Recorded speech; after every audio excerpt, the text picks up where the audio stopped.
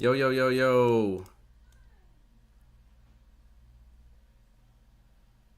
What's going on, y'all? So I'm letting you guys know real quick. There is 3 prelim fights. 3 prelim fights that's being shown on PBC right now before the main pay-per-view event. So I decided to start the live a little bit earlier. So what's up, everybody? What's up, the showstopper? All right, so let me show you guys something real quick. Let me help you guys out. Let me get this music off. All right. What's up? What's up? What's up? Everyone that comes in, get these votes in. This is Ron Goodall over here at FightHype. I want everybody to know really quick, really quick. I'm starting the live watch party from the very first fight. All right. So I want everyone to understand there is 3 prelim fights that are going on. Yep, Cormel. What up, TM? What's up? What's up? So I want to educate you guys real quick, right? This is not like a scam stream or nothing. This is a watch party stream. Right now on PBC Champions, right? This is not my way of diverting you guys away from my stream, right? But I want to be transparent. PBC has a stream for 3 prelim fights, and Cormel Moten's the first one. So right there, all right? I can't show it, but I'll be here to watch and commentate, okay? So I already missed the first 50 seconds. Just wanted to educate you guys on that, all right? So Cormel Moten is fighting at lightweight. He's the kid with all the TMT hype, all the attention. He's fighting Zavivar. So, real quick, while that stream, like I said, is on Premier Boxing YouTube. I want to shout everyone out. J-Min, I Am Dix, Ty got Morrell. That's what up, Infamous Boxing. Watch out for the big upset. You talking about Morrell? The Ish. What up, man? Jordan Stewart. Cormel looks strong. You know what's really interesting? The last time I seen Cormel, what time does the prelims start, Bam? So the prelims are on right now. Like, the prelims are on this very second. So I'm going to just stop my stream for a second to show you. If you go over to the Premier Boxing Champions, it's on right there. So I'm giving you guys the hookups. How many rounds are the bouts? So this one's the 8-round bout. You can see Cormel is the first fight on your telecast. What the fuck weight does Moten fight at? I don't know. I have no idea. What up, Warlock Boxing? Pastor Tim says, I think Benavidez underestimating Morrell, which usually is a recipe for disaster. Yo, Morrell is a live dog. So. But for Pitbull to get stopped tonight, I don't really know much about his opponent, Optic Gamer. But Cormel Moten's in a kind of a tough slugfest, you know, first round. Every time I watch Cormel, man, he's never in a slow, feel-out round. He's always in a fight. Is Cormel? Yeah, Cormel's fighting right now on the PBC YouTube channel right now. So I decided to start a little bit earlier so I can watch the whole entire event with you guys. Moten looks like a mini Hulk. He is pretty big at lightweight right here. The fact that he's already at lightweight just shows that he's still trying to figure out his weight class. You know, he does spar guys like Gervonta Davis, Shakur Stevenson, Devin. No, he hasn't sparred Devin. He sparred Richardson Hitchens. Yeah, so he sparred a lot of these guys. Oh, yeah, I'm tapped in. I'm going to win. What up, greatest? I'm going to win about a stack of Morrell, thanks to those who don't know much about boxing. Morrell is a live dog, so Cormel can take a punch for sure. Oh, absolutely. Dude has a great chin. F Society, doesn't matter if he wins, they're going to say Morrell was under 10 fights. That's fair. You know, at the end of the day, he does lack the professional experience, and that's why I'm picking David Benavidez. It's lit, Big Boxing Day, big drama show. Cormel spars Tank for a tune-up. I mean, he didn't spar Tank in this time. They're obviously not, you know, cool at the moment. But one thing I can definitely say is I've seen Cormel spar, world-class champions, and he definitely shows a lot of athleticism, a lot of talent. So he's still trying to figure out his professional game because, his corner has changed a little bit here and there. He has K Karoma in this camp. He previously had a different trainer, so they're still trying to figure out what works.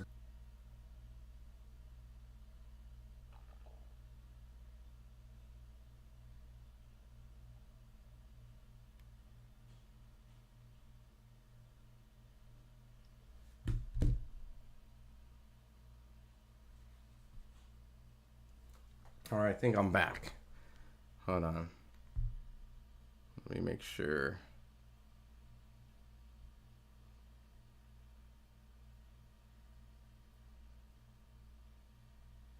All right.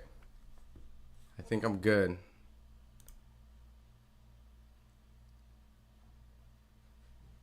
All right. I completely...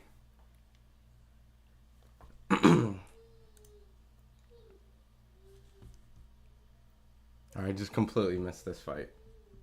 All right. Let me know if you guys can hear me. All right. Appreciate you guys staying, man. I just lost like 100 of you guys. It's all good. Well, you guys can let me know what happened in this Cormel fight. I see that he just got the stoppage on the third round. Let me see. Let me rewind this back. Damn. That sucks. Hold on. Trash stoppage. Was it what was so bad about it? Hold on. I gotta restart my chat. Give me a second. Let me pop this out. Give me 1 second. I gotta do some updates. Let's see. All right. Let me get the chat updated. Hold on. Give me 1 second. Boom. Get this. Boom, boom. Good stoppage. 10 unanswered punches. Slightly early stoppage. All right. I'm seeing the replay right now. Did he get rocked before it? Or was he just kind of just...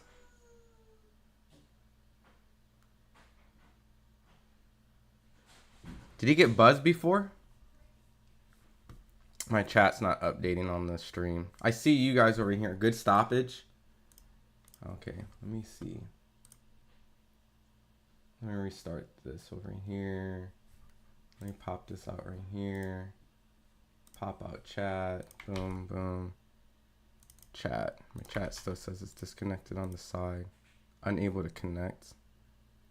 What?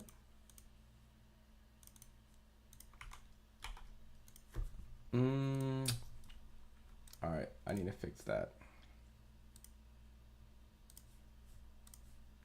Restore chat.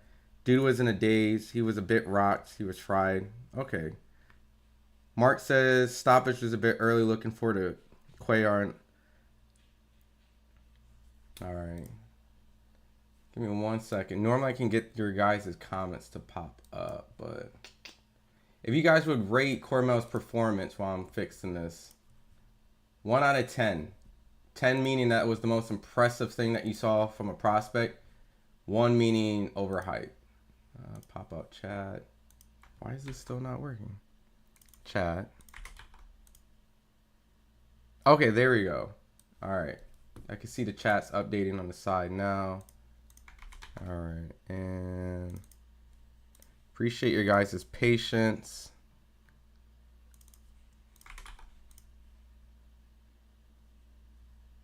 Gave it a 7 cast.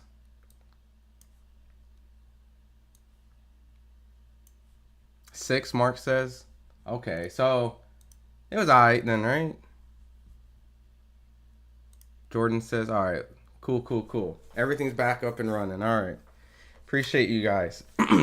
Heads up, if it ever just kind of does that, it's probably my son pulling my router, so appreciate you guys. Good stoppage. What's up, Sylv? What's going on, man? 7, 6. Mark says 6.5. Yeah, so check this out. I'm gonna hook you guys up. Like I said before, this is where is it? Screen sharing. All right. So, updating you guys. There's 3 prelims. We just saw Cormel. Well, I didn't see Cormel. I just saw the highlight. Over here on PBC on their YouTube channel, right? You can watch 2 more free fights before it goes over onto Amazon, right? It's going to be on Amazon. And then we're going to be watching Jesus Ramos versus Rosario, Pitbull versus Pharaoh, Brandon Figueroa versus Fulton 2, and then, of course, Benavidez versus Morrell. So it doesn't really seem like there's a lot of fights that we have to get through to start getting to some good stuff. So we just had Cormel up right here. Won't be able to show the stream, but that's where you guys can watch it. All right, so. And just like Tunnel says, prelims on PBC, events on Amazon Prime. $80 to call someone's friends and split it. So, and you know what? If you guys are diehard boxing fans, I would definitely consider spending a little money on this one, because you're getting David Benavidez actually fighting a guy where many people felt like he wasn't really going to, right? So us diehard fans always ask for these guys to fight these relatively hardcore matchups, regardless of the monetary value is there or not. And David Benavidez is fighting a pretty tough guy, so I give him props for that. Dude was the days. He was a bit rocked. All right. Morrell is going to knock out Benavidez. So I still am picking David Benavidez to win this fight, simply off the fact of experience. But throughout the week, and seeing that Morrell has built, a slight confidence each day, is giving me more of an optimistic point of view that Morrell has a chance of actually pulling it off. Is he going to pull it off? I don't think so. But I think his attributes, his size, his power, and his IQ can make it a very difficult fight. So, Tunnel Vision says they cry about building the fights they want to stream it when they don't build it up to a super fight. All right. I mean, I love big events, right, Tunnel? I love the casual fans being involved. I love being able to talk about it with everyone and everything. But, sometimes you do need some of these fights for us, for the consumers that consistently watch boxes on a consistent basis. And, at the end of the day, I think David Benavidez is trying to create a path of his own. So I give him props for that. I know that Canelo is the big meal ticket fight that he wants. But if you can't get him, then essentially fight all the guys that essentially other people wanted Canelo to fight. Fighting Demetrius, fighting Caleb Plant, fighting David Morrell. I mean, he's essentially cleaning up a lot of the opponents that Canelo could have fought, So, and we'll see. He gets past Morrell and he beats Arthur Beterbiev and Bivol Winner. Then I think there's really no debate that he definitely earns a Canelo fight. Mark says, yeah, I just bought it. It's $50 AUD in Australia. Much more reasonable than $80 in USD. I know. That's why you hear it all the time. It's not to be condescending, when Americans speak their mind about it. But it's just, the market's a little bit better when it comes to making money here because they charge more, So I would love to have $50 pay-per-views, man. Notice that the fight's pay-per-view with no belt on the line. Take notes.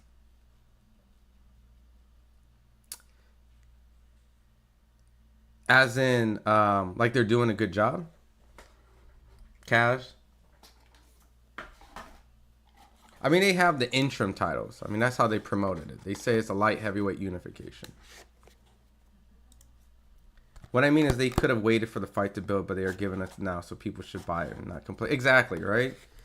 We always complain like, hey, all these fights are being overly marinated. And sometimes when they get too marinated, sometimes there's a guy or two that may be not in their prime, If we got Crawford Spence pre-accident, I still would have Crawford winning, but that would eliminate the doubt that, at the end of the day, these two guys were in their prime, ready to fight.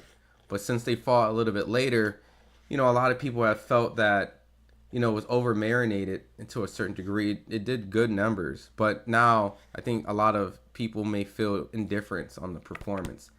Once again, I still pick Crawford to win, but at the end of the day, I know that some people have looked at it that way. So, many people felt that way about Mayweather versus Pacquiao. Many people felt, clearly we say Amir Khan and Kell Brook was probably the worst example of over marination. Did extremely well in the UK, but that was one of the worst fights in a long time. And you're a casual fan. My point is unifications aren't always the best matches. Oh, yeah, I agree. The belts is a marketing tool. And I know you know this, right? I know you already know about all this. But, oh, shit. Let me move this real quick. The belts is a marketing ploy. At the end of the day, it doesn't always determine, who's the best fighter. It really just reflects, guys that go up the food chain and fought maybe like a good opponent or maybe a top 10. But when you get two guys that everyone wants to see, everyone knows that they've cleaned out the division, belts or no belts. Floyd and Pacquiao wasn't for unification. For undisputed. So at the end of the day, man, I think we need to slowly get away from the undisputed idea. I love it as long as it's in the right hands. But, if politics are stripping and moving and removing and doing certain things, then, at the end of the day, it doesn't really hold enough merit. Like David Benavidez, in many people's eyes, is the best opponent for Canelo. He got the WBC off of a vacant title and didn't fight Benavidez for it. Super random question. What do you think of Abel Mendoza? Let me double check. Bear with me. Abel Mendoza. Why does that sound familiar? He's the dude that's like 42-0, right? He's like the 42-0. What weight class is he? He's the 42-0 lightweight, right? Am I tripping? Is he a lightweight? Let me Google him real quick. Yeah, he's the 42-0 lightweight. I'm gonna be honest, man. He's an American, right? Born in Texas, and he hasn't really fought anyone or anybody that essentially has made me go, like, he's a threat. I love the marketing of the 42-0. I don't know if he's gonna be 50-0 before he has to step up, but at the end of the day, when you look at his resume, it's extremely mid. This is a very, very mid resume for a guy to have 42 wins on his record. So he says he can't get a fight. All right, well, let's look up his rankings. I'm gonna pull up where he's in his sanctioned bodies, boxing rankings. Why, dude? I'm gonna read a couple more. Uber to your mom's house. What's up, man? Let's get some Korean barbecue, some lumpia, some Kraft fried rice. We watch these fights together. What's going on, man? I love the Towley icon. I'm kind of trying to slow down on the eating and shit. I'm trying to lose some weight, but everything you're saying is must eat, man. Korean barbecue, lumpia, Kraft fried rice, all at the same spot. That'd be fire, man. Boogeyman, what up, E, man? You made it. You finally made it in the stream, man. Made in the stream, man. How's your day, man? You ready for this fight? Yeah, keep smiling. Get him, my bad, bro. 305-3. Who's 305-3? Judah Vision. We're officially a month away from Tank Roach. Yeah, I'll be at that fight. Judah Vision. Just logged in what I missed. KO, TKO, what round, possible decision. We only got the Cormel Moulton fight. That's the only thing that we got done. Cormel got a win in the third round. Mungi and Water were like 44-0. Yeah. 305-3. You're talking about Abel Mendoza. So I looked up the rankings for lightweight, right? So imagine this. And I don't know the kid, personally, so I'm not going to sit here and, destroy him. But 42-0, and you're not even ranked in the top 15 in any of the 4 lightweight sanctioning bodies, regardless of the fact that you're saying that you can't get anyone to fight you. I don't know, man. That's a little sus. You know, I'll have to watch some of his fights. You know, I've heard about him, but let me see. Yeah, 42-0, not ranked in the top 15. I'm gonna have to question his resume a little bit. I mean, what promoter wouldn't want to sign a guy that's 42-0? That's pretty wild. The mainstream outcast. Take me as your +1 to the Tank fight. Now we already got a couple. But maybe if you can do some interviews, you get some camera work, Judah. Maybe, you know, you already got a boxer's name. Me right now handing out these internet ass whoopings. Just kidding. Want some fighting games like Undisputed? For everyone that's coming in, like I said, we're watching the first 3 fights on the prelims before we go into the pay-per-view broadcast. If you do have like another device, you can see right here, Premier Boxing on their YouTube channel has 3 prelims. If you missed the first one, there's 2 more. So the next one's coming up right now. So I'm just letting you guys know we're only doing live commentary. But you can get some free fights going on right now, which I got. LOL at the Boogeyman. The fight started at 8 p.m., right? Yeah, so like I said, Boogie, there's some early prelims that's going on right before the main card pay-per-view. Hell yeah, I'll work. That's what's up. Look, I'm always open. You know, if you guys live in certain cities, like in certain places, you guys want to go to the gyms and get some interviews, man, we can make it happen, you know? Wavy Nation says, let's go. What do you like about the Clarissa and Danielle fight? You mean her opponent that she's coming up right now?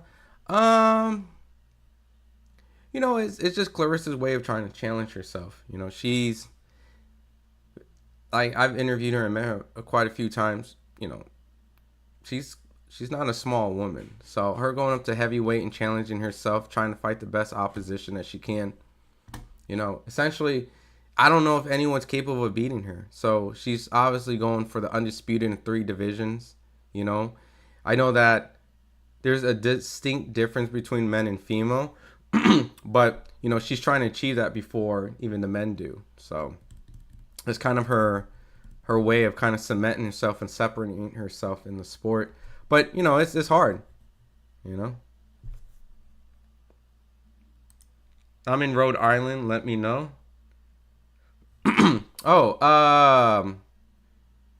Rashidi Ellis and Boo Boo, I think, train in Rhode Island. Boogie, so I just watched that fight. Was wow. Hats off to the third man in the ring. Mountain's corner is phenom. Zavador came to fight. Yeah, Cormel is always in like these kind of fun, entertaining, I won't call them slugfest, but action filled, right? I mean, he's been in a slugfest before, but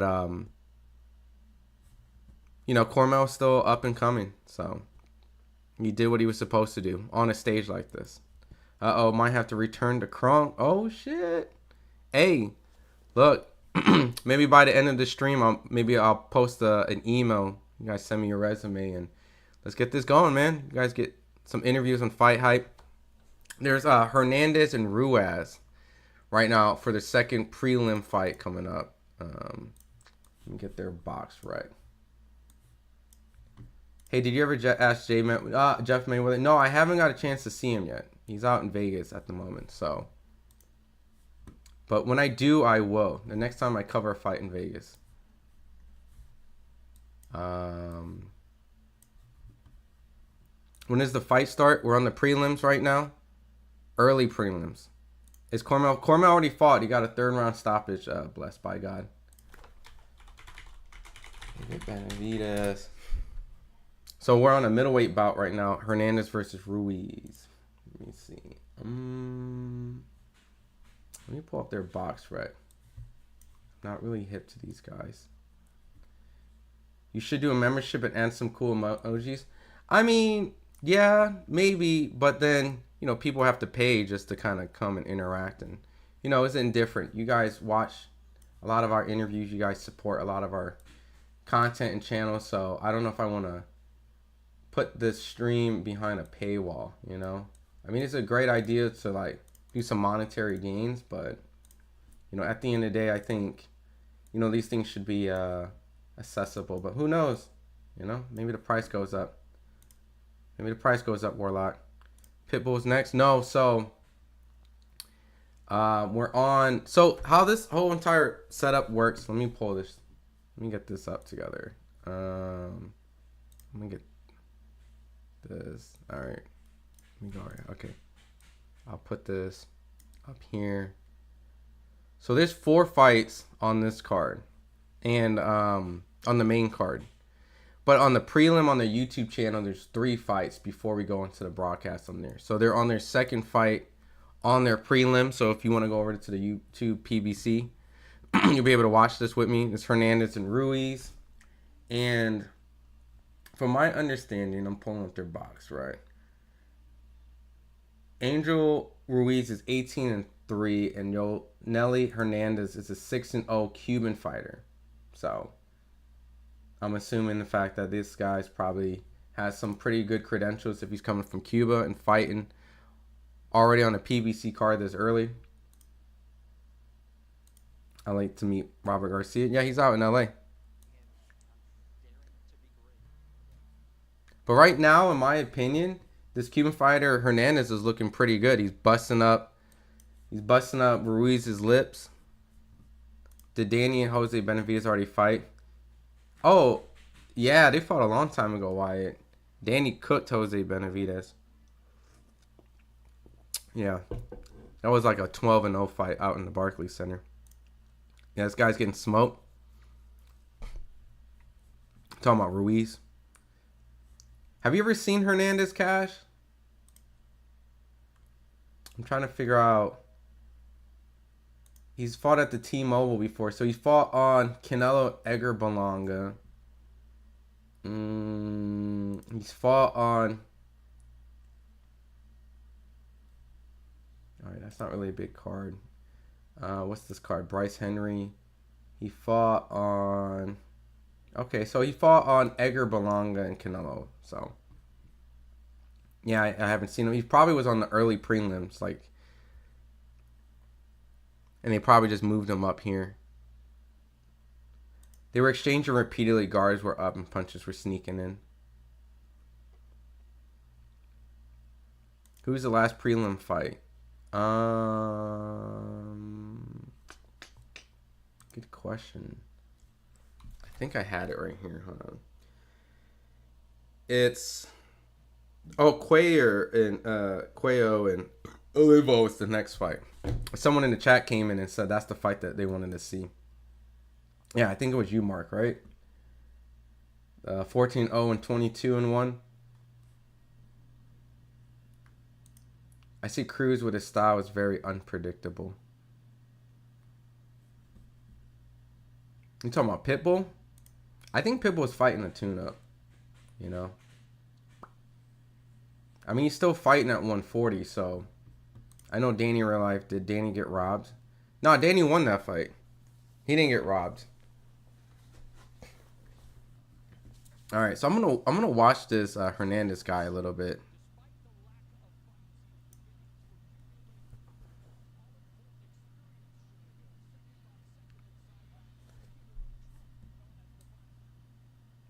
So one of these guys is trained by Sugar Hill.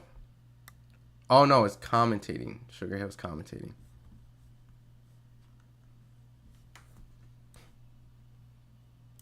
Morrell Jr. What up, Attorney Bailey? My guy. Always showing love and support. Benavidez looks weight drained. Not a good look. You think so? I mean, Morrell on the scale looked solid. Like, he looked solid. He looked comfortable. I mean, he was... I know it was a ceremonial one, but he looked Jack Diesel and looked very comfortable. I found out that when Morrell was fighting in amateurs, he was actually a 175-pounder. And then when he turned pro, he went down. So he's actually fighting at his comfortable weight, coming to realization. So, and I know Benavidez is big for 168, so he should be going up. But, you know, Morrell is comfortable at 175. Man, this dude Hernandez is cooking Ruiz.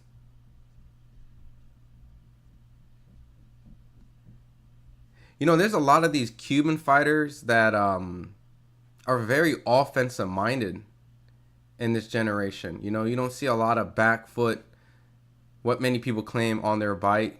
You know, using your feet, using lateral movement. These guys are in the pocket, heavy-handed, punching, hard, walking people down. It looks like Ruiz just clipped him right there at the end, though. All right.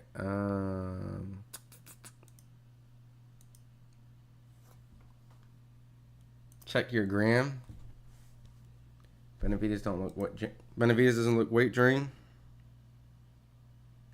I think that's just how Benavidez' body looks, you know.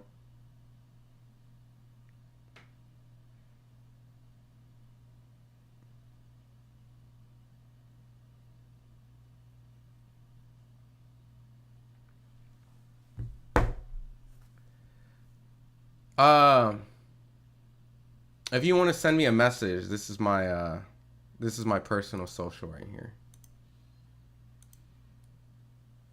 So you can go with that. This is an aggressive Cuban. Must be Ortiz and Uga's cousin. Have you noticed that, Casual? There's a lot of Cuban fighters now that are just like very offensive. Goliath versus Goliath. The future, FH. What's up, man? FightHype. A Cuban that actually fights. Yeah, there's a lot of them coming, Jose. What up, Jose? E says, yeah, you're right. The slickness like Rigo.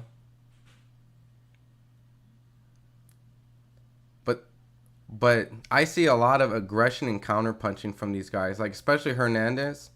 Offensive-minded, offensive countering. He looks like that every fight. In the face, a little dream. Muscles don't win fights. They don't, Tunnel. What up, Alberto? Yeah, so I think David Benavidez is just, as ironic as it sounds, is also big for 175. Oh shit! These uppercuts from Hernandez is solid.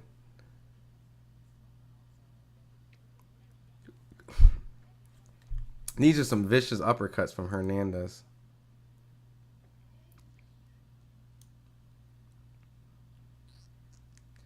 I feel like, what is this dude's record? He's like 6-0 with 6 knockouts. So he's a true knockout.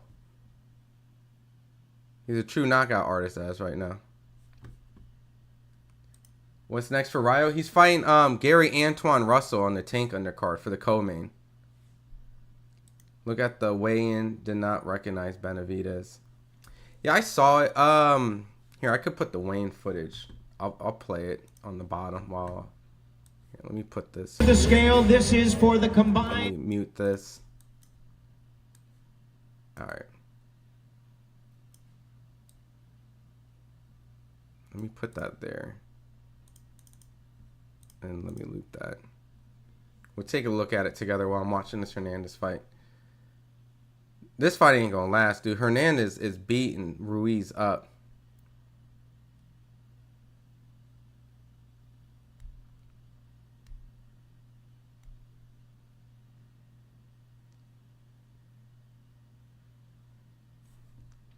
He's fighting inside while Cuba's back.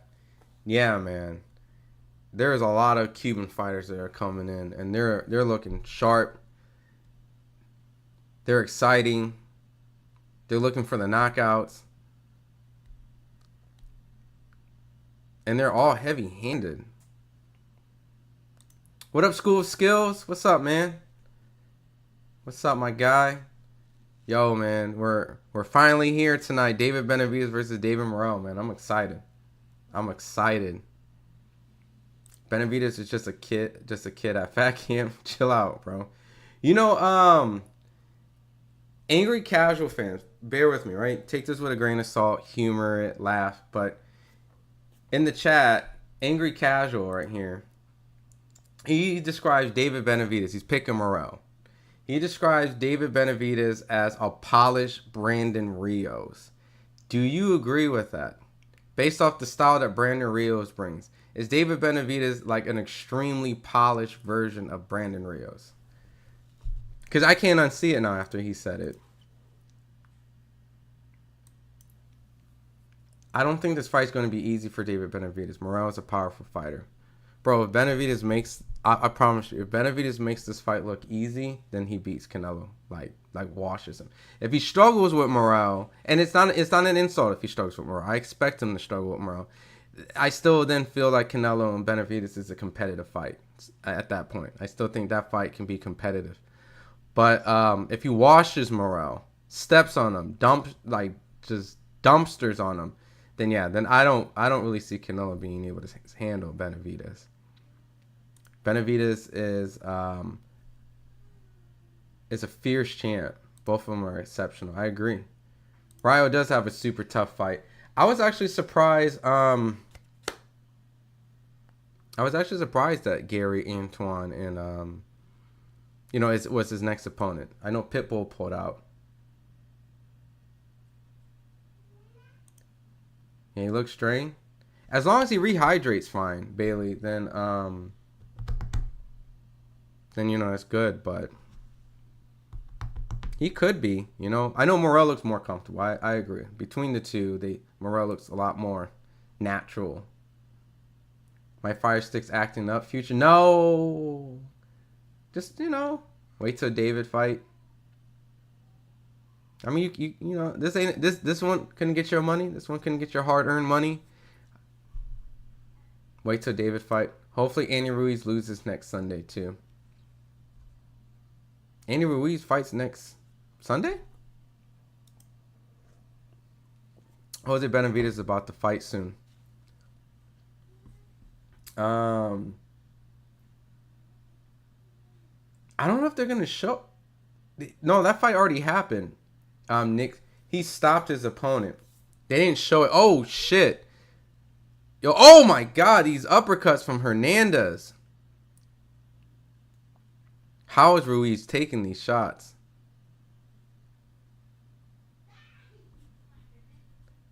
Benavidez, Jose Benavidez already fought, and he stopped his opponent. It was what round did he stop him in? I'm not sure. Yeah, it reads that he stopped his opponent. I've known him since Cuba. I like both. Let the best man win. Oh, that's what's up. Yo, Morrell's a good fighter, bro. Morrell's a good fighter.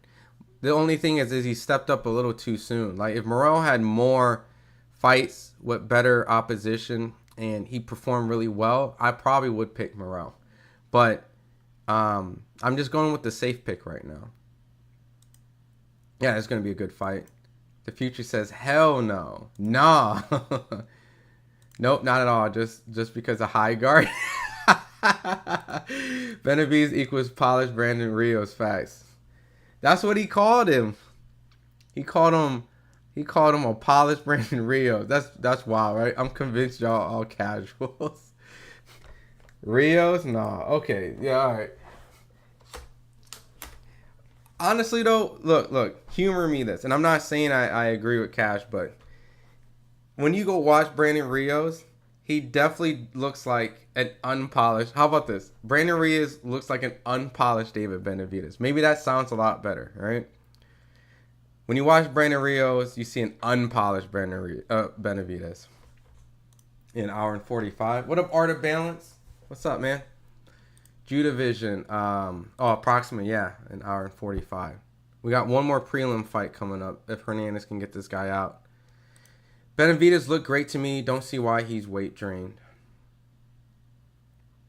Yeah, I mean, I saw a little stomach pudge, so, but I think they're fine. I think they're both fine. And Benavidez made a point where he said he feels good at the weight. He was able to do a media workout, and he was able to actually give a show to the fans. So because of that, he was good. He wanted to prove a point. Canelo wants 150 million to fight Bennett Burgers. He wants more than that. He wants 200. What up, Cowboy? Canelo ain't fighting for like a month of Sundays. Yeah, man. He's going to fight probably like William Skull. What time is the fight? Old school. So we on the prelims right now. Like the early prelims. Oh shit, yeah. Nice, Jose Jr. Yeah, he got the dub. Yeah, John Easter, Cormel, Jose Benavidez. Morrell looks scared he's getting knocked out. You think so? I know at the face-off. Oh, damn, they finally stopped the fight, man. Yo, Ruiz is tough as hell, man, because Hernandez was just beating the shit out of him. Yeah.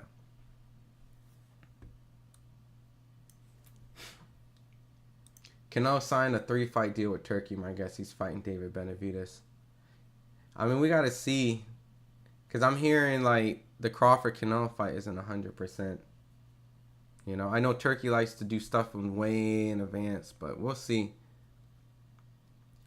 Benaburgers. You guys are crazy. No name. Inoue. Yeah. Inoue's nice, man. I am so torn buying this fight. Why are you torn? I can't wait to see the fight. If you can't wait to see the fight, then get the fight. Cuba. Ron Benavidez go in here and wash Morrell. Nobody better not say nothing else bad about him. He got stopped. They stopped it in the 5th round. Yeah, the ref came in and stopped it. Like, Ruiz didn't go down, but he was just taking so much punishment, man. Okay, now that was an early stoppage. He was tough. Yeah, he could have probably continued, but you think it would have changed? I mean, he looked functional, but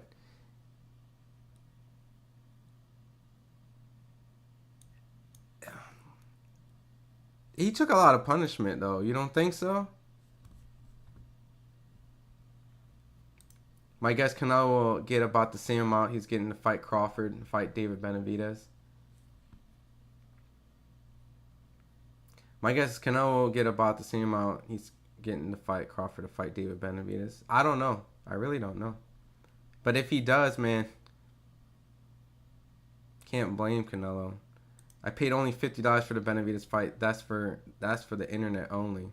Yeah, that's a good deal. I am a lady, thanks. Oh, my bad.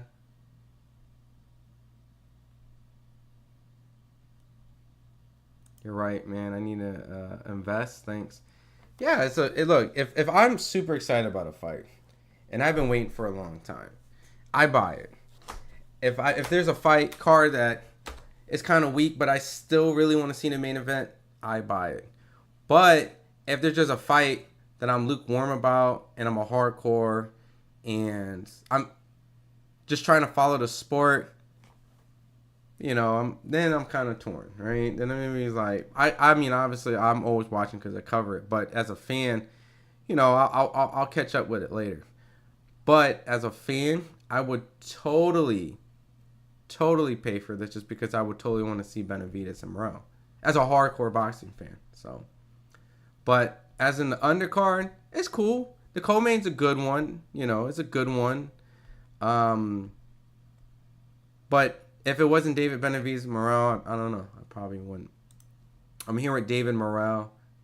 Everybody have a great night. Always remember the ring doesn't lie. Ooh, the ring always tells the truth. And it's been told many times, you know, when it comes to boxing, it's one of the most honest sports out there. It shows everything that you've done right and wrong in the ring, the people you've hired, you know, so it is a truth teller. Nick, what's up, Nick? You believe Benavidez was hurt last fight because he fought 175 early in career? Yeah, I was at that last fight, and he did show his hand. It was pretty messed up. Plus, on top of it, Nick, when they did, they sent us, like, media workout, like, information. You know how way in advance to promote the fight, they invite the media. Well, they canceled it randomly, unexpected, and didn't tell why. And anytime there's like a media workout, something that gets canceled out of nowhere for no apparent reason, or not get rescheduled pretty close, it means something happened, like an injury, a sparring issue, something. And so, you know, they don't want to show it, and that's fair. But hearing that and then seeing his hand up close in Vegas, yeah, he was injured, but it still doesn't take away from the fact that he didn't look good at 175. So Both guys kind of had a lackluster 175 performance. But David Benavidez did fight a former 175 champion, an Olympian. Alexander Gavashek is a good fighter. So past his prime, but facts, Ron. I tell everybody that he stepped up very soon. Yeah, Morrell definitely stepped up very soon. Yeah, stop wish, Ron. Yeah, it was the 5th. People need to stop assuming Canelo signed with Turkey. People have been putting out a lot of information that's ends up false. Right, Tunnel. So that's, I don't know. I'm hearing, like I said, mixed ups about Canelo and Crawford. I don't know how much percent that's true as well. So, I'm just waiting. A lot of these Turkey stuff is very premature. I mean, 1 minute it sounded like Ryan Garcia was fighting Pitbull, and now we found out it's Rolly, right? So, I'm taking all the stuff in Riyadh season with a grain of salt. I'm waiting because, at the end of the day, it just constantly seems like it's changing. Crawford is supposed to fight Canelo. Isn't supposed to fight Canelo. That needs to be Benavidez. I agree. The more fairer fight, even though Canelo is significantly smaller, but he's the undisputed 160 at a point, should be Canelo versus Benavidez. I agree. Benavidez. Morrell by decision. That's what's up. Okay, stoppage. He got punished. Why doesn't Crawford do a pay-per-view to prove he's a star before the Canelo fight? I don't know, Jose. I mean, I think Crawford's probably asking for too much to fight Canelo. I don't know. I don't know any of the details. Canelo's not fighting Canelo unless he's getting 120 period. Crawford and Spence was successful because of Spence fans. I mean, I think certain fights do transcend a little bit. I think Crawford-Spence was a transcending fight. I think it was more than just Spence fans. I know that Spence has been more consistent on pay-per-view than Crawford. What's being reported. So, yeah. But, at this point, he's at the tail end of his career. If he gets the Canelo fight, that's perfect for him. If not, then I don't really see him fighting too much longer. Crawford's taking the risk. If it does, a good deal as long as it doesn't freeze my Mike Tyson. This dude's crazy. Man, come on, bro. You almost had me slipping reading that. Hernandez was punishing Ruiz. Yeah, he was beating the shit out of him, Judah. That was a good stoppage. PBC always had the best prelims. Every Blue Moon top rank has a good one. But I think the way that they position their prelims by putting a name like Cormel is like, they always have like a fighter on there where everybody's interested in wanting to fight watch Cormel. So already it's smart for how they did the prelims. And you get to watch them for free. So I think that alone has been a good marketing idea. You want to watch Cormel, watch him on his prelim on YouTube, then bam, reminder, David Benavidez versus Morrell. So Crawford versus Canelo, 9-13, I thought. That's what Bernie said, but I always wait until I officially get like a email blast, So Crawford did a heck of a pay-per-view when he whooped Spence. Yeah, that was a great pay-per-view for both those guys. This fight's going to be insane. It's going to be a great fight, Daniel. I'm excited. Thanks for the info. Morrell gets done just like Andrade tonight. Damn. I don't know about like Andrade, but if he does, Benavidez is a bad dude, bro. Morrell might knock him out. Morrell is very skilled. Morrell by TKO. And when I look at the poll, 68%, man, 4% draw. Some of you guys think a draw? Yeah, it's going to be a hard fight for both. I agree, Eric. Crawford, sidebar. Canelo English should be better by now. He's lounging like EPMD. I love English-speaking Canelo. Morrell tries to run from the monster, but eventually succumbs to his loss. That's fair. I think Morrell's going to get some of his respect, though, in this fight, though. I think he's going to get some of his respect. Man, dude, I'm excited for this fight, man. Man, we got a couple fights to get through. And I'm actually excited for Cool Boy and Figueroa. The closer we get to it, when they get in the ring, I'm gonna be pretty excited. Man, I'm getting excited, man. We got a couple more fights. Woo! Just, you know that fight jitters? Like, I want you guys to picture this with me.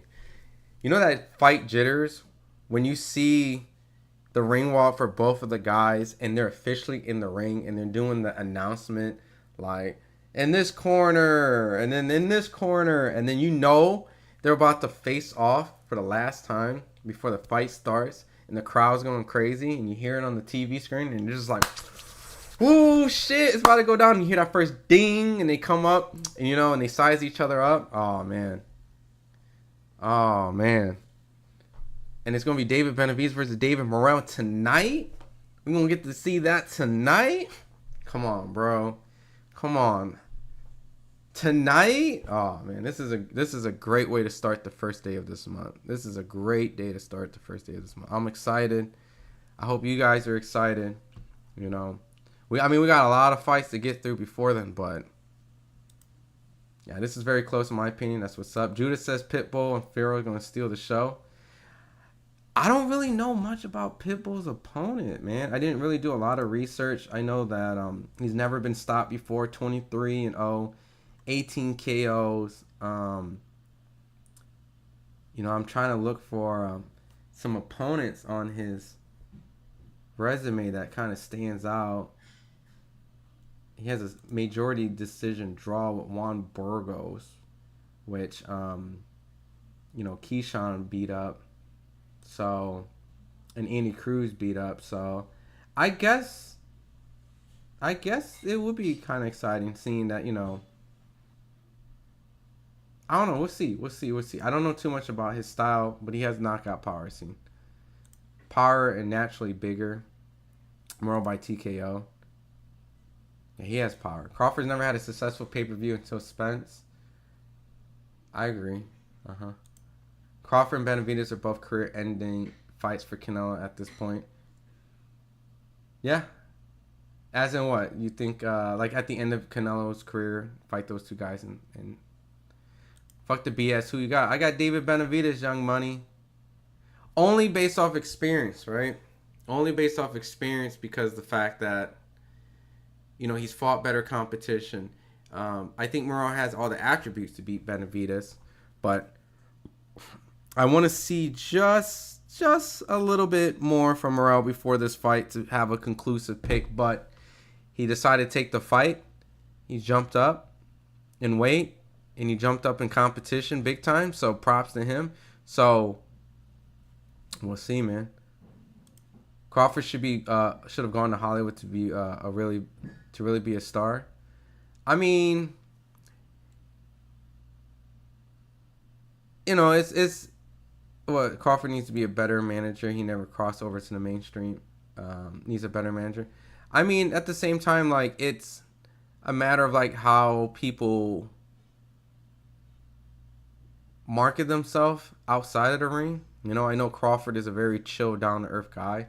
You know, he doesn't really want to do a lot of the stuff and antics. So, you know, and he also understands that, you know, that might be a setback in certain aspects, but he wants the fights to prove he's the best, and he feels like that should get him attention.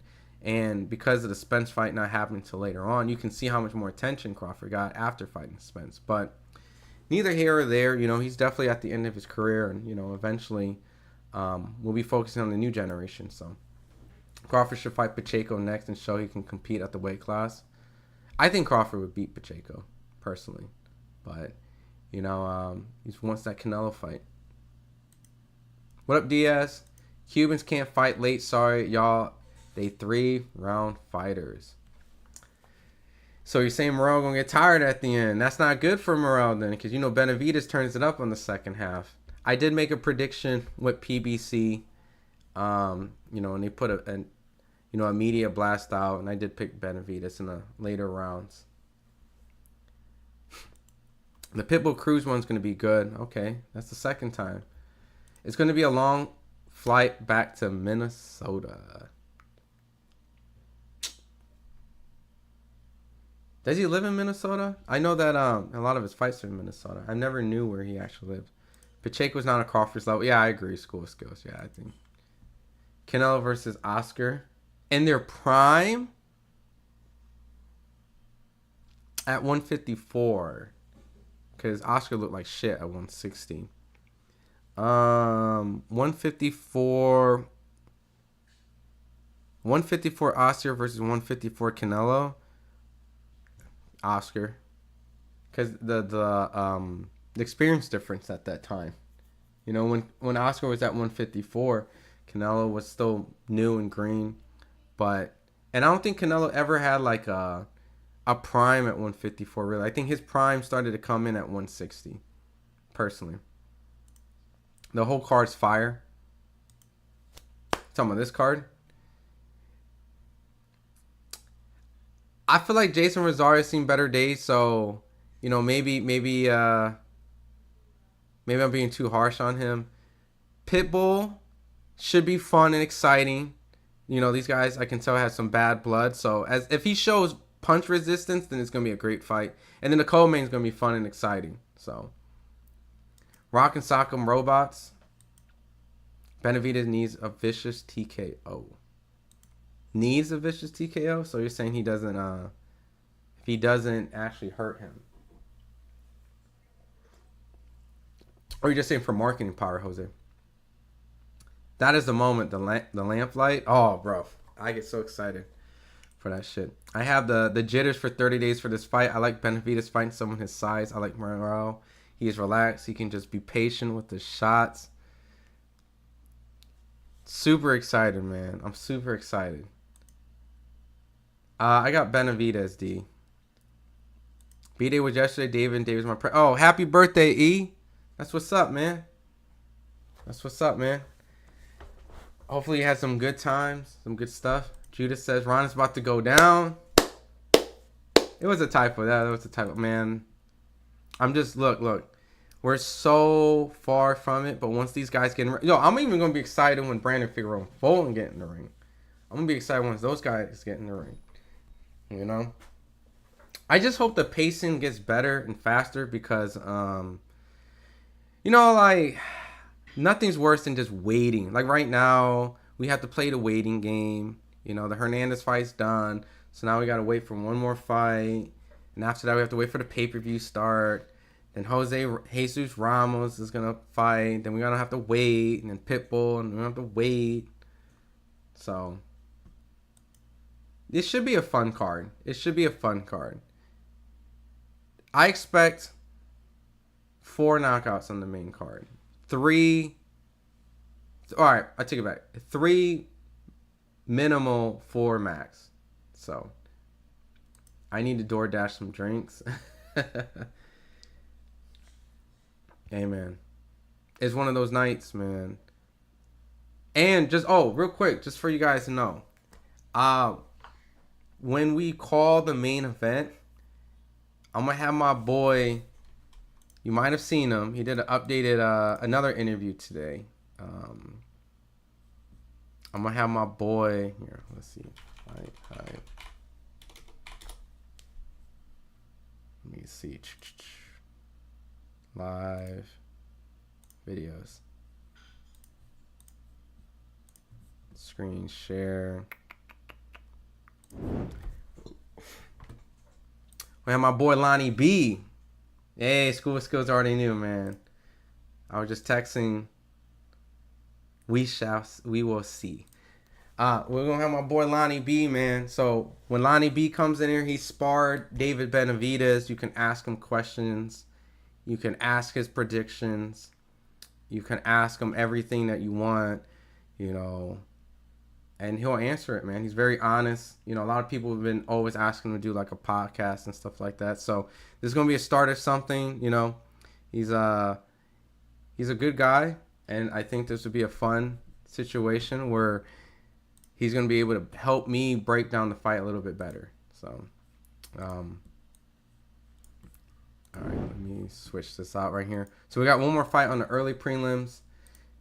Don't let the body fool you. Benavidez is number 1. As a Canelo fan, I just feel like he's aged too much for both fights, and stylistically they won't go well from Crawford's age. Maybe the only assistance. Nah, I think Crawford's age isn't gonna play a factor. I feel like it's more of his size. I think Crawford's even at 37. It's like phenomenal. I think the way that Crawford trains is about working smarter and not harder, you know, not needing to beat up the body like you did when you were younger. So, what time's the pay-per-view starting? In about like an hour and 20. Jose. Yeah. And then that's when. So, 5 p.m. Pacific, 8 p.m. Eastern time, the main card starts. Wow, I never heard Canelo fans say anything like that. Joker. Pitbull versus Fair was a low-key slugfest. Okay. I'm going to keep an eye on it. Everyone keeps coming there and saying that, so. Canelo is literally a superstar. Crawford's stuck in Omaha. I mean, there is a star power difference. Crawford ain't confined to Omaha. People know who he is in Boston and NYC. No, people definitely know Crawford. It's just when you compare him to Canelo, it's night and day difference. So I think that's a little unfair.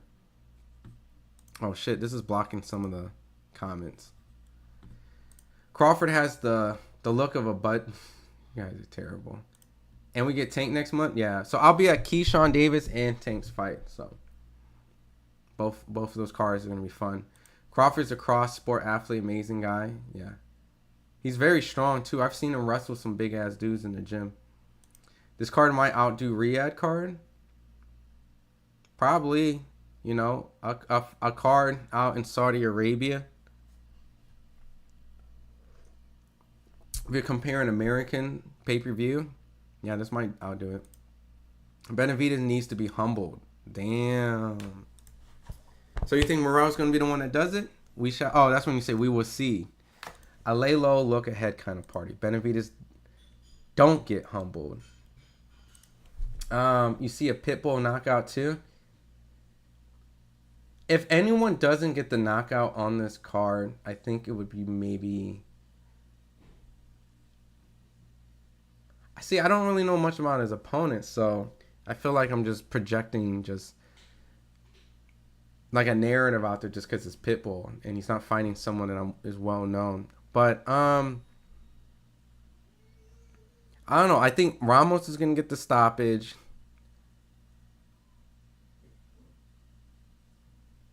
I think Pitbull is gonna get the stoppage, right? I think that's his whole moniker, right? Pitbull, ferocious, vicious. Pete BC probably wants to build him back up after the loss with Ryo. The cool boy Brandon Figueroa has an opportunity to go the distance, but I think Brandon gets it. And then, you know, the main event, you know, I expect someone to get stopped, but at the same time, I wouldn't be surprised it didn't. So, Crawford looks like he's home. Oh my God, Jose, chill. Yeah. So the main event, approximately what time's the main event? If it's probably like 4 hours from now, JTM. Yeah. So the main card is gonna, like I posted up here, main card is gonna start 5 p.m. Pacific, 8 p.m. Eastern, and then we got 3 fights before that. Benavidez needs Morrell, or I don't know what that means, Roman. Lucas, what's up, Lucas? So it starts 5 p.m. My team, yay, Canada, Alberta. Dope. Where's Lonnie from? Lonnie lives in Vegas right now. So, but actually, I don't know where Lonnie was born. So we can ask Lonnie that when he comes in. Look at the PBC promo on the camps now. Benavidez is definitely weight drain. We'll see. Do you think that's gonna affect? Let's say like he is weight drained, right? Do you think that that heavily affects him tonight, or you just think that you just looked weight drained that night or that day? And actually, Bailey, who do you have winning the fight? I don't think I actually know who you actually picked. Better be and Bivol both beat Benavidez. I heard there was some good sparring with Bivol and Benavidez. Arthur's going to be a hard ass. Look, check this out too. This is the nice thing about having Lonnie, right? So I'm going to let you guys know real quick. Lonnie sparred Arthur Beterbiev too. You get what I'm saying? Like, he sparred Arthur Beterbiev and he sparred David Benavidez. So if David Benavidez beats Morrell, he can give his assessment from what he saw from there and what he knows from both, and he can give his honest opinion. Yeah, it's probably pro Arthur, right? He's very, very team Arthur Beterbiev. But he has given David Benavidez a lot of props for beating Alexander Gavashek. So, his tune has changed a little bit about David Benavidez. That Figueroa Scooter fight is going to be fire. Yeah. Love knockouts. Yeah, that's going to be a fun fight, General. Yeah, Lonnie. Lonnie's my boy, bro. It's 4:47 p.m. Okay. Morrell looked bigger and stronger than Benavidez at the win. He did. And it could just be genetics, right? He looked filled out, strong. Got his 8-pack going on. So, and like I was telling so many people, David Morrell as an amateur competed at 175. So when he turned pro, he went down to 168. So he's coming back to what he's actually naturally and comfortable at. So it's going to be very interesting, And plus, these two guys have tested the water at 175 with decent opponents, good opponents in my opinion. And so they're going to learn from that, and then they're going to come back. And Benavidez claimed that he had an injury, so he should be 100%, and should be no issues. Lonnie low-key be hating on Benavidez, but I fucks with Lonnie regardless. Facts. That's what I'm saying. Like, he might. You already know what he's gonna say. He's gonna be like Arthur gonna step on him and all that stuff. But let's say if Benavidez just washes Morrell, Lonnie might be like, I don't know, bro. That shit was different. So we'll see. It just depends on what Benavidez does tonight. And like I said, you can ask him straight up questions: who hits harder? Who's faster? Who felt like a better IQ? Like, so. And I'll get him on. He texted me that he'll be on for the main event. So. And I was trying to get another guest for the co-main. Oh shit. Let me see. My bad. I'm streaming. I miss your call. All right. Benavidez loses his fight, no more him and Canelo fight. That'd be crazy. But you know what? If Morrell stops and beats a Benavidez, and a star is born, right? Wouldn't you say that will also happen? Like a star is born. If Morrell comes in there and demolishes Benavidez, that's a star-making performance. You get what I'm saying? Like, he comes in, fights the Mexican monster, the guy that allegedly Canelo's not fighting, and he goes and decimates him. And he also fought, keep in mind, he was also featured on Ryan Garcia versus Gervonta Davis undercard. So, they're definitely positioning him in a good spot where if he does pull up the upset tonight, he is going to be an overnight sensation. And that would be huge for Cuban boxing, because I can't even remember the last time Cuba had like a superstar in boxing. And I think, I'm not saying he's going to be a superstar, but that's for sure going to change the game a little bit. Benavidez looked like he had to cut a lot of weight. You're the second person to say that, Chin. Attorney Bailey also said that he looked weight drained. People think Crawford was the Kendrick. That was funny. Is Alexander Gavashek southpaw? I don't know. Does anyone know that? Gavashek was 37 with a 4-year layoff. I literally just talked to Gavashek Bender yesterday or 2 days ago. Brian M, no one's fighting right now. We're waiting for the next fight on the early prelims. He told me he got David Benavidez winning the fight. So that's here. I did an interview with Ivan Branchek, and he was the translator. So he actually says he wants a rematch with David Benavidez. I mean, let me see if I can play it for you guys real quick. It was short because I did a whole interview with Dennis Branchek. And he was translating, so.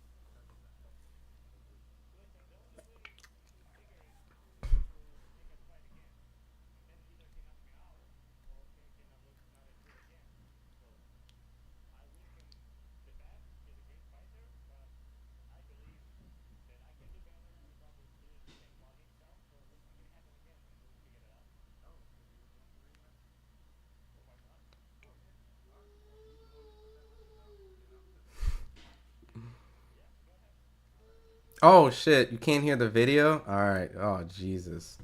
Oh my lordy. All right. Let me start from the beginning. My bad. There's a delay. I was just curious if you just had a prediction for the fight this weekend. Alexander, I'm just curious. Or both For of you this guys. week? Well, yeah. You mean for this weekend? Yeah, with David Он Benavidez and спрашивает, Morrell. это не пойдет в эфир, типа, есть, ну вот сейчас, чтобы Benavidez Morrell, есть у тебя мысли по этому поводу, как, что там будет?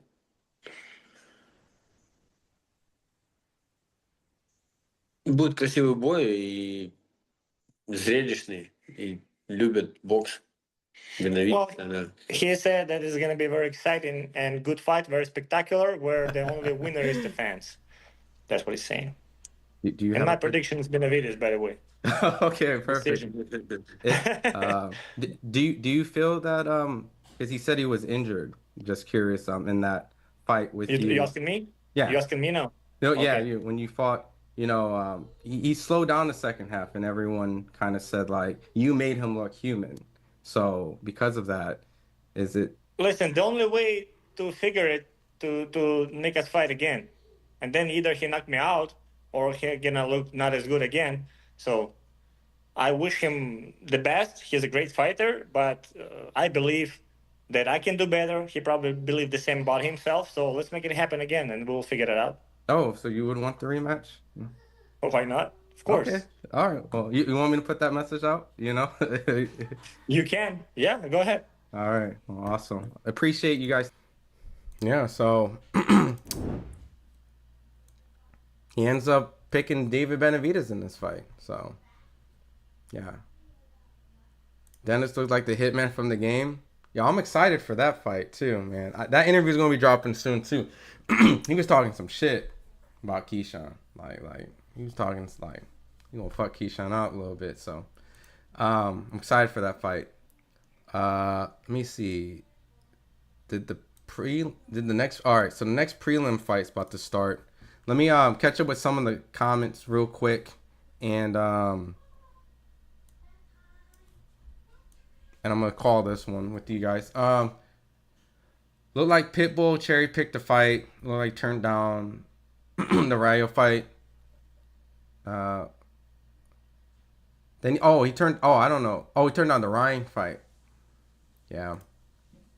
Well, the Ryan fight was presented after this fight, so the Rayo fight was originally the first one. That was a little upset that he didn't do a rematch. Morrell can bounce back and get some good fights after the loss. He's a cool dude. We'll see, man. He might pull it off today. Weight drain might be a problem in the later rounds where you're pulling strength from them. He did look kind of bad that second half. And Alexander, you just heard him, just kind of said, he didn't look good that second half. He even knows it too. Bivol got insane footwork. I agree. Benavidez looks 200 pounds. Bivol clearly beat Better Biv. Clearly. Yeah, I thought Bivol won that fight. Cuba. Ron, what one fight you wish you could have been at live? I'll answer that question. I won't forget this. I'll pin this real quick just so I won't forget. Let me pin this real quick so I won't forget.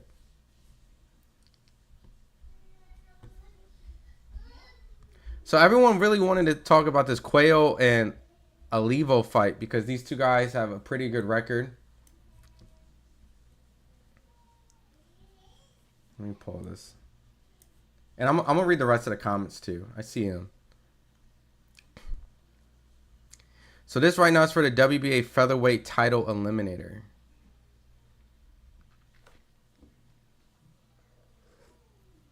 And if you guys are wondering where I'm watching the last fight on the early prelims, it's on the PBC YouTube channel. They're currently showing a free fight. It's the last one on their scheduled early prelims before the main event card. And Cuello looks good.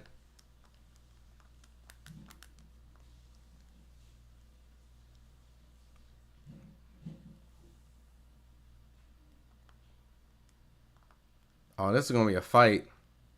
Very interesting, though. That is a 10-round eliminator fight. Typically, anything that's belt-related, interim title, I would assume eliminators could go 12, but I guess not. Maybe they've done it many times. I always feel like eliminator fights should be 12-rounders.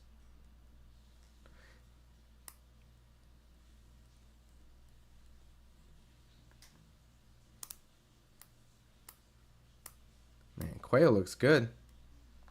Very quick and very fast. Very poised. But Olivo's crafty. He lands some clean shots.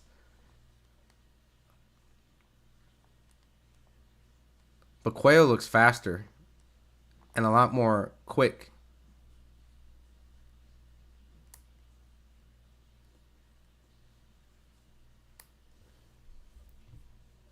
Casual's giving Bev a lot of hype. He's very good, but very limited.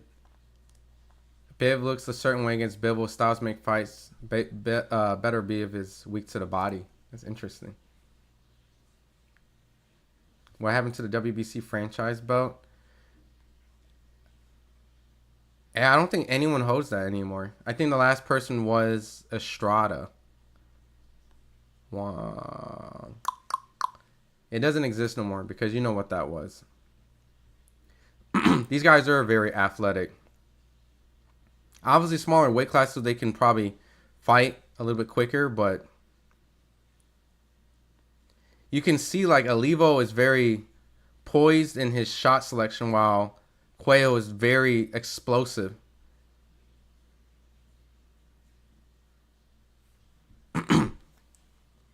Almost like Cuello is trying to force his shots. Not in a bad way, but like create his openings, and Olivo seems like he's waiting for good opportunities to counter. All these twin sounding fights, David versus David, Canelo versus Crawford, Bivol versus I know, tongue twisters. I know these dudes praying Bivol wins. Do you think politics will allow Canelo to bump Benavidez again for a Bivol rematch? Canelo can do whatever he wants, unfortunately. That's just how boxing works, you know? I mean, I'm surprised they even took a belt from him. You know what I mean? But what would happen if Better Be fights a young gun that would stay in the pocket and sustain a body attack? He's fought a lot of young guys, but he's getting older. He's 40. And I do feel like a lot of the competition he has fought doesn't do what you're claiming. So it'd be very interesting if he fights a young body punching, But they also have to be ready to eat some serious damage from Arthur, because I just interviewed a cruiserweight, Brandon Glanton, and he said he saw Mike Tyson punch someone out the ring. Like every story I hear about Arthur and sparring sounds so. Oh shit! Olivo lands a good right hook on Cuello. I'm in the second round. But every story I hear about Arthur is like very, like I'm telling you, when Lonnie comes in here, he's gonna tell you probably another story. Like every time this dude Arthur spars someone, it's always a story that someone got hit by a plane, got knocked out the ring. They felt like they were gonna die. They never came back. Yo, Cuello is getting busy. Yeah, this is gonna be a slugfest. Will you ever see you get in the ring on content boxing event? Nah. Nah. I mean, look, never say never, but you know, I don't really have an ego like that to prove something. I did combat sports when I was younger as a kid, so I already got my fix out. You know. But hey, price is right. Hey, fuck it. You know, and this ain't me talking shit, but damn, Olivo's throwing hands now. A lot of these dudes don't know boxing. Oh shit! Olivo drops quick. Oh shit! What a solid hook, man. Very poised and patient, man.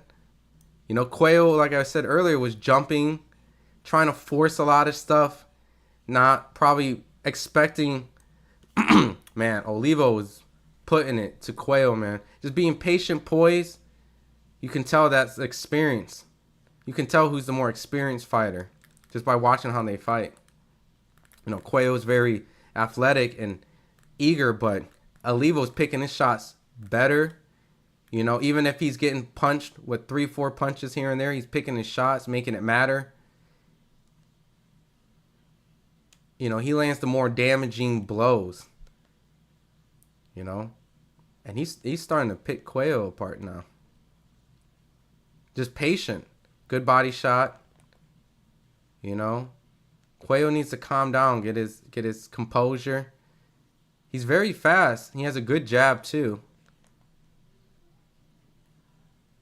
But don't get caught up with these exchanges. Just be defensively responsible, because Olivo, he might get hit with one, but he'll block the next two and then he'll fire back. Damn. Oh yeah, Olivo sparred with Inoue. That's right. From my understanding,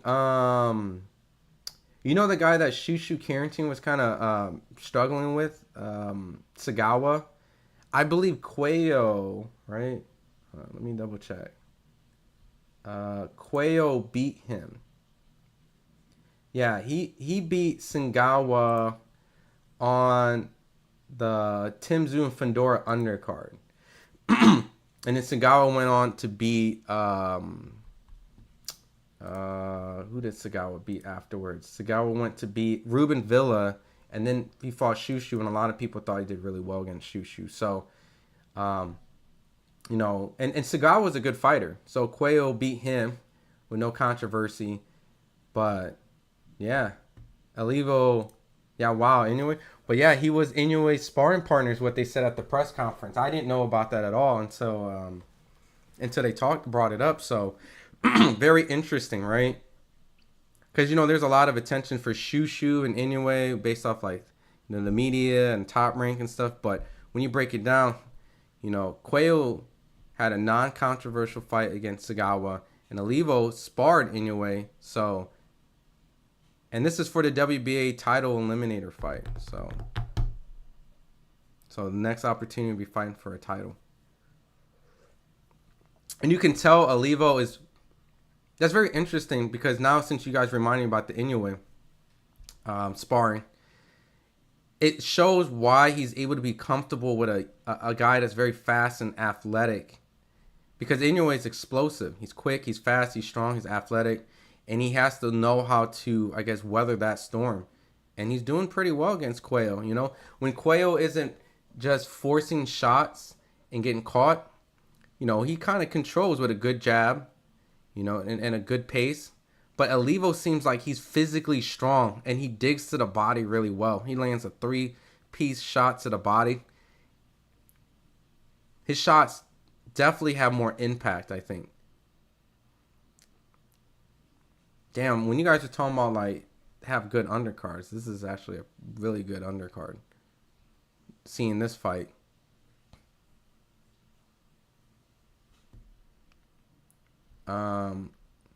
They are going to sleep if you stand and trade with Arthur. Why you think Bill will stay on outside? Yeah, you can't trade with Arthur. And I don't think Benavidez can either. Unless he shows me something tonight. Benavidez is faster because he's not tight from weight training.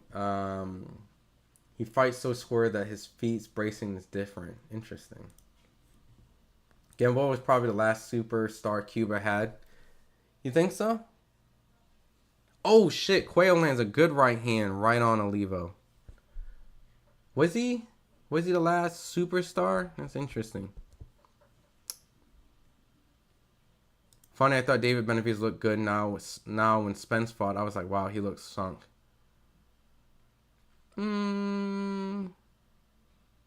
Spence rehydrated big as hell, though. 4 years is a long time. It is. Morrell's probably a hype job. We'll find out tonight. I would put 200 on Benavidez if I could. Hype job? I don't think Morrell's a hype job because he beat Lennox Allen on his third fight. So that's just my personal opinion. What time do they fight, Akira? They're gonna. Oh shit! I just turned my head for a second and looked like they were swinging. They're probably gonna be fighting in 4 hours from now. Quayo's starting to get busy again.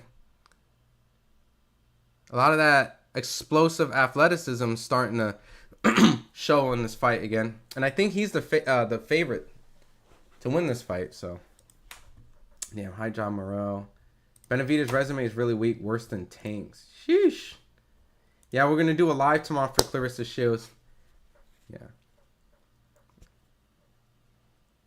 Did you guys see the weigh-in? Yo, Papoose showed up to Clarissa's fight.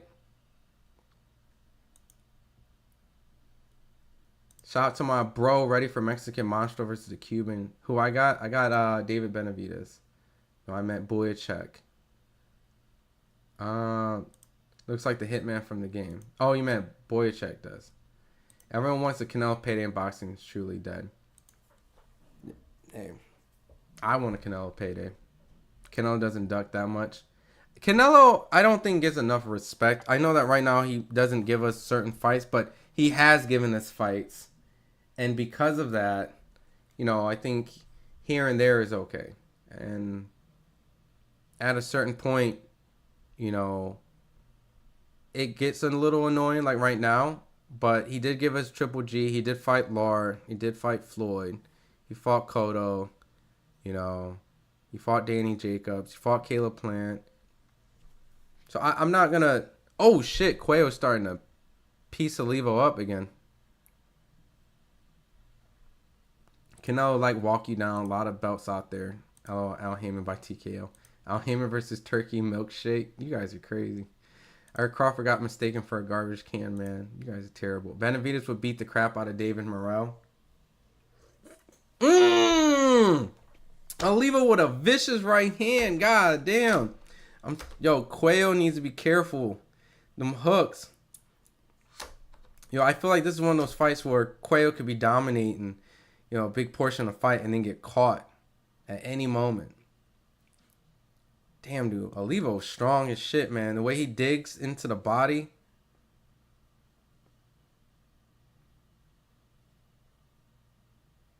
Oh, man, dude. I'm so excited for the main event.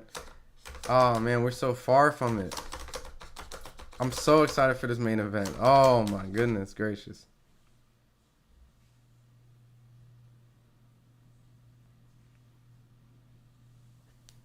At least Crawford doesn't duck a challenge. Crawford's a bum, literally. Y'all are crazy, man. Yard versus Benavidez. I mean, that'll be a good step up for both. Yard's very young and very athletic. And he's gained a lot of pro experience now. What am I sipping on, champ? So, no sponsor. This is Zevia. It's pretty much like a soda replacement. Instead of using sugar, they use stevia. So, soda's like trash, you know, when it comes to all that sugar and all those colors and all that shit. So,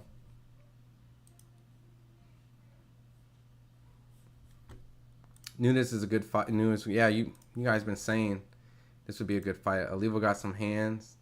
Yeah, Judah said the knockdown. Ron said put that bag up, bro. I ain't fighting nobody in this content creation world unless I got the bag, like the bag.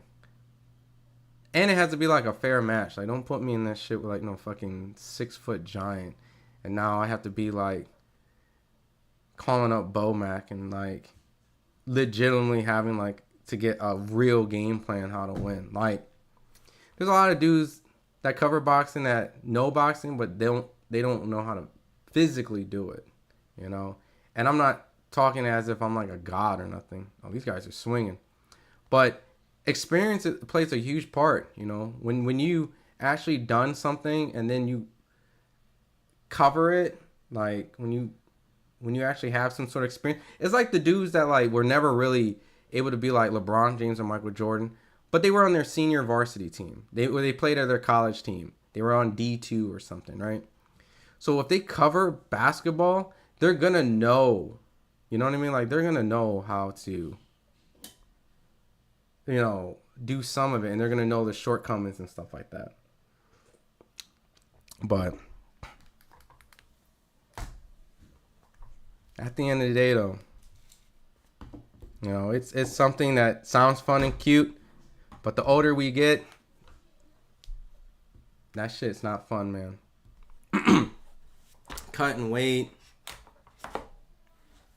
What's even funnier is that like I would be a better MMA fighter than I would be boxer. Not because of the fact that I not because of boxing, like I'm bad at it. Because my dad did police athletic league and I learned from him. But my fundamentals come from like full combat sports. So kicking and wrestling, yeah, I've done that shit. So, but anyways, enough of that shit. Clout Chase says Zattel beats all of y'all. It's my boy, but he know about them. He wouldn't get in the cage with your boy. He wouldn't get in the cage with your boy. Yeah, but no, that's my guy, man. You would have to throw it back for both of us to get in the ring. But I'll do a tag team. I'll do a tag team with Sean. So if there was tag team, I'll do a tag team with him. I'm on my Shakur Keyshawn Davis. That's Shakur Keyshawn Davis right there. Yeah. That's my guy right there. Yeah, and he has some amateur fights too. He's done like 3. He sparred Hasim Rahman Jr. So, and every time I see him at the gym and stuff, like doing interviews and stuff, he's always shadow boxing shit. So, all right, so we're in the 5th round, man. These guys are still duking it out. I think Cuellar's starting to make better adjustments at times, but that knockdown from Olivo is keeping him ahead, I think, in my score books. All right. Anyways, we almost had Ryan Romero. We are getting Ryan versus Romero. Oscar, he just wanted to do his own thing, which it's all good. Sometimes people want to take certain chances and do their own thing. Like you've seen like Ariel Helwani do it, some guy. So those things are self-fulfilling goals. So wish him nothing but the best. Olive oil, drop that boy. You guys are funny. Why you call him olive oil? We're on the prelim, Sawada. Bivol will be feared if he stops Benavidez. I thought Bivol did beat Arthur, so we'll see how the rematch goes. Yeah, right, Warlock? These guys are throwing.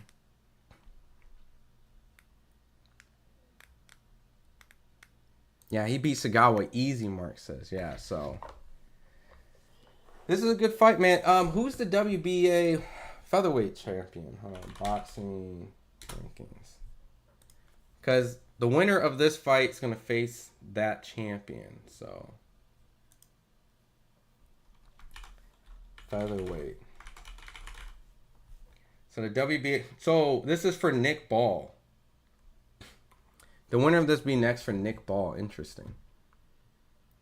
Where's Popeye? Bivol got another fight first, right? Yeah, he has Arthur. Didn't even know Clarissa's fight. Clarissa fights tomorrow, T-Fock.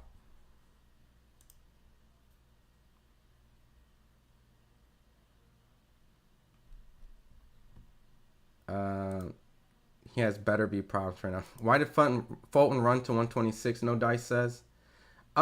He says that he wanted to go and chase another bout, Plus he gets the rematch with Figueroa, so I mean, what? He's going to fight anyway again? He can't get that belt back. Who was the one that decided to put Clarissa Shields' title? That's the owner. That's the one that's out in Flint. That's Ben Thompson. Hey, she did though, right? Did she not? She didn't come out with cheeks. That was her outfit. After Pitbull lost, maybe we'll see new crews. I'm stoked. Maybe I don't know about that. He says, "Fight back." Jordan Plant has no interview skills. Yo, you guys are all brutal. She's absolutely fearless. I'll fight Canelo for money. He racking, yeah. Eric says, BS. Canelo has to put the work. No real fans can say otherwise. Yeah, he don't want David Benavidez. It is what it is. And, you know, I don't want to say it like he has the right to, but he does. But if he really wants to cement his legacy and kind of do what like Floyd did, is fight a younger, bigger guy at the end of your career, then that's the way to do it, man. Beat a guy who continues to keep your legacy and name going. Because as crazy as it sounds, Canelo keeps Floyd's name relevant. Because every time he does something better, it makes Floyd look better. You know what I mean? So, what time does the fight start on streaming? The main card starts in about 30 minutes. And the main event probably starts in like 3-4 hours. There's only 2 guys that want to fight even for money. Prime Mike Tyson, Prime Roy Jones. Fuck that. You give me a lot of money, you'd say $3 million.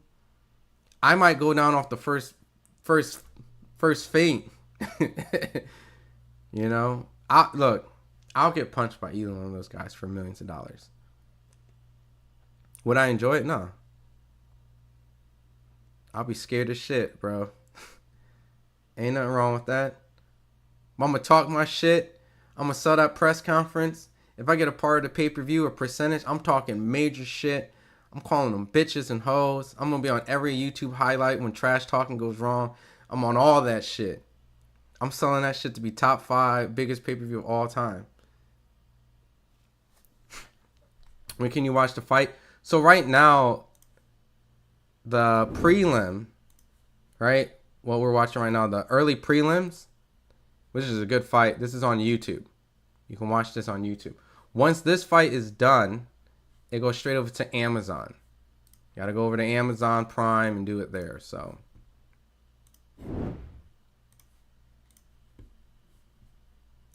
PBC's treating us with some free fights right now. Munguia had Canelo worried. Hope we can see a round or 2. Yeah, I don't know about if he had Canelo worried. I wouldn't fight Ernie Shavers, man. I'll fight everybody. I will fight every single body if you throw the bag. There is not a single person I wouldn't fight if you threw me the bag. Sergey Lipinets got knocked out by Adam Ziem 9 rounds at Wembley today. So I was watching a little bit. I was in the 4th round. I heard there was a lot of low blows going on, but then I had to get the stream all set up. So how did Adam look? I heard they both missed weight the day before. Like their first attempt. Canelo was selling the fight. Hi me. Canelo, you need to respect Munguia. Yo, after Canelo literally took this dude to 12, he gets sparked out after. That's crazy. Saying that you need to respect Munguia. No. Crawford versus Janabek. Let's fucking go. That's a tough fight for Bud, bro. Yeah, Cuellar does look like he's coming back. Yo, like I think Cuellar fights in a way where, you know, it shows that he's less experienced than Olivo. You know, but how would I say this? Cuellar seems like the athletic, more in prime fighter, but Olivo seems like the more experienced fighter, and it shows. Like Olivo is showing his inexperience. So, if he doesn't get caught with anything crazy and keeps his energy going, you know, I think he can win this fight. But, you know, Olivo's digging to that body a lot, trying to tire him out. And if this was a 12-round fight, man, Ron staring at Lee Majors. Who the fuck is Lee Majors?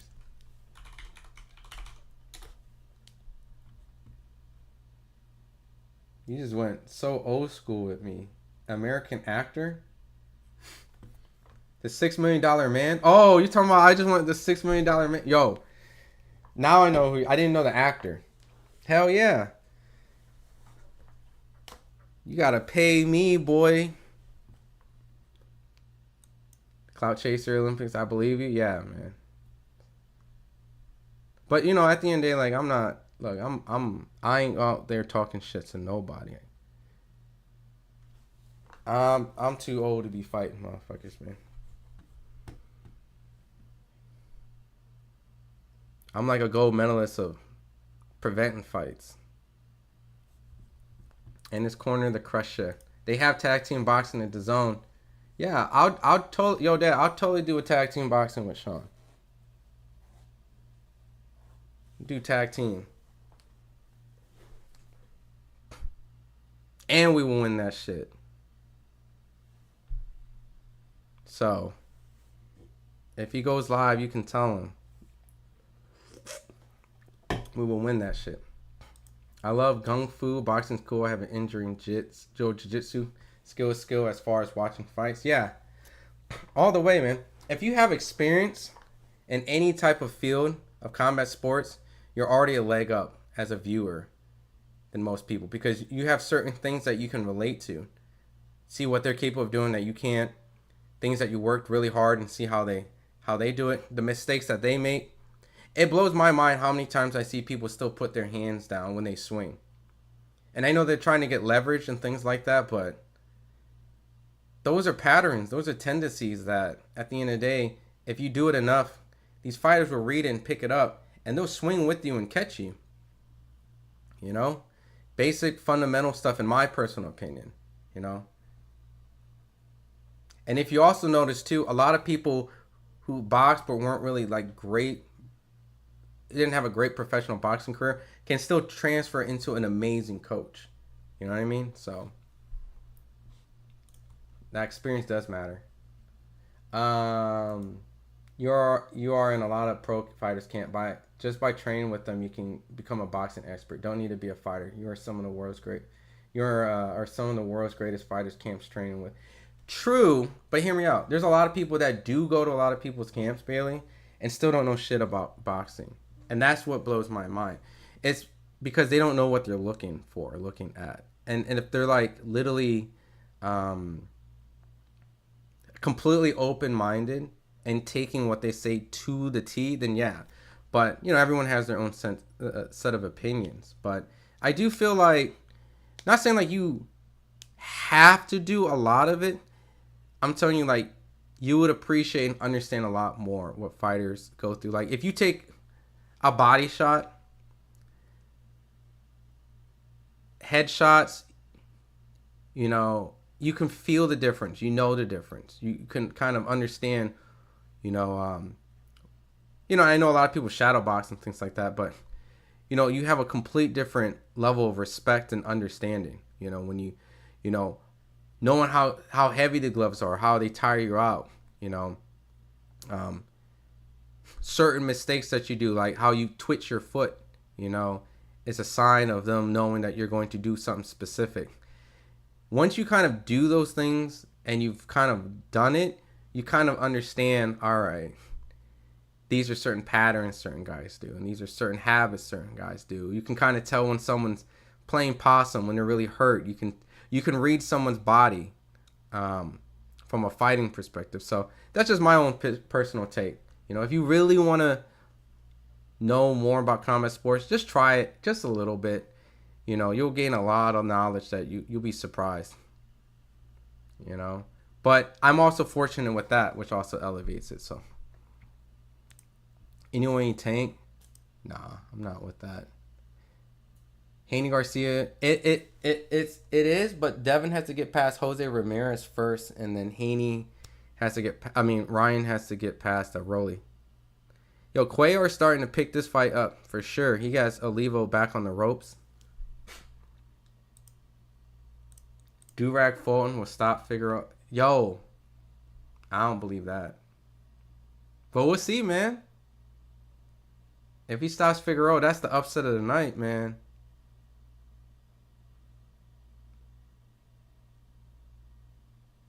I think that's a bigger upset than Morrell beating Benavidez.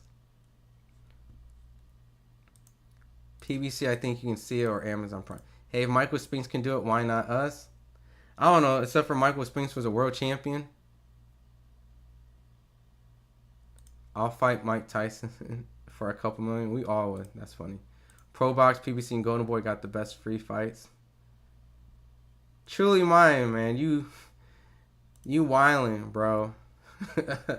you wildin'. Hey, you can go meet her if you go to Vegas, support her fight. She's fighting Sandy Ryan again. Let's see if Cuban can step up. Ecuador versus Cuba. Pay the man straight up. What if Logan Paul called y'all? I'm fighting him. Pay me. I'll run that bitch for 8 rounds, man. Who you training, Uncle Jeff? The Mexican Monster, aka the Phoenix Fist. That's a unique name. Rest in peace, Kimbo, man. I used to watch Kimbo fights. So we got 2 more rounds, and then we'll wait for the main card to start. So, Morrell, does he start bringing hands down when he punches as the fight goes on? Yeah, that's a bad habit. I love Brandon Figueroa and Fedor. They need more promo. Yeah, I mean, if Fulton Fulton got an Inoue fight. You know what I mean? Oh, my bad. I misread that. You said I love Figueroa and Fedor. They need more promo. I misread that. Well, Fedor was trying to get the Spence fight, so that would have been a good promo. And Brandon, if you can get the Inoue fight, you know, Shushu Carrington wants the winner of that fight. So, what up, Alejandro? E says, man, I got to be careful, though. I had a trainer try to feed me to a pro fighter. Told me we were working on some moves. This guy went all out. He lifted me up all of the campus and court. That's corny shit, especially if they knew you were an amateur. Yo, Cuellar just landed a vicious right on Olivo. I think he might have hurt Olivo. He clinched. That's corny, because if you're like starting up and there's a pro and he's going all out, unless that's what you want, you know, there's stuff that you're trying to work on, and he should be able to pull his punches back. The thing about pros, they know how to measure their shots, so they know how to like present good work without actually beating the shit out of you. They can give you good work. So, man, 3 more hours indeed, man. We'll get there. I had to fight my out like a prison break. Screaming at the guy, everything. Learned a lot. Oh yeah, you'll definitely learn a lot. I bet you. And here's the thing, E. I bet you after that, you watch pro fights differently too. You see things differently. Yo, Cuellar is putting a lot of pressure on Olivo.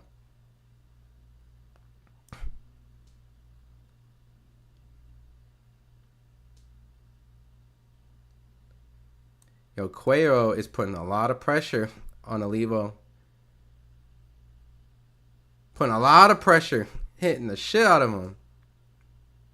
Yo, Olivo looks tired and slower. Still heavy hands, but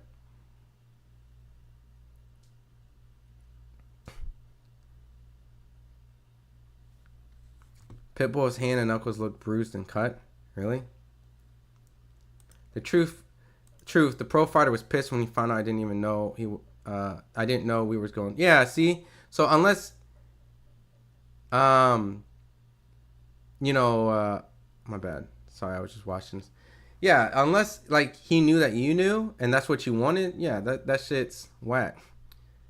Because at that point, he's just not saying that you were a punching bag, but you know, if you were starting out, you know, there's certain stuff that you got to work on, and he's supposed to help you with that, not beat the shit out of you. Yeah, after that, I see hidden factors everywhere in a fight. It's invaluable, man. As a boxing fan, I would definitely suggest trying it in a local gym in a safe environment.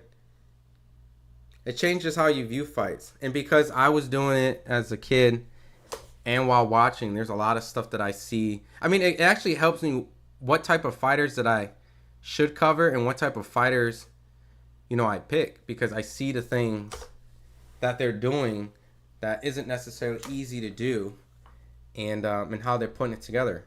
The habits that they do, the minimal mistakes they make. I think I might just watch the fight with no distractions tonight. Something tells me it will be a close and people will cry robbery. Benavidez will get a majority or split decision. It might be a very close fight. It might. I think it all just comes down to what is Morrell's abilities capable. What Morrell can do. Like, Morrell's really unknown. We're just going off the fact that he's big, he can punch, he has the size to keep up with Benavidez, he has the amateur background, and yeah, his resume doesn't have a whole bunch of names like world champions and stuff, but he has legitimate, solid fundamentals.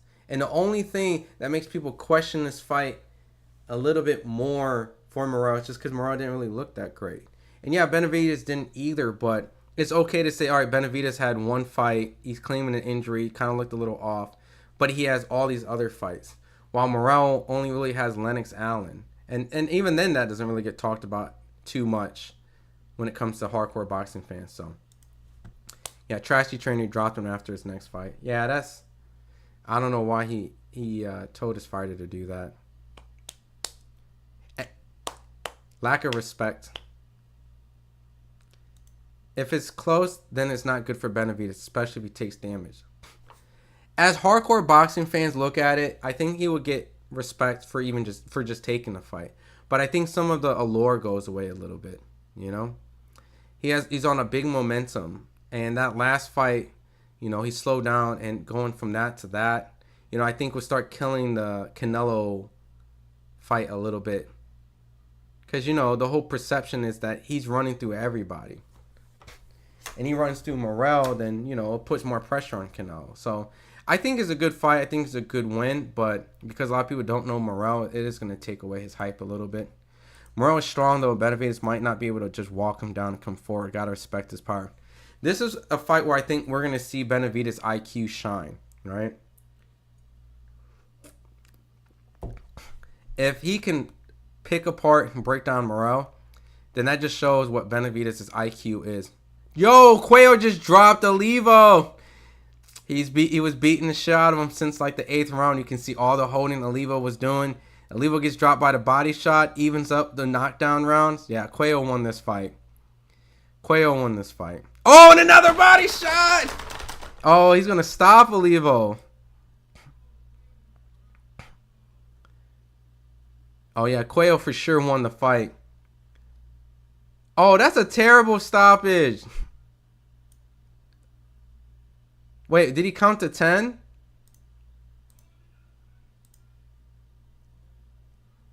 Five, 6, 7, 8. That's the first knockdown. Oh, a second good left body shot. 7, 8. That's a piss poor stoppage. That's a piss poor stoppage because it was at 8. He asked him, "Are you good to go?" But it didn't matter at that point. Cuellar was definitely winning the fight, and those 2 knockdowns definitely solidified that fight. But I'm pretty sure that if he let him go, though, he probably would have stopped him. So I don't know. Maybe I'm just bitching for no reason. But good comeback. He battled adversity early on. He fought tough, showed grit, showed he had like a chin.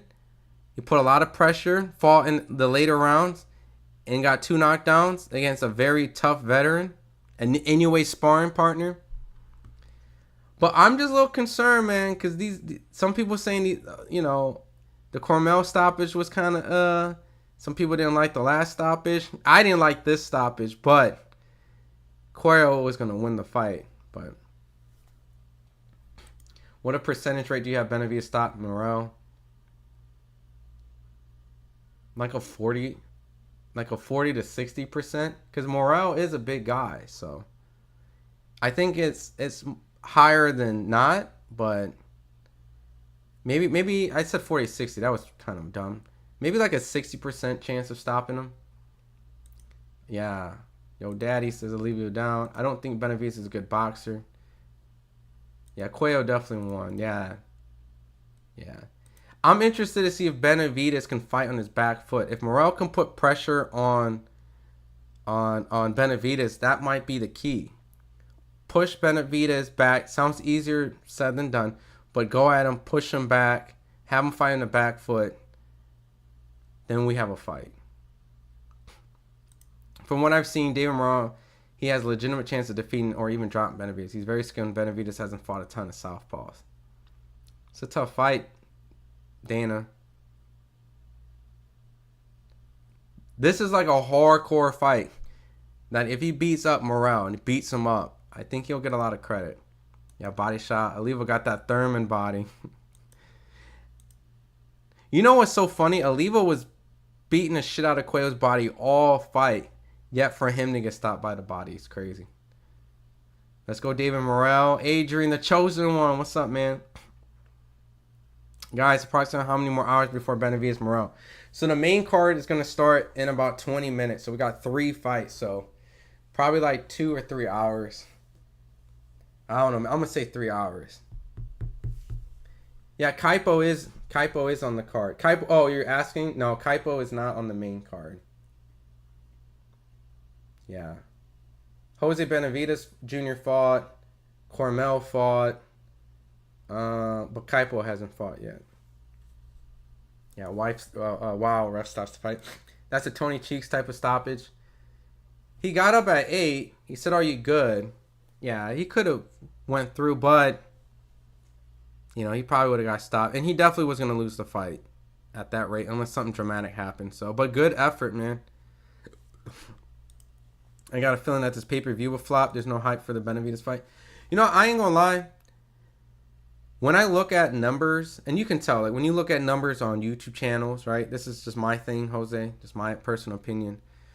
When you look at YouTube numbers for a fight and you see like lower numbers compared to other bigger fights, nothing's hitting in the millions, nothing's hitting in the, then that's like a safe indication that the fight might not be like a big pay-per-view, you know. But to determine what a flop is, right? This is how I would say a pay-per-view flop is. A pay-per-view flop is when the profit isn't really made. So let's say it cost them $100,000 to produce everything, and they were able to make $5 million, and they were able to pay the fighters and all that stuff, right? That's not a flop. Now let's say like the cost for a fight costs like $3 million, $5 million to make, and they generate like 4.5, or even like 5 or 6. That's kind of like a flop in my opinion. Even if the number does like 1 million pay-per-views, you know, I think that's how the business of the promoters look at it. So they look at it differently of what a flop is compared to like a fight fan. Now, is this fight going to hit 1 million? No, it's not. So if you look at it from that way, like is it going to do 500,000, 400,000? No. So some people want to say, all right, that's a flop. But at the cost of what it takes to make a card like this and pay everyone and make a profit, it potentially may not be a flop, you know? Damn, all 3 judges had a Levo up. Oh, shit. One of them 2 knockdowns didn't help. That was a good fight, though. You guys did say this was going to be a good fight. I'm glad I watched it. Yeah, Kaipo hasn't fought yet. When this fight, Kaipo fought, I think he's going to be a swing bout, eh? Unfortunately, I think he's going to be on after the main event. So, either after the main event or, like, in between untelevised fights. Not a one-time Thurman mention. Yeah. Thurman fought, like, one time in the last 3-4 years. Yeah, so he's not going to be... I don't think he's going to get televised, Kaipo. I don't think Kaipo is going to get televised. If you're at the fight, you'll be able to see him, but because I'm looking at the box right and it hasn't been updated, so yeah, Brandon Figueroa, David Benavidez, Cruz, yeah, Ramos. So he's gonna be after the main event, yeah. So this is how they do it. They actually did Cormel like that too. Cormel's fought after. They do that in boxing, yeah. So Cormel was actually after a main event. After Cormel fought after Canelo and Charlo fought. I have him on my bet. Will he win? He should win. I mean, he's very talented. You know, I know he has a draw, but he's been a highly decorated, I think, amateur out in Vegas. You know, I've been constantly been told about Kaipo. I was actually supposed to do an interview with Kaipo, but I was just so busy this week. I forgot to schedule it. But, you know, Kaipo has been sparring Cormel for a very long time. You know, he's a very talented kid from my understanding. And he should be the goods. So, Pitbull versus Ryan might be next. Who you got? It's actually going to be Ryan versus Rolly, Grim. It's officially Ryan versus Rolly.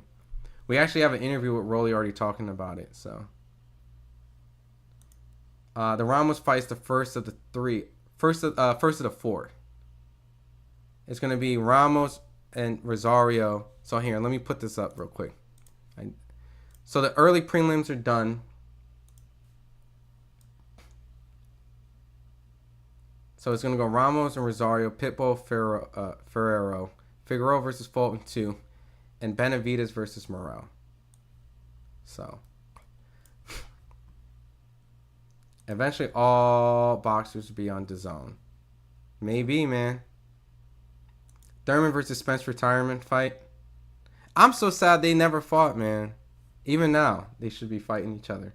Pitbull versus Inoue would be a big pay-per-view fight. Would it? Huh. It's interesting. I mean, Pitbull hasn't done a pay-per-view by himself yet.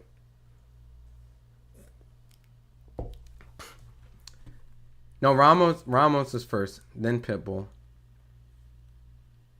Yeah, see. Do you know the guy that Kaipo is fighting? He's fighting a guy that's 24-6. So, he's definitely extremely experienced. So, it's definitely a huge step up. He beat Andy Vincent.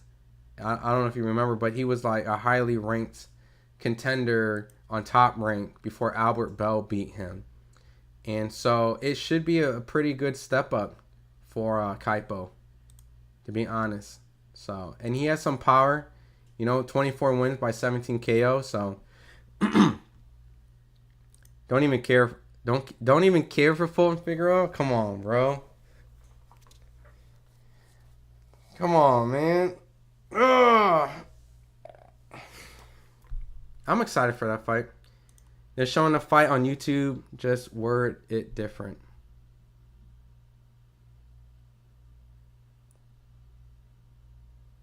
What do you mean? $80 is too much for a mid pay-per-view. I think $80 is a lot for a lot of pay-per-views, Jose. I think it's like when it's like the biggest names. But this is what we're in. We're in the era of these fighters have to kill what they eat. They have to, if they want a certain type of money, they have to produce the type of viewership. And so, I could be wrong, but I don't see any fire in Fulton's eyes at all. I'm picking Figueroa. So, you know, I did pick Fulton to win the first fight. And I did think he did win the fight. But I think times have changed a lot. I did an interview with Fulton. His energy was just so negative and so down. You know what I mean? And I get it. He's locked in. He's focused. But it seems like he's trying to get more of his mental happiness. And Brandon just seems very happy, very ready to go. He's been more consistent in his performance. And yeah, I know Fulton fought Inoue. No shame in that. But getting dropped in your last two fights will affect you. And you're going against a guy when a lot of people thought the fight could have went either or. You know, there's a lot of debate. A lot of people say that they thought Figueroa won the fight, which I respect. So at the end of the day, this is not an easy fight. So, what's up, man? So, we'll see. We'll see how this all plays out at the end of the day. Shit, what, 10 minutes? I gotta go to my Amazon and pay for this shit. Alright. Pay-per-view, $79.95. Oh, that's always ugly when you have to buy a pay-per-view. When you see, like, that's like a cell phone bill, bro. We get abused as boxing fans. Alright, let me buy this shit. Yo, what's up, man? We were literally just talking about Fulton and Figueroa fight coming up, man. Everyone, real quick. I am Alchemy. Give my man some love. He came in to show some support in the chat. You know, obviously he knows I voiced my opinion, who I thought wins the fight. Actually, PBC actually knows I voiced my opinion. But he worked in with Stephen Fulton this camp. He worked with Jerron Ennis. You know, his resume of fighters is a lot in Philly. So shout out to Alchemy for coming in, showing some love and some support. You know, I know he's going to be, you know, out here backing Fulton, you know. But at the end of the day, I know Fulton has to go out there and, you know, how they say, your trainer can't fight for you. Your strength and conditioning coach can't fight for you. You know. If I was Brandon Figueroa, I'd be like, what? What? Strength conditioning coach Rob Acosta, that's cute. That's cute. Yeah, you a good strength and conditioning coach. But Fulton you can't fight for Fulton. That's what I would say. So shout out to Rob Acosta. I am Alchemy coming here and showing some love. You know what I mean? And if you guys get a chance, that's his social media handler right there. I think, right? I am Alchemy. You know, so he's in the boxing game. He trains a lot of good fighters out in Philly. And I got a lot of respect for him. You know, he's always showed me love. So at the end of the day, you know, I wish nothing for the best of him. And definitely check out the interview we did. And we got a couple more interviews dropping soon. So check that out. You know, it's my guy. Angry Casual Fan. Thank you, Al Heyman. Man, I haven't heard that for a while. Pay per free on Fire Stick. Yeah, but it's a write-off for me, though. Plus, when you illegally stream, right, you're always behind anyways. So, yeah, chill, appreciate you. You know what I mean? Like, I'm telling you, if you're on Fire Stick, I'm going to spoil it for you way in advance. So, all right. Purchasing. High definition. $79.95. Damn, they didn't even hit you with the "Are you sure?" That's crazy. So I just bought my pay-per-view right now. They didn't even hit you with the "Are you sure?" They say, "Hey, you want to buy it?" Yes. Purchase. What? Not saying I was hesitant, but still. Awesome. Follow my boy right here, Rob Acosta. That's the social media handles. I think Moen's next prelim fire. Hopefully main card stay lit. What up, Tito? Yeah, that was a good prelim card. I enjoyed it. The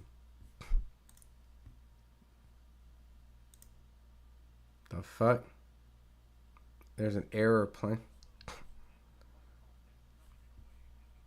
Okay. Alright, let me turn this down. Cool. Alright, my pay-per-view's purchased. I got my receipt.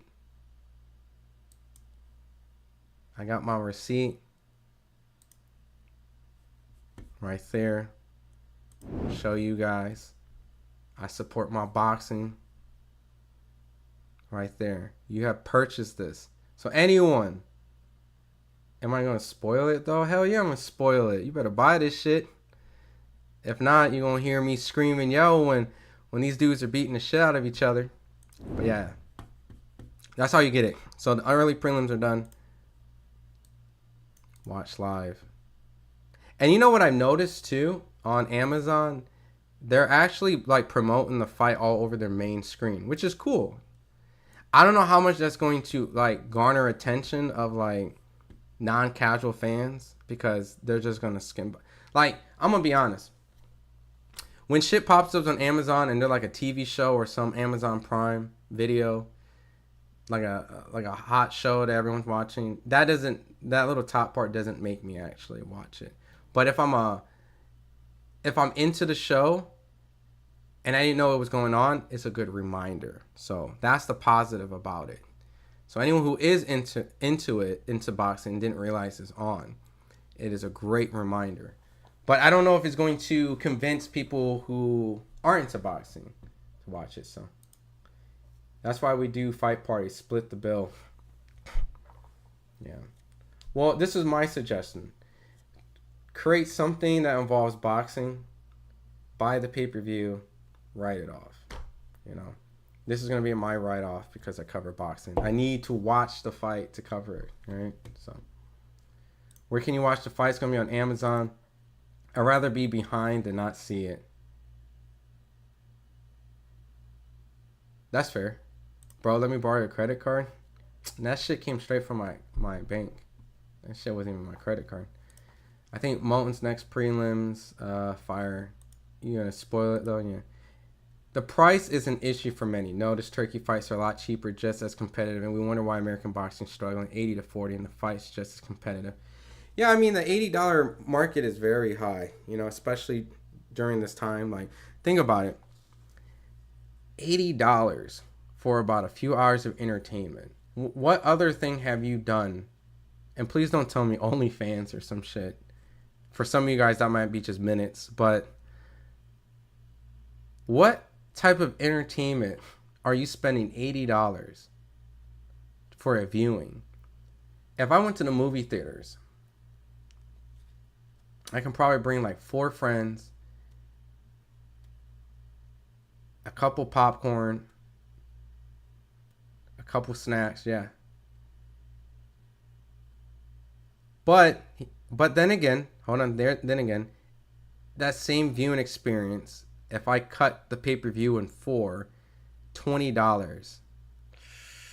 How much are movie tickets? Movie tickets are how much are movie tickets? How much are movie tickets? About $11. Okay. So to equal American pay-per-view, you would need 8 people for it to be a movie ticket price. My prediction for David and David, distance fight war, attrition with one of the guys, probably Benavidez winning a slim decision. One of these both guys go down, of course. That's a good prediction. I like that prediction. The fight's free on ESPN in Mexico. I just saved my money. Damn! What do you got, a VPN, Jose? Did you use a VPN? It is 40. It is really 40. Damn. Deshaun Watson special, $20. NBA game, NFL games on special, group of 4 at the Symphony or Museum too. Yeah, man. It's these inflated purses that these fighters want. You know what I mean? You know, they want to get paid a lot of money, so.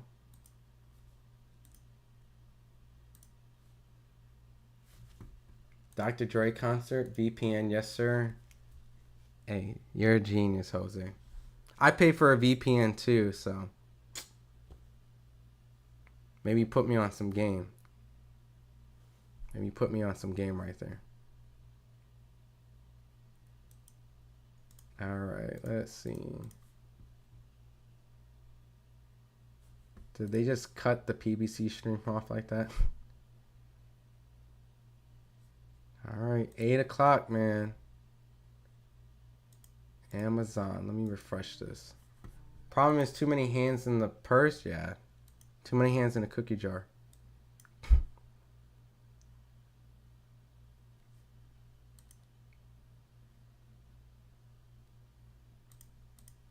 All right. So my broadcast is just chilling at PBC, huh?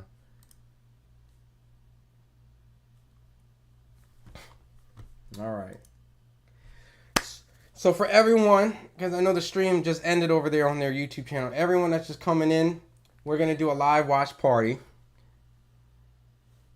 Ronnie said, I can see the fight for free. I can't give you guys that information out there. All I can do is provide live commentary. So I know how this works. There's going to be a big inflation of people jumping through. So While everyone's around looking for the fight, what they need to do is show the fight in movie theaters for $10-15. I agree. Love that big screen. I've actually never seen a fight at a movie theater before. Like, do you think it was a better experience than watching at home with the friends and everything? Closed circuit TV used to be like that. That's what's up. All right, so for everyone that's coming in, like I said, we're doing a live watch commentary party. There's no video feed. Pretty much what we're going to do is we're going to call to action. You guys are more than willing to ask questions. I will be having Lonnie B, a guy that sparred David Benavidez. And if David Benavidez gets through David Morrell, he's also sparred Arthur Beterbiev. So he'll give his predictions and thoughts when the main event comes. So, but other than that, we do have a poll going on. And with that poll, I need your guys' opinions. If you guys are coming in the chat, let me know who you guys think is going to win. Well, Scar, you can look at my face all you want. You're going to have to spend that moolah. This is a live commentary, brother. So, to also answer E's question earlier, Ron, what would you say? If there was a fight that I could cover, if I could cover a fight live that I didn't, what would it be? I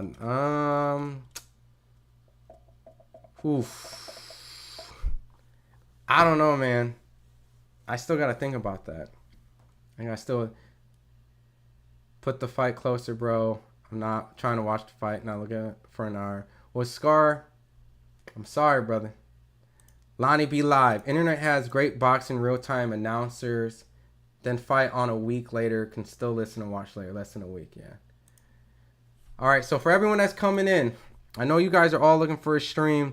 Ain't happening. Live commentary. I'm going to call the fight to the T, the best of my ability. So you guys want to definitely make sure to get your popcorn and things like that if you're going to watch it. But if not, get your headphones.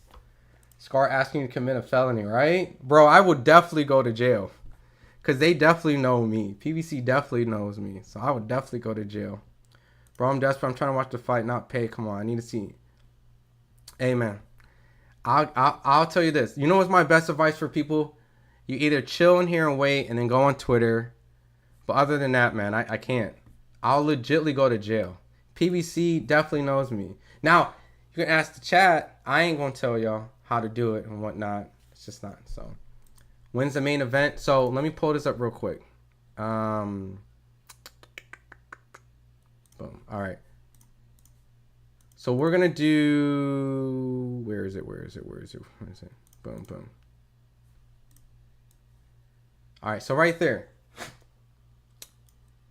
The main card starts now. We'll do Jesus Ramos versus Jason Rosario. Then Pitbull versus Ferrero. Then Brandon Figueroa Fulton 2 rematch. Then Benavidez Morrell. So 3 fights. Let's say they all go to distance. That's about 45 minutes. So that's about 3 hours each in between. So I'm expecting the main event will be in about 3 hours from now. All right? That's just my boxing math. Now, if there's early knockouts and things like that, they may move it a little bit quicker to get to the next. But they may stall it out for the main event just so they can try to get as many buys later on. So that is the running order for the main card. Is Galagos fighting? You're funny, Muscle Brown. That's the guy that everyone's saying that he got stopped, right? They said he was sparring Morrell. That's what Benavidez was saying. He sparred Morrell and dropped him. Yeah, I'm gonna go pro though. Just watch and then you'll making commentary on me. Hey, Scar, if you go pro, man, I'll definitely do it. Look, anything's possible, man. You become a pro fighter, Scar, I'll end up having to commentate your fight. What up with the Clarissa Shields, Daniel Perkins? Any news? Clarissa Shields fights tomorrow. So just to clarify, she fights on Sunday. She did her weigh-in today. So put user. All right. Thanks.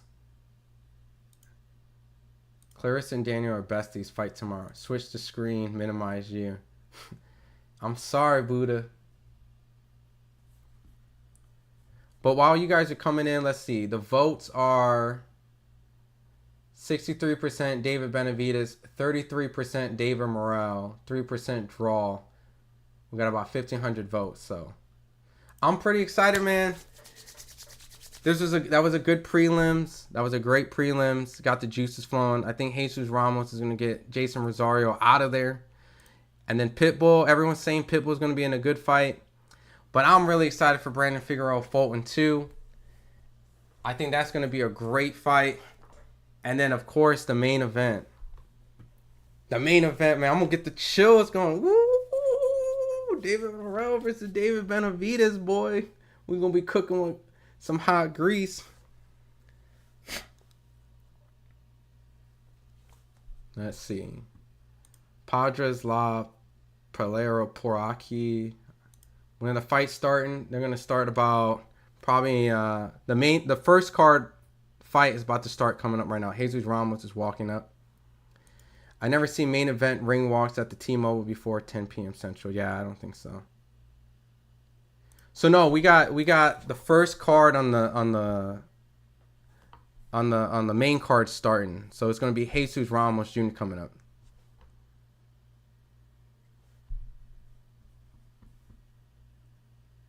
Yeah. Can't do it. I can't do it. Put user in timeout.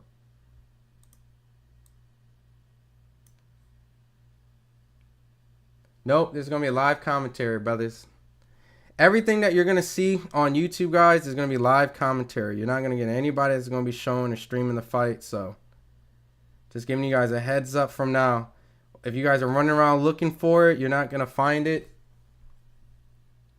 Pitbull just another overrated boxer living off the Tank Davis fight. You know, that seems to be the consistent theme. You know, a lot of people are feeling that way about Pitbull. You know, and they're feeling that, you know, his performances isn't living up to the hype. So, when does Al Haymon Turkey Milkshake start? You're crazy. Where are you watching it? What app can I find it? So, pretty much what I did for a lot of you guys, depending on where you guys are at. I'm in America, so I went over to Amazon Prime, put my little purchase in, hit my little watch button, and then there you go. So, that's how you do it. What up, Aaron? Bubba Stunna, Puerto Rico, what's up, baby? William, what's good? How many fights before Benavidez? We got 3. Ali versus Foreman, wish I could have seen that one live. Damn, that's a good one.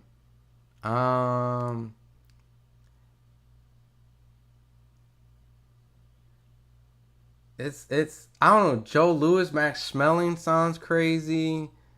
You know,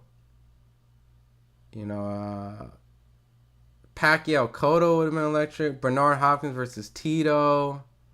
I mean, I got to be at some, you know, good fights. I got to be at Crawford Spence. That was awesome.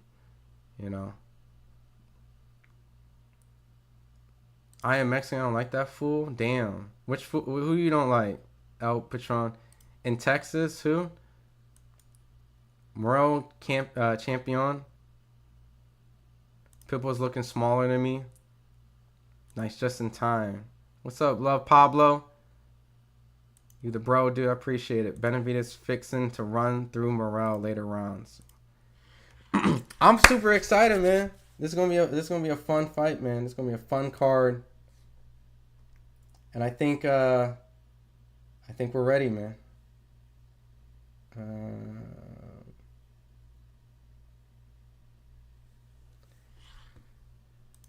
Crawford. When does the card start? The main card's about to start coming up. I think they brought Jesus Ramos. Jesus Ramos is in the ring with Jason Rosario already. Waiting for the announcement. Isaac Cruz is a decent fighter, but I think he would do so much better at featherweight. Super lightweight is far too much for his frame. Yeah, he's fighting big guys, man. I wish he went down in weight a little bit. Someone's going to Cuban school. Best fight ever, Diego Cruz versus Jose Luis Castillo. Ooh! That's a good fight to be at. If there was a fight to ever be at live.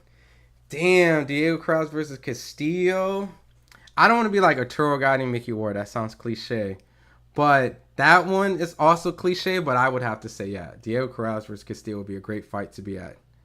If there's any fight on planet Earth that has ever existed that you were able to be at live, what fight would it be? Was the question that we're talking while we're waiting for the Jesus Ramos fight to start. That's a good one. Diego Cruz Castillo is definitely up there for me. Lewis fight for sure. Hearns Leonard, yes. Hearns Leonard for sure. That's the fight. No, Hearns Leonard's the fight I would have wanted to be at. That's the fight. Hearns Leonard, by far, no questions asked. Hearns Leonard all day. Morrell champion. When is Pitbull fight? We got one fight. Then we got Ramos, then Pitbull, then Brandon Figueroa, and then the main. So I'll extract the image one more time so you guys can see. Jesus Ramos and Rosario is in the ring right now, so I'll be calling the action when it happens. De La Hoya and Vargas. Vargas Tio had arena jumping. Oh, I bet you it was electric in that arena. That's a good one too. Especially when De La Hoya stopped Vargas. It's just Vargas and Tito. I didn't realize that had to been jumping when Vargas was dropping Tito. Facts. Danny Garcia versus Rod Saka. Let me see. Morrell slick though. Morrell has a great chance of winning this fight. You think the WWE Royal Rumble would do bigger numbers? Yeah, I think so. That's a crossover event, so I think WWE probably should start taking some stuff away. David a Cuban killer Morrell, let's go. If Morrell goes on that back foot, he can make it 12 rounds, but I don't see Morrell win. But imagine if Morrell pushes Benavidez on his back foot. You think that's possible? Can Benavidez fight on his back foot? Hype? Yeah. Rest in peace, Diego. Yep. Rest in peace. Did Padilla fight yet? So the whole entire card, like the undercard, has happened. We haven't had the Kaipo fight yet. So if you're asking for that, Arnold, I think Kaipo and Padilla is going to fight after the main event, unfortunately. So I don't think we'll be able to watch it at home. The Cuello Oliveira fight was good. That was a good... that prelim was good.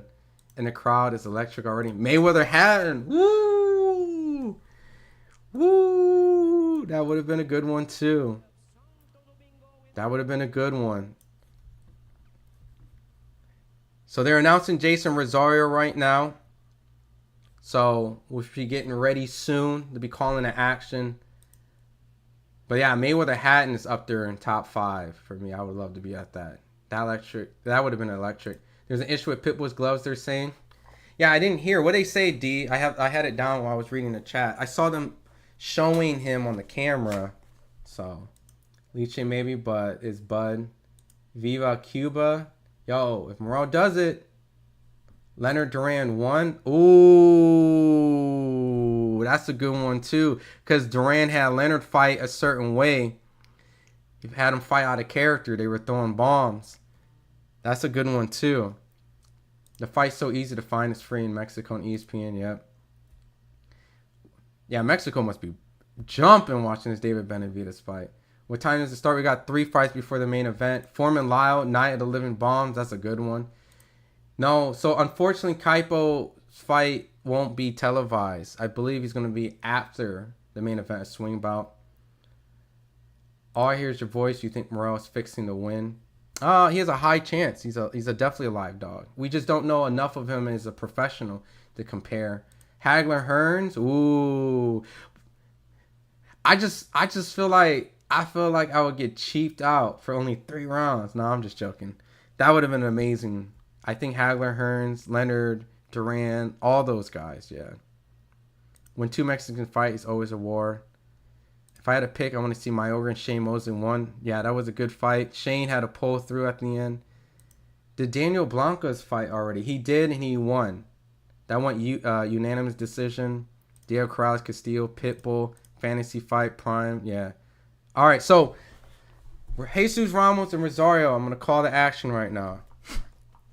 All right, so first round. I expect Jesus Ramos to win this fight. Jason Rosario, once upon a time unified champion, he did get the knockout over J-Rock, but afterwards he's been stopped by Charlo. He's been stopped, by Lubin. He definitely has a puncher's chance because he is powerful, but I think Jesus Ramos, even though he had a close decision loss to Lubin, I think he's still a young kid that's climbing up into his prime, and I expect him to perform pretty well today, so we'll see. So Ramos is stab jabbing to the body. Just right now, just a patient finding the range. Rosario's putting a little pressure.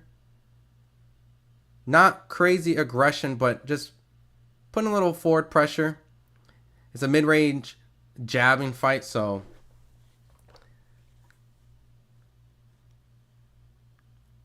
we'll see. We'll see what Jesus Ramos is able to do and learn from that Erickson Lubin fight. Both guys have power, so if Jason Rosario is able to land some serious punches, he could hurt Ramos, but I don't think it's gonna happen. I'm rocking hard with Jesus Ramos Jr. Close. That motherfucker beating Lubin was a robbery. Yeah, a lot of people felt that was. And he's starting to throw some combinations early on against Rosario. Lands a good jab on Rosario. Ramos throws a two-piece. Rosario looks a little sluggish. Nothing saying that he doesn't have an opportunity to make something happen, but he looks a little slow. He eats a left hand. Yeah, I don't see Ramos losing this fight. Just Rosario just looks a little sluggish, just a little bit, comparing their speed at least. 2 body shots from Ramos, lands on Rosario. Rosario was trying to respond, but he couldn't. He was out of range. Eats a back left hook. Good body shot investments from Ramos.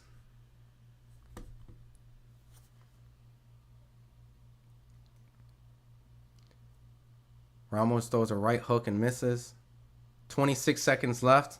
Ramos looks in control of the first round. Ooh, a solid left from Ramos.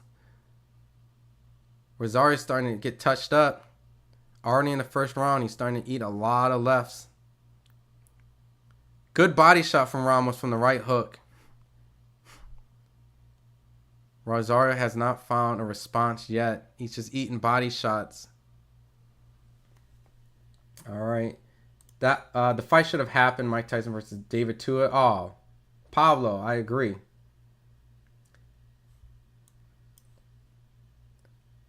Yeah, they're still having glove issues, huh?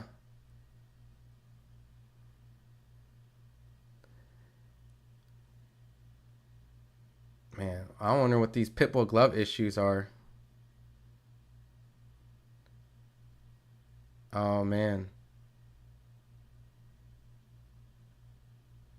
He does not like these gloves that he's putting on. That's not good. Hagler Hearns would have been a good one. Holyfield, oh, that was a good one. Yo, that cruiserweight fight. Hell yeah. Who did you score the fight for Mayweather Castillo won? I might be biased. It was close. I could see it kind of going either or. I favored Mayweather slightly, you know what I mean? But I was happy he did the rematch, as close fights should be. What about the hook to the body? Just heads up, people in chat, don't try to watch illegal streams or torrent fights afterwards. Your computer will get tons of virus. So we're in the second round. I gave the first round to Ramos. Ramos just looked a lot more in control. He was busier.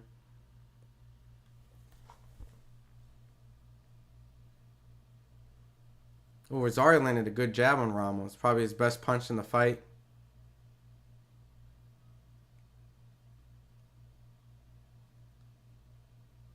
Rosario's starting to be busier with the jab now.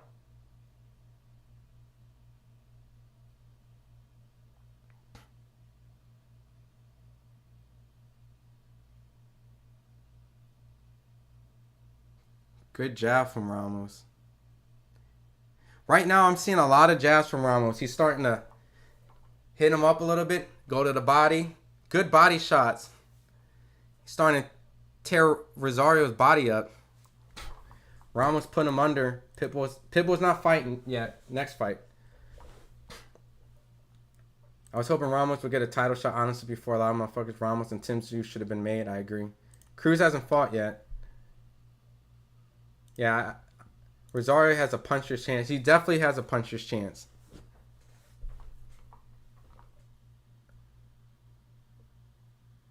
Haha, my Mexican said a Mac. Hell yeah.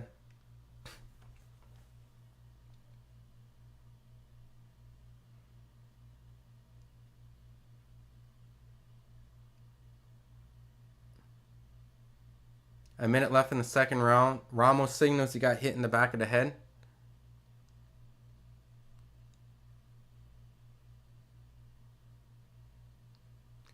Another good body shot from Ramos. Rosario is still putting a lot of high guard pressure on Ramos. Still out of reach. Every once in a while lands a good jab, but he missed his jabs right there. Ramos is getting busy to the body. I like the body shots from Ramos. Shows patience, you know, because he definitely knows Rosario has good power. Good body shot again from Ramos. Good level change.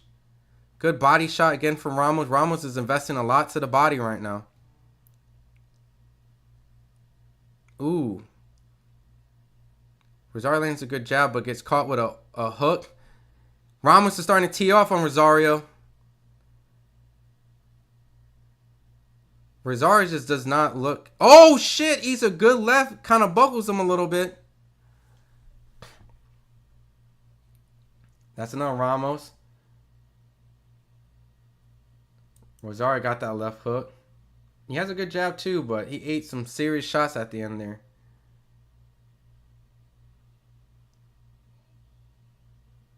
Kevin, you're a billionaire? That's what's up.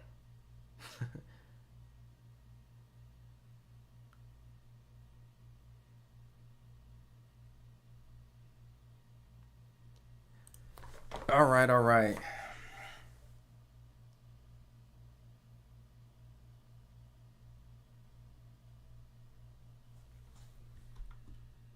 What do you guys think? How do you think Rosario looks right now?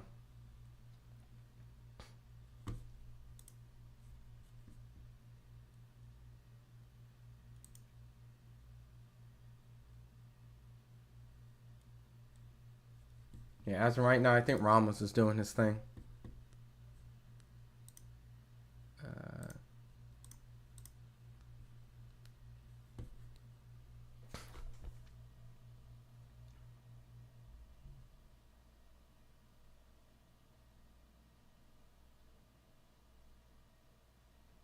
So we're in the third round.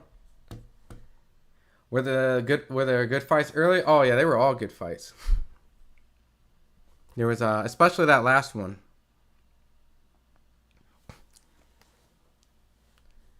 Back. What up, Eric Bell? Back at you. We're about to enjoy a good card. I saw the prelims, but I see Moulton being the future face of boxing. That's what's up.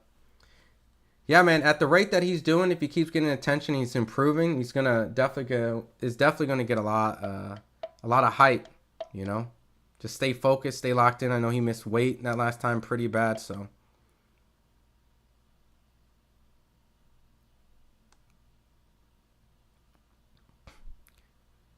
So Jason Rosario is taking a lot of body shots, but he's still coming forward. You know, Ramos is starting to put a little bit more offense now. Starting to let his hands go a little bit more. Ooh, good body shot from Ramos. Another good body shot from Ramos. Rosario is still having problems trying to get to him. We got this fight is on Alex, and then 2 more, and then the main event.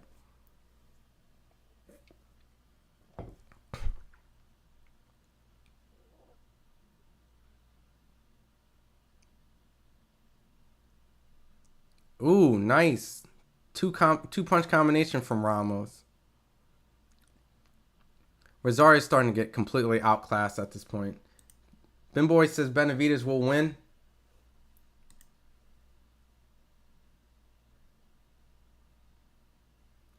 Ooh, solid 2-piece from Ramos. Rosario is just getting completely outboxed and outclassed at this point. If he takes punishment like this all night, man, he's going to get stopped.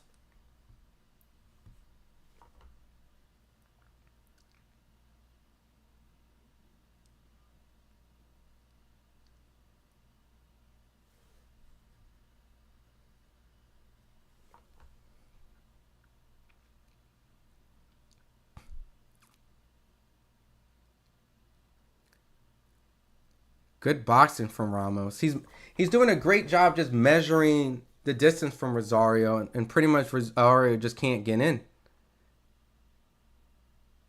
These body shots are just destroying Rosario, man. He's just walking into all this stuff.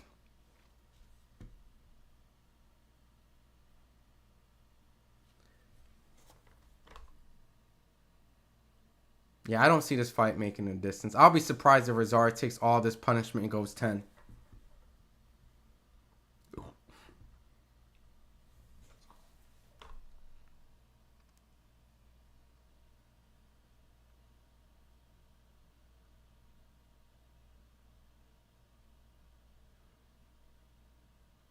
I'm curious, though.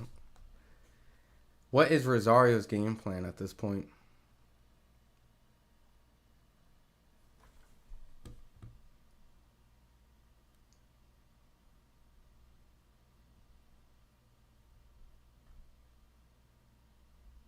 Let's see.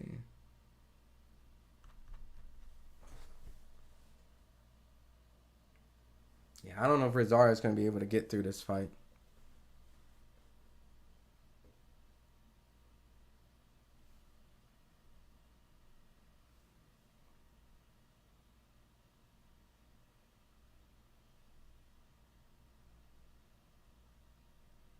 Man, he ate 38 body shots that round. Jesus. What up, Daryl? I appreciate it, man. We're just having a chill chat today. Just getting ready for the David Benavidez and Morrell.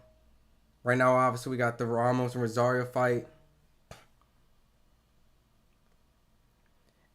Man, at this moment, man, Ramos is just destroying Rosario's body. Rosario just hasn't figured out anything. He hasn't been able to get anything off. He's getting tore up to the body.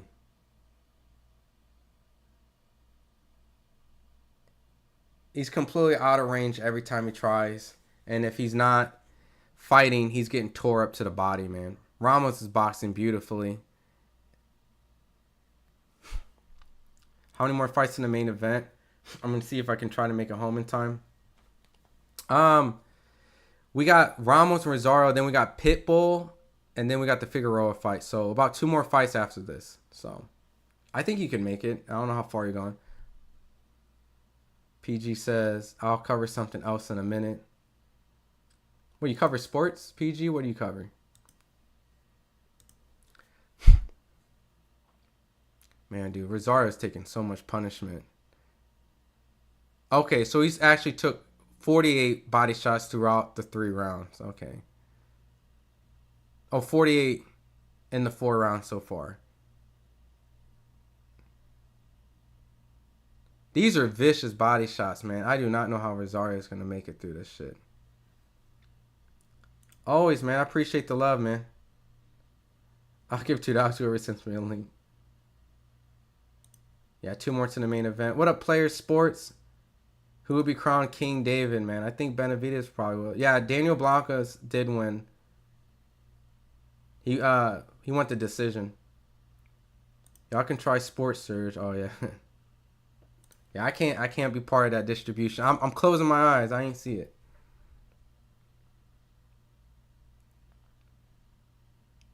Oh shit. What a vicious left. Ramos is starting to, man, dude, I don't know how Rosario's going to get through this fight. It's just a constant barrage of body shots. Every second is either a jab to the face, 2 punches to the body shot, jab, jab, body shot, jab, over the top hook. Rosario needs to go for broke, man. He cannot stay at this range like this, man. He's going to get pieced apart.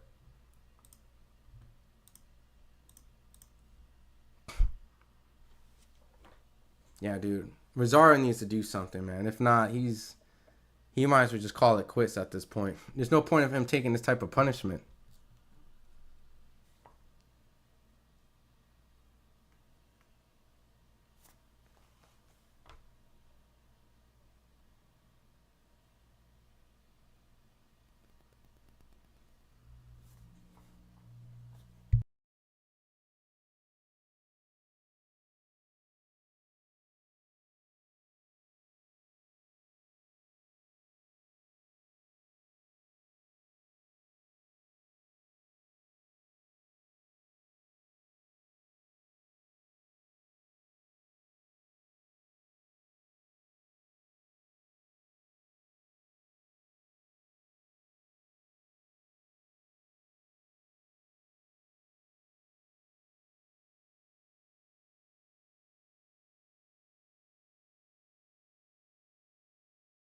All right. So I got a call from, I got Stephen Fulton, strength and conditioning coach. Rob Acosta, he wants to jump in. He wants to call some of the fights, as well as the Cool Boy fight. So give me 1 second while I get this.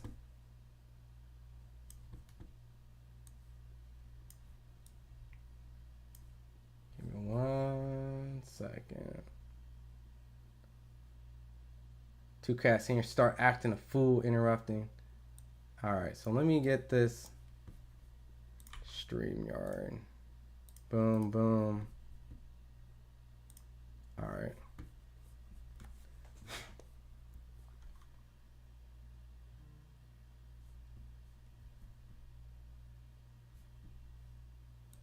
Give me 1 second. Enter studio.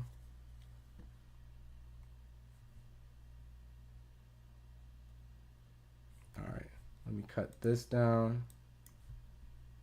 Let me cut this up. All right, add stage. All right, check, check, check. Check, check. Let me get this.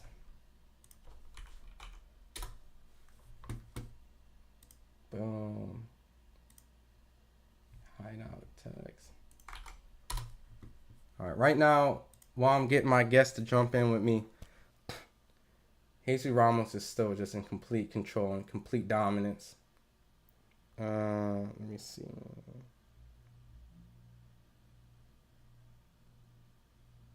Let me see. Hidden tags. All right. Copy text. Boom, boom.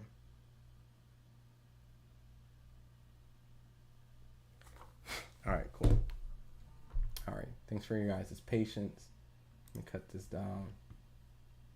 All right, so I'm getting Rob Acosta to join. He's part of he's a strength and conditioning coach. He worked with Jerron Ennis. He worked with Cool Boy for this camp, so he wants to call some of these fights. Back to real. Benavidez versus Morrell. Hell yeah, man. All right, he's using his face like a speed bag, right? I already knew when this fight was made, man, that Rosario was just not going to be able to keep up with Ramos, man. He's seen better days, man. How do you think the winner does against Bivol versus Better? Dude. Oh, shit! Ramos just... Whoa, was that a slip? Hold on.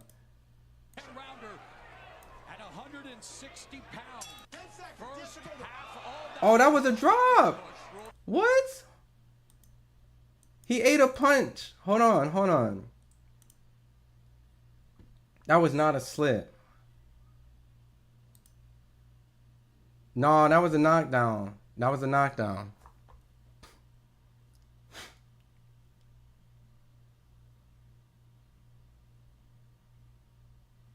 It was a push mark? Hold on. Let me rewind. Let me rewind.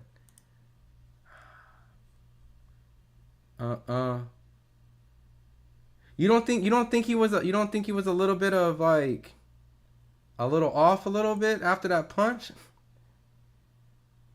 Oh, okay. He missed. Hold on. Okay, he missed. It's a push. It was a push. He missed the two. Okay. It was a push. Good ref. Good ref. Good ref. Good ref. Good ref. Yeah, that was a good ref.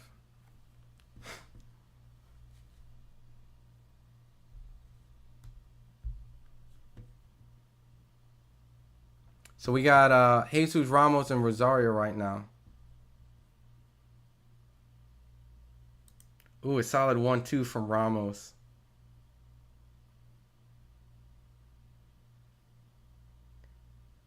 Man, dude, Jesus Ramos landed 137 to 37, man.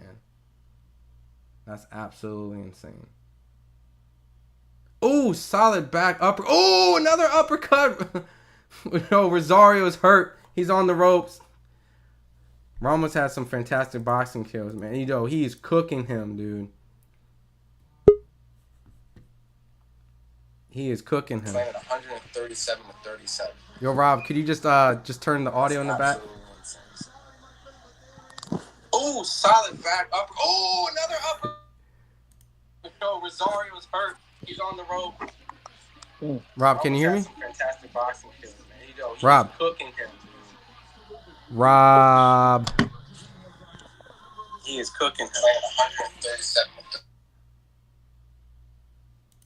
Yeah, I am. Okay. All right, we good. Okay, we good? All right. Real quick, can you turn your phone to the side so it just Can you hear me? Yeah, can you hear me? I can't hear you. Hold on. Hold on.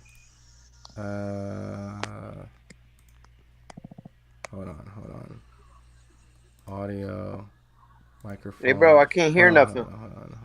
Can you hear me? Yeah, I can hear you now. Okay. Could you turn your camera to the side real quick? To the side? Yeah, it's just so that it fills up a little bit. Oh, like this? Yep, there you go. Perfect. Okay. All right. All right, perfect. So this is my boy right here, Rob. He worked with Scooter to get him prepared for Brandon Figueroa. He's going to be calling the fights with your boy. We're also going to get my boy Lonnie B also to come on a little later. So, look, man, it's not much to say except for Rosario is just getting his ass kicked right now, Rob. Yeah, I didn't expect anything else, though. Yeah. I mean, the amount of body shots he's taking, are you surprised that he hasn't went down yet? Yeah, I am. I am, but this fight is definitely not going to go a distance, though. I mean, he ate those couple uppercuts. He went on the back foot, man. He's taking a lot of punishment. I mean, honestly, I know Rosario's been criticized for not having a chin. He's showing a chin tonight, man. Yeah, but you know what, though? Like, I like how Jesus is touching that body a lot. Like, he's going upstairs, he's going downstairs, going upstairs. He's giving them a nice little mix of everything. But in reality, you know, he's just there to get hit. He's just staying there. You know what I'm saying? Yeah, D Murray in the chat says Ramos is doing whatever the hell he wants. I agree. PJ says Papi Chulo, you crazy. Blaine says if Morrell put in good body work early, then pick up the pace with the jab to the stomach. Now, if David doesn't respect Morrell's power, it's gonna be a long, short night for Morrell. Yeah. Angry Casual Fan says, what is Rosario's game plan? Just show up at this point. I think his game plan was try to be in reach with Ramos to land some shots, but Ramos is completely boxing him away, man. See, but like this is what I'm saying. Like, Rosario's just staying there. Like he's waiting a little too long. It's kind of like he's doing too much of looking for the shot that he's looking for instead of trying to set up the shot. Like right now, all right, you measuring, cool, you measuring, but he's not capitalizing on certain things because he's worried about what's coming back. Yo, real quick, is Ramos' eye a little bit messed up on the right side? I can't tell. I don't know. Where you at on the round though? I'm at 204. Okay, I'm at 2-8. Oh, is your camera off real quick, Rob? Yeah.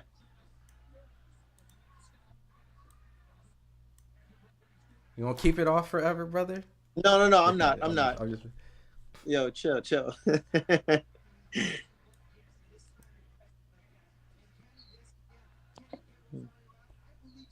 But Rosario Corner needs to throw in the towel, D. Murray. Yeah, I agree. I mean, he's taking a lot of punishment. I think they're just probably waiting for that one shot so that he doesn't go back at home and feel terrible. Yeah. Ramos is looking slick. This like, but you know what though? Ramos is also waiting a little. He's waiting for the big shots. You know, he's trying to sit down on all his shots. He's not really trying to like set it up with like, you know, measuring it and put some speed and power, sit down on the last shot, nothing like that. He's not even throwing where the combinations is like fast, hard, fast. You know what I mean? He's not changing speeds. So, you know, because he's trying to get him out of there, he know he can. I think he's just over trying, and Rosario's doing a good job of finding that little range to get him to reach all the time. Mm-hmm. Yeah, because he's definitely reaching a lot. You know, he's definitely out of range. He's reaching. Yeah, Rosario's finding. He's nice. He's nicely at that range. You know what I mean? Like, see, good shot. Oh! I guess you caught it now. Rosario went down on a 1-2. See, this is where he got to clinch, find the clock, and then go ahead and start moving around. Clinch, hold. See, he's doing too much. You understand what I'm saying? He doesn't have a strategy. All he knows is fighting right now. He's trying to fight. Right, but that's where most knockouts would happen, and it's like you end up like a meme. You know what I mean?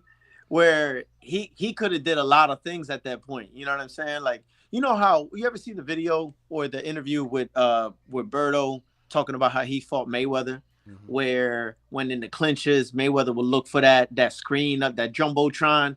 Okay, that's what we're looking at, and then he'll hold him. He'll know where he's at in the ring, and then he utilizes every second of that 3 minutes. Where Jason got knocked down, and it was a great shot. But also, too, he tried to bang. He's still hurt. You know what I mean? Damn, man. He just got He's going to end up a meme, bro. Art of balance. I like the idea of people saving their brains and slipping punches. I agree. The idea is hit and not get hit. Clarissa is fighting tomorrow. Teacher Lynn, Clarissa's fights tomorrow. Yeah, he's down, man. How many more fights before the main? We got this fight. And then 2 more. So right now, it looks like this fight won't last too long. And then Bob Santos is looking in the corner. Rosario has a terrible trainer. He's had many different trainers, to be honest. It's not, I don't think it has nothing to do with, I think it's, to be honest, General, he's took a lot of punishment. You know, and he's fighting a kid who's extremely talented. He's in his prime, it looks like, in a very close, controversial fight that he lost. You know, I think the fight's going to end here. He's been taking punishment. It's going to end here. Oh, good body shots from Ramos. He's trying to bang. He wants to bang. Like, he's not even, he's just, you know what I mean? He's catching the shots well, you know, when it's going to the, I mean, he's not catching the shots too well, but it's just more like he's guarding up in necessary moments, but he's not coming back off of nothing. So right now, he's a moving target. That's, you understand what I'm saying? Like, it's kind of like you touching him. It's essentially just a walking punching bag at this point. Yeah, that's all he's doing. Ramos and Rosario fighting right now. Wait, go ahead, Rob. No, that was it. Oh man, I'm surprised that Rosario's even in the 8th round at this point.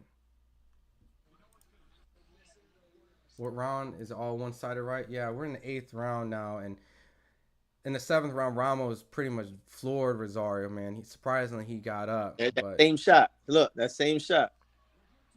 He's not doing no adjustments. As in right now, Jesus Ramos is just having his way, throwing tons of body shots, landing clean shots to the top, good jabs, good hooks. He's just doing whatever he wants. At this point, if you could name a punch, Ramos is landing it. And Rosario's just sitting there just high guard. Oh my God, E's a 1-2 again. Rosario's just barely going to make it out this round. He's just taking punishment. And the ref stops it. The ref stops it. As he should, man. Yeah, Lonnie's going to be coming at the main event. So. You see what I'm saying? It wasn't going to last out the round, bro. Yeah, D says. He wasn't even throwing shit. That's what I'm saying. Like, you know, listen, I understand like a fighter is going to fight regardless, right? But if you're not responding to the output that's being given by the opposite corner, like, you know, it's only a matter of time before the ref steps in anyway. You're not throwing nothing. And in reality, there was no chance for him to even win it, even if it went the full distance. It was what, one more round? Yeah, I mean, it was in the 8th, man, but just that was brutal, man. You know, the whole fight to some. No. I'm saying like after this round, it would have just been one more round. Yeah, but he wasn't doing anything really throughout the fight that even showed that he can hurt Ramos or anything. It would have been like one of those close your eyes through the hook type of deals. So for everyone who didn't get a chance to see the fight, to summarize, it's pretty much, you know, what was going down was, yeah, mercy stoppage, right? You know, at a certain point, you know, he didn't get floored, he didn't get memed at the very end, but it felt like it was coming. You know, at this point, I saw a good description in here that said, you know, Rosario doesn't know how to counterpunch. He just waits his turn. You punch, all right, you're done. I'm going to try to punch. You punch, all right. And that's pretty much just what happened the whole time. He was just watching and waiting. Even when he was trying to exchange, he was completely out of range. And yeah, it might have seemed like a premature stoppage, which I said earlier in the stream may have happened. You know, a lot of these fights kind of seem like respectful mercy stoppages, but you know, it was coming. It was coming at that point. You know, Rosario was just not doing anything. He was just a body bag, and Ramos was head hunting at that point, and it was gonna get bad. Paul says my Cuban comes to destroy. Why not just let him get the key TKO? Jose says y'all just want blood. I don't think Morrell could beat Caleb Plant. Just let the KO happen. Let the fans see the KO. I mean, it was gonna come, man. Yeah. So that was a good way to start the night. Man, that was a beating, man. Eric Bell says Rosario hasn't been nowhere near his peak since his loss to Jamel.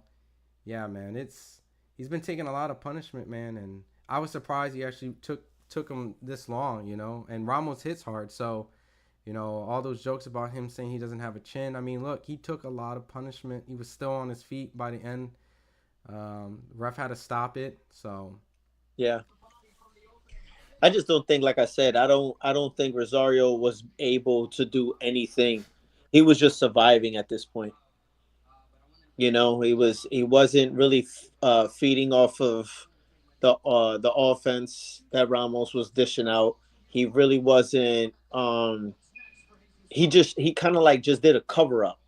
You know what I mean? Where his guard is up, kind of protecting his body, but he's not feeding off of it. And even if he did, he didn't throw much at it, like maybe one shot, two shot at a time, which kind of shows you're looking for that one lucky, and it's not gonna happen.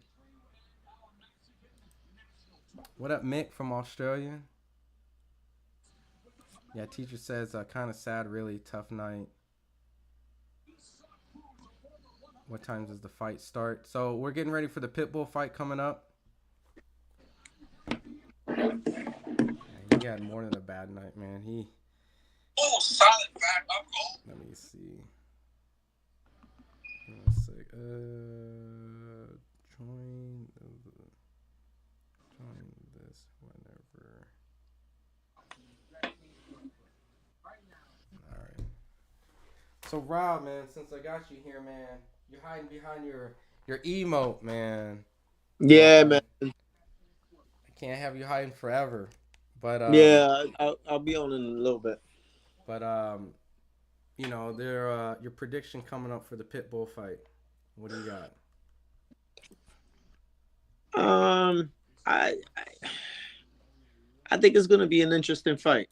I think it's gonna be an interesting fight. What I like about Pitbull, man, is he has a nice tank of gas, um, strong, and he's not gonna stop.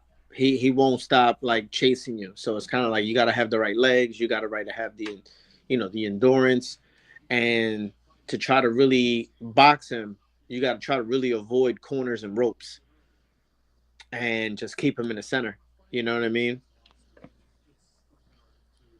Um, I'm still gonna rock with Pitbull though.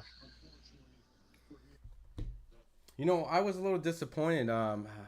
Pitbull didn't take the Ryo fight. I see a lot of people saying go Pitbull. Some people said Yeah, Pit Girl. You know what I mean? But some people like his opponent against Farrell. But a lot of times when you have an opportunity to do a rematch, especially like a rematch clause for a world championship title that you just lost, I'm surprised that Pitbull didn't go back and want to get that. And yeah, he had the ability to exercise it, but he told me that he felt that Ryo was kind of a boring fighter, so he wanted to give the fans something more exciting. So when you hear that, there could maybe be a possibility of it, depending on Farrell. But I'm a little upset as a champion, he didn't want to get his get back. yeah. Yeah, but you know what though, bro? Like I think that even if he did, the outcome would have still been the same. Maybe he knows that. You think that's a sign of self defeat? Maybe. I mean, maybe. I mean, it's not like Ryo barely won. Like he won very convincingly, and he boxed beautifully. The game plan was tight. He boxed damn near perfect for that fight, so he can come out with the win. He didn't take punishment. He had to move when he moved. He used his defense. He used great offense. He countered when he needed to. He set up the shots well, and he got out of there. Where Pitbull was kind of like going for what he's known for, and he's trying to get people out of there. But it's just one of those rude awakenings, and you end up losing a belt. Mm-hmm. So I think that even if they were to fight again, it would be the same outcome. Getting to the chat, I see. Let's see. I know he won't, but I hope Chihuahua loses. Disgrace to Mexican boxing. T Fox says. General says, don't space. Oh, okay. Alejandro, going to be an absolute dogfight. A lot of people have been talking about this fight, and they're saying it's going to be very fun and very entertaining. Pitbull and David in the same fight card. Yep, G-Way. Mick says, love the Mexicans. Farrell comes forward as always as well.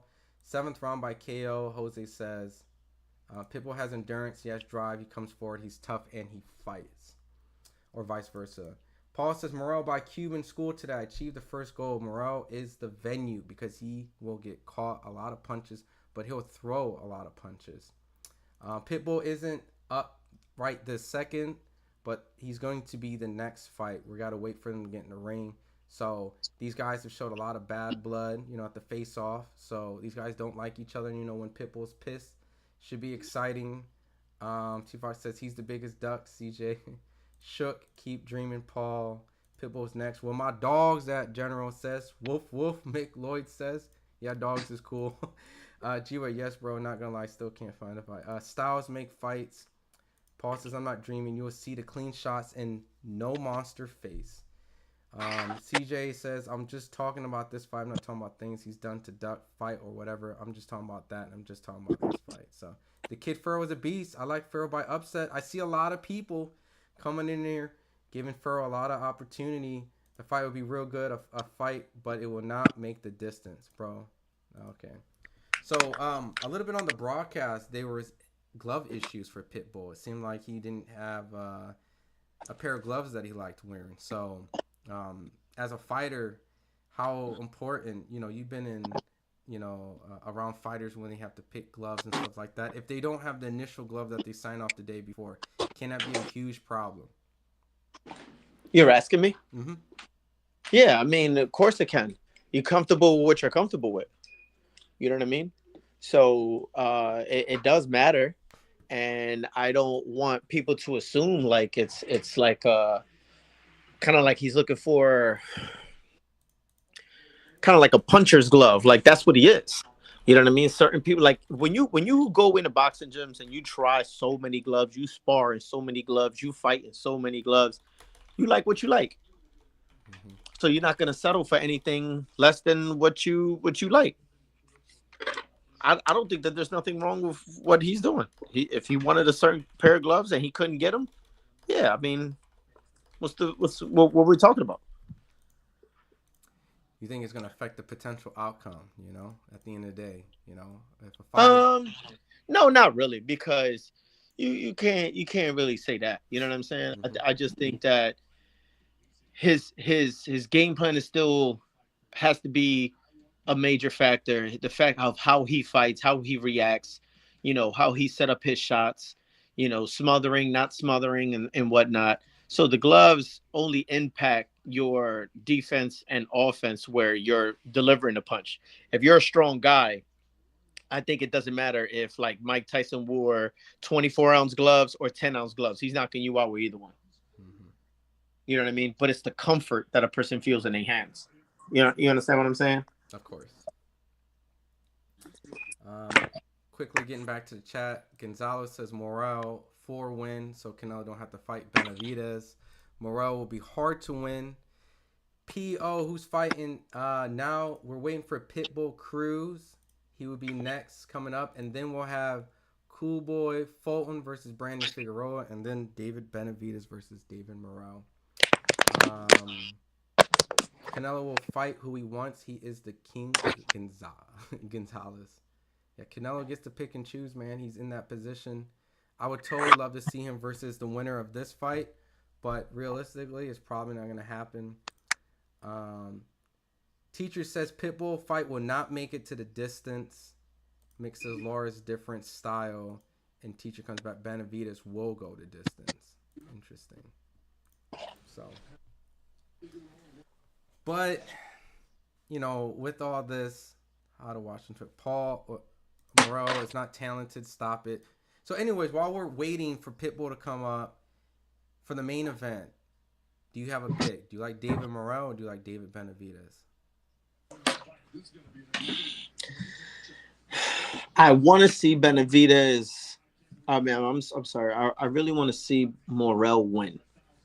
I would like to see him win, but I think his inexperience in the pros and the caliber of guys that he's faced plays a major factor in this fight. Mm-hmm. So I'm gonna go with Benavidez, being as he's been in there, he's been on this stage.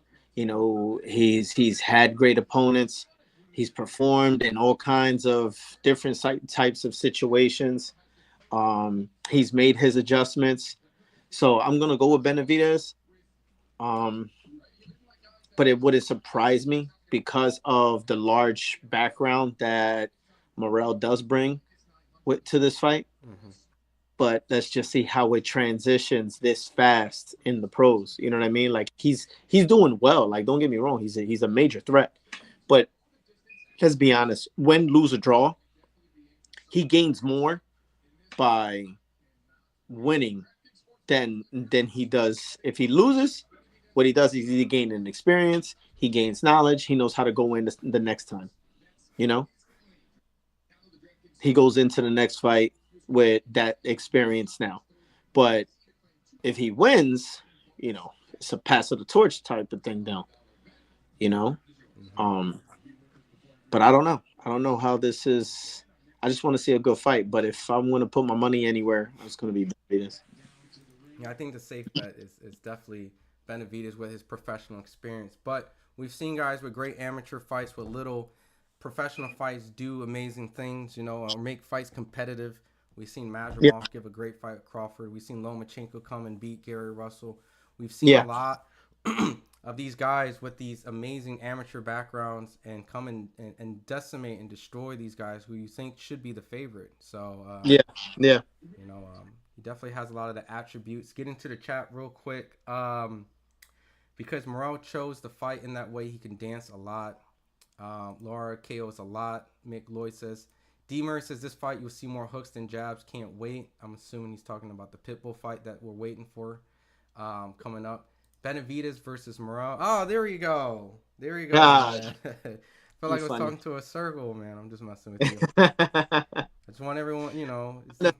I don't know how to mess with this like tripod, bro. So I'm trying to like get it where it fits well. You know what I'm saying? No, that's fair. That's fair. Look, I would totally in the future if we do live weigh-ins and stuff like that. Maybe we can do a consistency. You know, since you have worked with Jerron Ennis, you have worked with Scooter for this fight, so you know about weight cuts and things like that. So I have some questions I'll probably ask you. In between the next fight. Probably one of the most stressful parts of the camp. Yeah. So if any of you guys have questions for Rob, feel free to shoot. Be more than happy. We're waiting right now. They're doing I think a ceremony tribute. Let me double check. Yeah, for Israel Vasquez, rest in peace.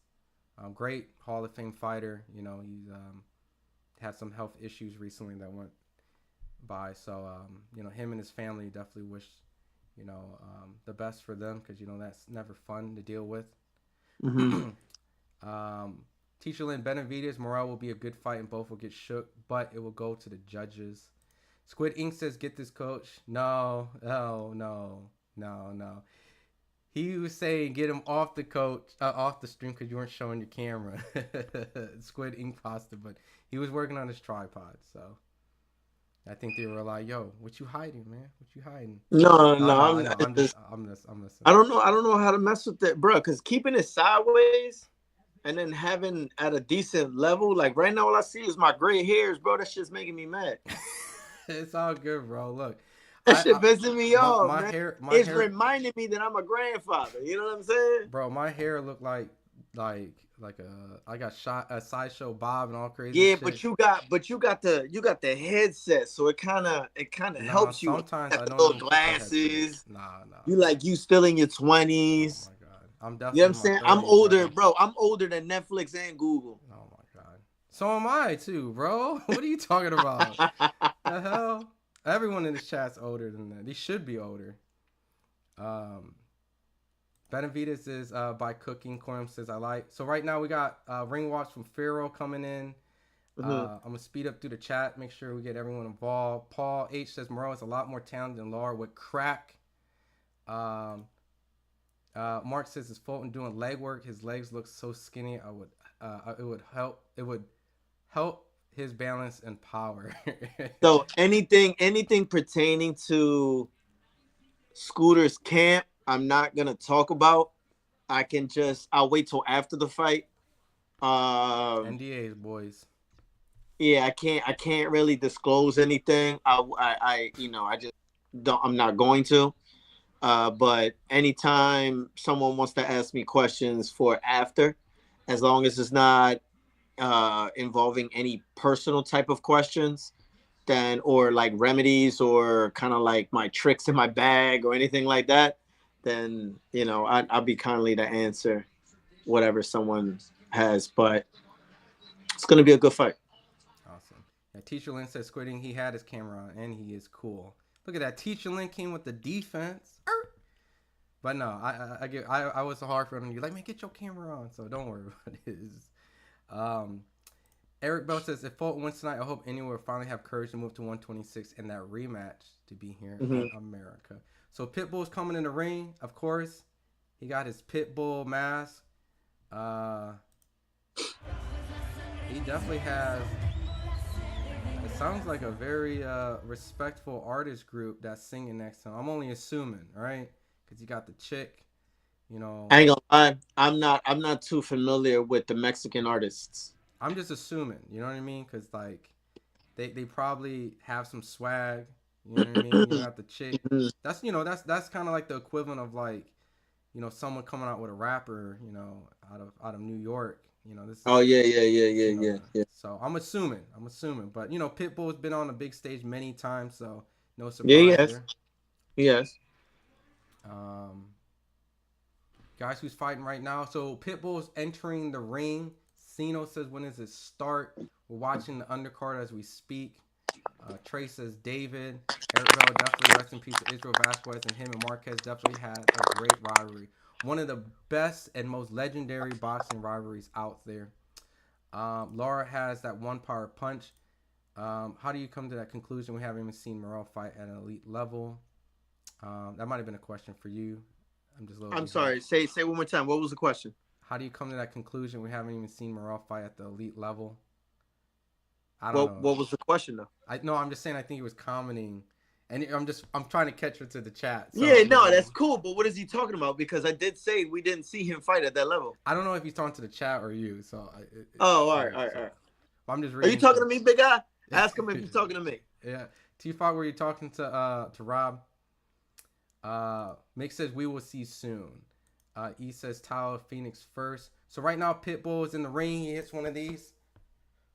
So what I want to say, Rob, when the fight actually starts, these there's gonna be people who have the stream up, they're gonna be watching the fight, and there's gonna be some people who don't have it, so they rely on us to call the fight in specific details. So that's fine, bro. So when we call it, I know the Rosario. You wanna have some fun a little bit, bro, and start and score the round. I mean, sure. I mean, I feel like these fights are kind of easy to score. Huh? I feel like these fights are easy to score. Yeah, I know, but I'm saying like tally up the numbers at the end, see what we got. You know what I'm saying? If this fight goes the distance, absolutely. But I don't think we need to. Let me get my paper and pen. I'm down. All right. So Pitbull right now, he's in the corner right now. I'm gonna speed through more in the chat, catch up. Tyler the Phoenix first. Laura cannot fight in angles like Morrell. He has the power. Everybody says the same thing is a valid point, but he could pull it off and be patient. Punches on the back foot.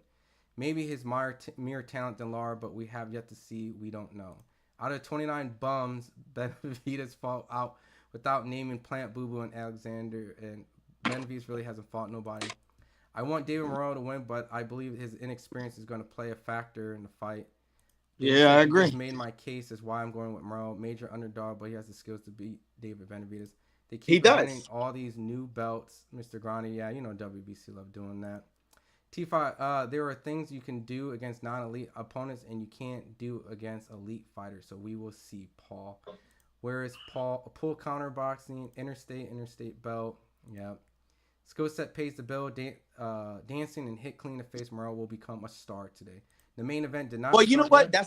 Hold on, but let's go back to that comment. Real quick, hold on. Let me read through this. I got to make sure I'm caught up. Oh, I'm sorry. I'm sorry. No, you're fine. I just don't want to fall behind. Pitbull That's fine. Looks sunken. Is he too light? This is my first time, y'all. This is my first time. You're fine. Excuse my ignorance. Pitbull looks sunken. Is he too light? Pitbull is about to fight. Do you think Fulton is the best smaller division Philly champ since Jolton Jeff Chandler? Huh. Wow. Who said that? Eric Bell. That's a throwback right there. I'll hold off to that. That's a person who knows about Philly boxing. He definitely does, man. And I think Fulton definitely should get a lot more credit than the way that people speak. At least in his weight class currently that he just left. Yeah. People just want to talk shit, man. And I just want to address a couple things, bro, because like there's a lot of people in his comments, like it's sometimes I read the comments on some of the stuff, and some of the things is just not worth commenting for. But it's like you keep relating back to the Inouye fight. Like that's in the fucking past already. You understand what I'm saying? Like, let's not forget that when Brandon fought, Brandon was losing against Jesse. Right. Yeah, he got the knockdown. Yes, he won. He won by knockout. That's cool. But let's not pick and choose what we want to pick. Like all Scooter had a very, very tough. So Rob, the fight going down right now, man. It might not. So hold that thought. You also, Dana, I see the question. I'll get that to Rob. But the first round started 2 minutes and 45 seconds. They coming out blazing. And Pitbull. This fight ain't going the distance, y'all. This fight not going the distance. Pitbull's throwing left bomb, right bomb, left bomb. These guys are throwing hooks nonstop. Bro, Pitbull's winging. Isaac stopping him. This is gonna be early. Oh my God. Pitbull ate an uppercut. Let's go, Pit. Pitbull is throwing a left hook. He's throwing a right hook. Vamos. Left hook, right hook. Furrow already looks a little wobble. He already looks a little wobble. to the body. Pitbull was going straight to the body. Pharaoh was throwing a 3-piece combination. Pitbull was trying to get that range again. He came out strong. Oh, and a solid straight right and left to the body. Oh, my God. Right now, you see Pitbull throwing 2 hooks to the body, but he ate an uppercut right there from Pharaoh. Oh, man. Pitbull doubled up on the jab. It's not like, I think Pharaoh just realized, like, oh, shit, this dude's punching. I don't know. I don't know why I signed this contract. Yeah, he's on his back foot a lot, and Pitbull is just digging to the body, going hard in the paint. He's not fighting going backwards. So if Pitbull keeps pressing the action, he's gonna get the stoppage. He's gonna open himself up into something. Yeah, he see. Look, when he goes, see now, mind you. All right, oh, so look at solid right, pushes Pharaoh back. He eats the uppercut. Does Pharaoh even make it out the first round, Rob? Oh, shit! Is there even enough to even discuss and break down? Is Pitbull gonna get him out? He's throwing hooks. He's throwing. Yo, there's still a minute in the fight. Now I know we glazing Pitbull a little bit right now, but Pharaoh's throwing some sneaky stuff in between here and there, but it doesn't have the same reaction that when he gets hit. Oh my goodness gracious. Pitbull was throwing some bombs. You gotta put a lot of respect with Rolly Romero, man. He was boxing him. He was moving. He was going through rounds with Pitbull in that last fight. He sure was. Yeah, man. Mr. Grandy said it. Pharaoh already feeling that pressure, man. Does this even go past 3 rounds? You feel like the pace is slowing down a little bit? No. No. I think Pitbull knows that it's going towards the end of the round, so he's going to try to. Ooh, solid right by Pitbull. Yo, where you at? Wait. Where you at in the round? I'm in 13 seconds, man. I'm at 17. Stop it. Hold on, let me see. How do I go forward? Oh, good body shot from Pitbull. Ooh, Pitbull got to be careful not to reach in too much, man. Oh, good shot. Man, so we could safely score. Oh, we got to fight. We have a fight. We got to fight.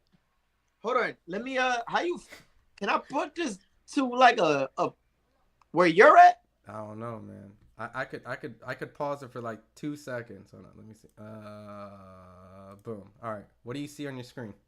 Right now I see Ebner name just went off the screen and Cruz's coach is talking to him now. His dad? They just passed the water over. Now he has the towel to his chest. All right. While you're doing that, I'm gonna read some of the chat. What was that question that the person had? I'm gonna hold on to that one right now. It says, "I have a question for Rom. Do you think it's more beneficial to do a lot of road work and actual boxing drills, while not worrying about weight training so much? I've noticed weights cause injury. So hold that because we're still in the midst of this. So I'll put this comment from Dane in our chat right here, so we don't forget. I'll actually make a note of it. But it's the second round. We got a call to action, man. Pitbull is putting a lot more pressure again. Nice shot. Nice shot. Are you at 240? 235. Let me pause for 2 seconds again. All right. I'm at 232. Okay, yeah, we're good. Oh, and a solid left hook from Pitbull. Oh, and another solid left hook from Pitbull. Lands both clean on the side of his head. Yo, Pharaoh is eating some serious shots, man. You can definitely tell that Pitbull is landing twice as many shots that Pharaoh is. Pharaoh's trying to jab now a little bit to try to keep Pitbull off, but he eats a solid. Did you see how he's cutting off the ring? How he takes that extra step? I just don't like how he's reaching a little bit. Pitbull, he's short, man. Yeah, he's reaching a little bit, but he throws so wide. He definitely throws wide, man. And you know what? He said, fuck it. I'm going all in, man. Nice. He's doing it on Mike Tyson. He went under and he went under. I actually believe that he feels as though that Pharaoh is not as strong as him or doesn't punch as hard as him. So he's going to take more of a risk. Clearly. He's just... I mean, I haven't seen Pitbull hurt. Have you? I mean, I don't think it was worn in his face, but I think Rolly hurt him a couple of times. Rolly punched him. Oh my goodness, 2-piece combination from the body to the top. Pitbull was just, outpacing, outworking him. Yeah, Double he is. jab. This fight's not going 10, everybody. It's definitely not. You know, Pitbull right now. What you see is Pitbull has a high guard. He's jabbing his way in, but when he gets a little moment, he'll lunge and he'll jump and he'll hop. Like they call him, you know, little Mike Tyson. He's doing some Mike Tyson shit. Double, triple hooks. He's breaking him down. Pharaoh's fighting. He's breaking him down. He's fighting. He's trying to get off him. He's throwing a lot of get off me punches, man. Get off me, Pitbull. Get off me, Pitbull. Get off me, Pitbull. Get off me, Pitbull. Get off me, Pitbull. I feel like every punch screams get off me. Yo, but Pitbull. he's coming back with some hot shit, though. He is. But, man, it's only been the second round in 38 seconds, man. And I'm pretty sure he probably ate a total of 70 punches or more. Oh, and a one left and a right hook. How is Pharaoh standing? Yo, he can take a shot. He definitely can take a shot. He got to go to that body. He got to slow him down. Oh, my goodness. He already took some of Pitbull's greatest shots, man.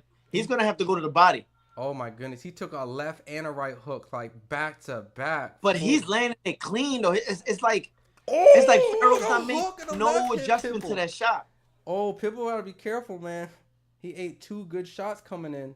Yeah, but he's still coming forward. So it's like, yeah, I don't respect that. Yeah, but, yeah, I can definitely tell, but one of these days, man, Good shot. That Munguia, man, he did the same thing. It was against a non-puncher, remember?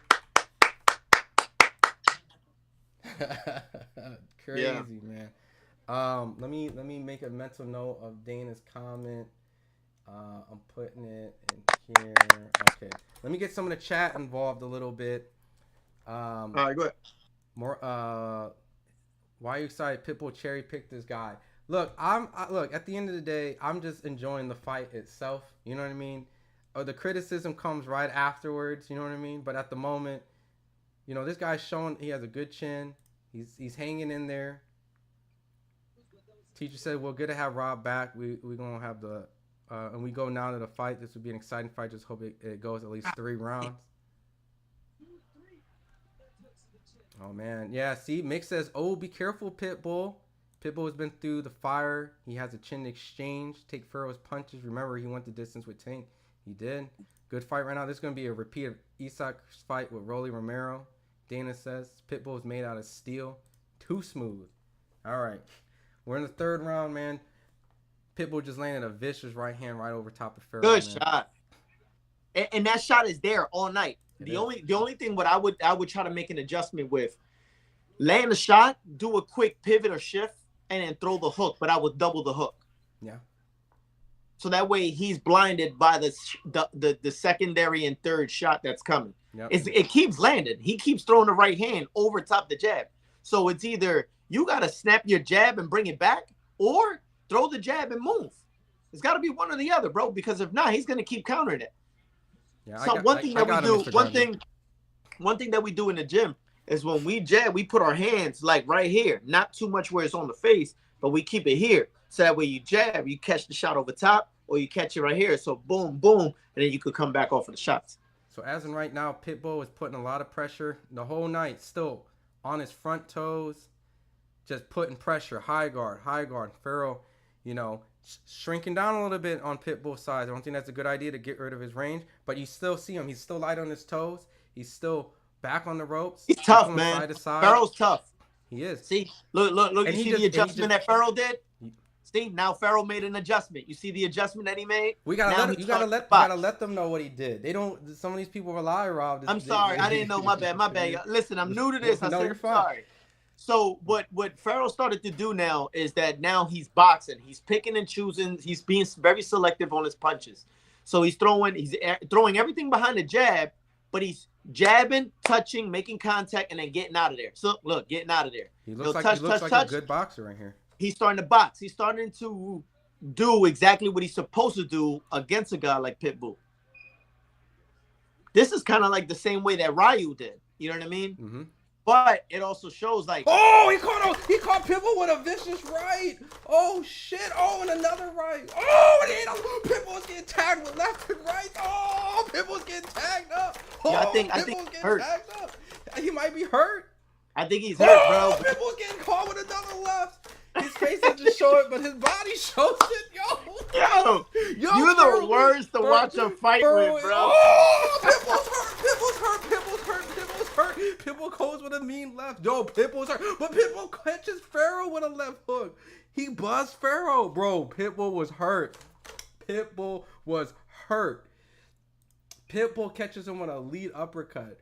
Bro, I'm losing my shit. I'm one of the worst. We'll look at Pitbull getting caught, Rob. Pitbull's getting caught. Pitbull is getting caught with some serious fucking shots. Yeah, bro.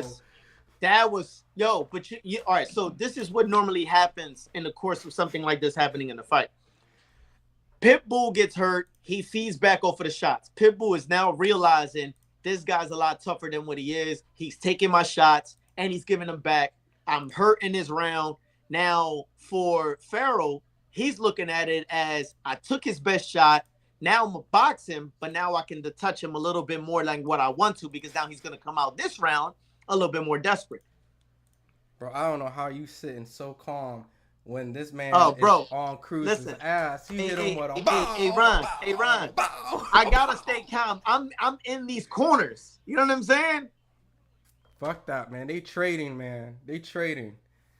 My professionalism goes out the window when it's the fight, man. When it's I hear you. I hear you. Listen, I'm not mad at you, my man. I'm not. I'm just saying, expect this round to be very, very entertaining. Bro, I ain't never seen Pitbull kind of like, yo, his face doesn't change. But look. Here's some things I want to point out. But all right, so look at Pitbull. Like... So look at Pitbull, right? Every time he resets, watch his body. Look. Resets. See, look, watch his resetting. Look, he throws, he resets. Yeah. He kind of like it's kind of like his equilibrium is a little off. So it's kind of like he's not hurt, but he's slightly recovering back after the last round. Well, of course, he got a whole minute to sit in there and recuperate. You know what I mean? And the mistake happened when he was putting that relentless pressure, man. And like you called it, Pharaoh went from I'm gonna bang with him a little bit to now he's boxing. You know, he's doing like the Eric Morales what thing. Pharaoh needs to do. Pharaoh needs to box. Pharaoh needs to box. If this is right here is unacceptable. As his corner, yo, get out of there. Keep touching him. Don't get greedy with shots. 1, 2, 3 shots at a time. Get out of there. Go back to your defense. And Pitbull's laying in Stay that on the right butt. hand over. You know, Pitbull at this moment is still fighting exactly the same. Nothing's changed. Yeah. No changes are made. I agree. If you've seen a Pitbull fight before, he looks exactly like Pitbull. What you've seen on Pharaoh's side, he's boxing, and then he likes to exchange. And sometimes the exchange wins, like the last round, and some he loses. But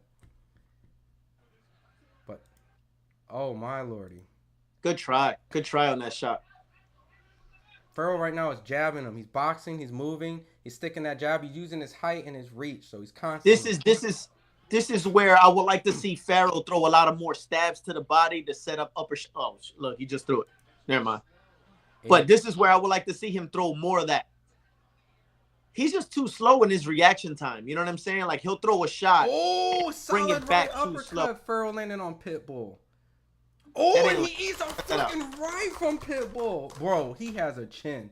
I'm sorry, Pharaoh has a fucking chin. Yeah, he do. Yo, don't get too excited on that uppercut, bro. You apologize to these viewers, man. That uppercut was caught. That uppercut, he caught that shit. No, bro. Pitbull got a chin too, man. He do. He got a chin. Pharaoh got a chin. Pharaoh's gonna give a lot of people problems though. Yo, Mr. Grandy in chat says he has an 80% knockout. Cruz can't sleep on him, man. He definitely can't. Pitbull's tough, but very one-dimensional. Love it. Hey, man. I'm a fan in the moment too, man. The way that they advertise. Where you at? What? How many seconds? 18 seconds, man. Pitbull landing so right bombs. I'm only 3 seconds behind. Right bombs. I'm only 3 seconds behind Pharaoh threw a mean back uppercut, man. Oh, look, man. All these shots are landing from Pharaoh, man. Pharaoh landed a lead left hook, a lead left hook. Boom on Pitbull. Pitbull lunging in. Look. Yo, you know what we're watching? We're watching a classic Mexican war. It's classic. I can tell you right now, it's a great fight, man. It is a great fight. And look, the criticism, yes, he's not fighting Rayo. Yes, he's not fighting Ryan. He's not fighting the no-name guys. But I'm entertained. And that's what he claimed that he wanted to give. Well, I'm entertained. But at the expense of him getting punched and beat up in these exchanges too. So now, hold on, no. Who was in the comments that said he cherry-picked? I mean, it to a certain degree. going from Ryo to him. What do you think? Yeah, but what if that was the only option? It wasn't the only option. He had the So what Ryo other rematch. options we have? What other options we got that someone will the opposite will agree to as well? You're talking about the option he had after he declined the Ryo rematch. Yes. I mean, I think the concept of him not doing the Ryo rematch is where the criticism. I get it too. I get it too. I mean, I get it too. It was in his clause. It was his clause to protect him. I get it. I get it. I understand. I think the outcome would have been the same. All right, so we back at the fight. Yeah. Mark says both have crazy chins. I can't believe Furrow's eating all that. Yo, and he ate another mean right, bro. Yo, what's crazy is Furrow has landed, caught up with punches landing based off CompuBox. And, I'm not. Oh my God, Furrow just ate a vicious left hook. Pitbull still hawking him down. He throws a mean right hook on Furrow. Furrow needs to get back to that jab like you were saying in box. Oh, this is a good fight. It's a great fight. Oh man, Furrow he's doing triple punch, trying to be Oscar De La Hoya with that lead hook, that lead hand. Pitbull still coming down with a solid jab and a solid straight bounces Furrow. But how are these guys taking these shots, bro? How? There is no way this dude Furrow is taking these type of shots and throwing shots back. They're clinching. This is like the first clinch of the whole entire fight. When Pitbull was hurt, he was swinging, man. When Furrow was hurt, he was swinging. That dude was blazing like the fourth quarter. That should be a warning. That's a warning. Stop with that head shit. Yeah, they're warning Pitbull right now. He got warned. He's just frustrated. He's frustrated. It's a fight. Man. Oh shit! Furrow landed a sneaky uppercut on Pitbull. Oh shit! He found a home. He found a home for that shot. That back. He just gotta know how to set it up. Pitbull lands a solid right and another right. Furrow was okay. He got out of the corner. He put his hands up. Hold him.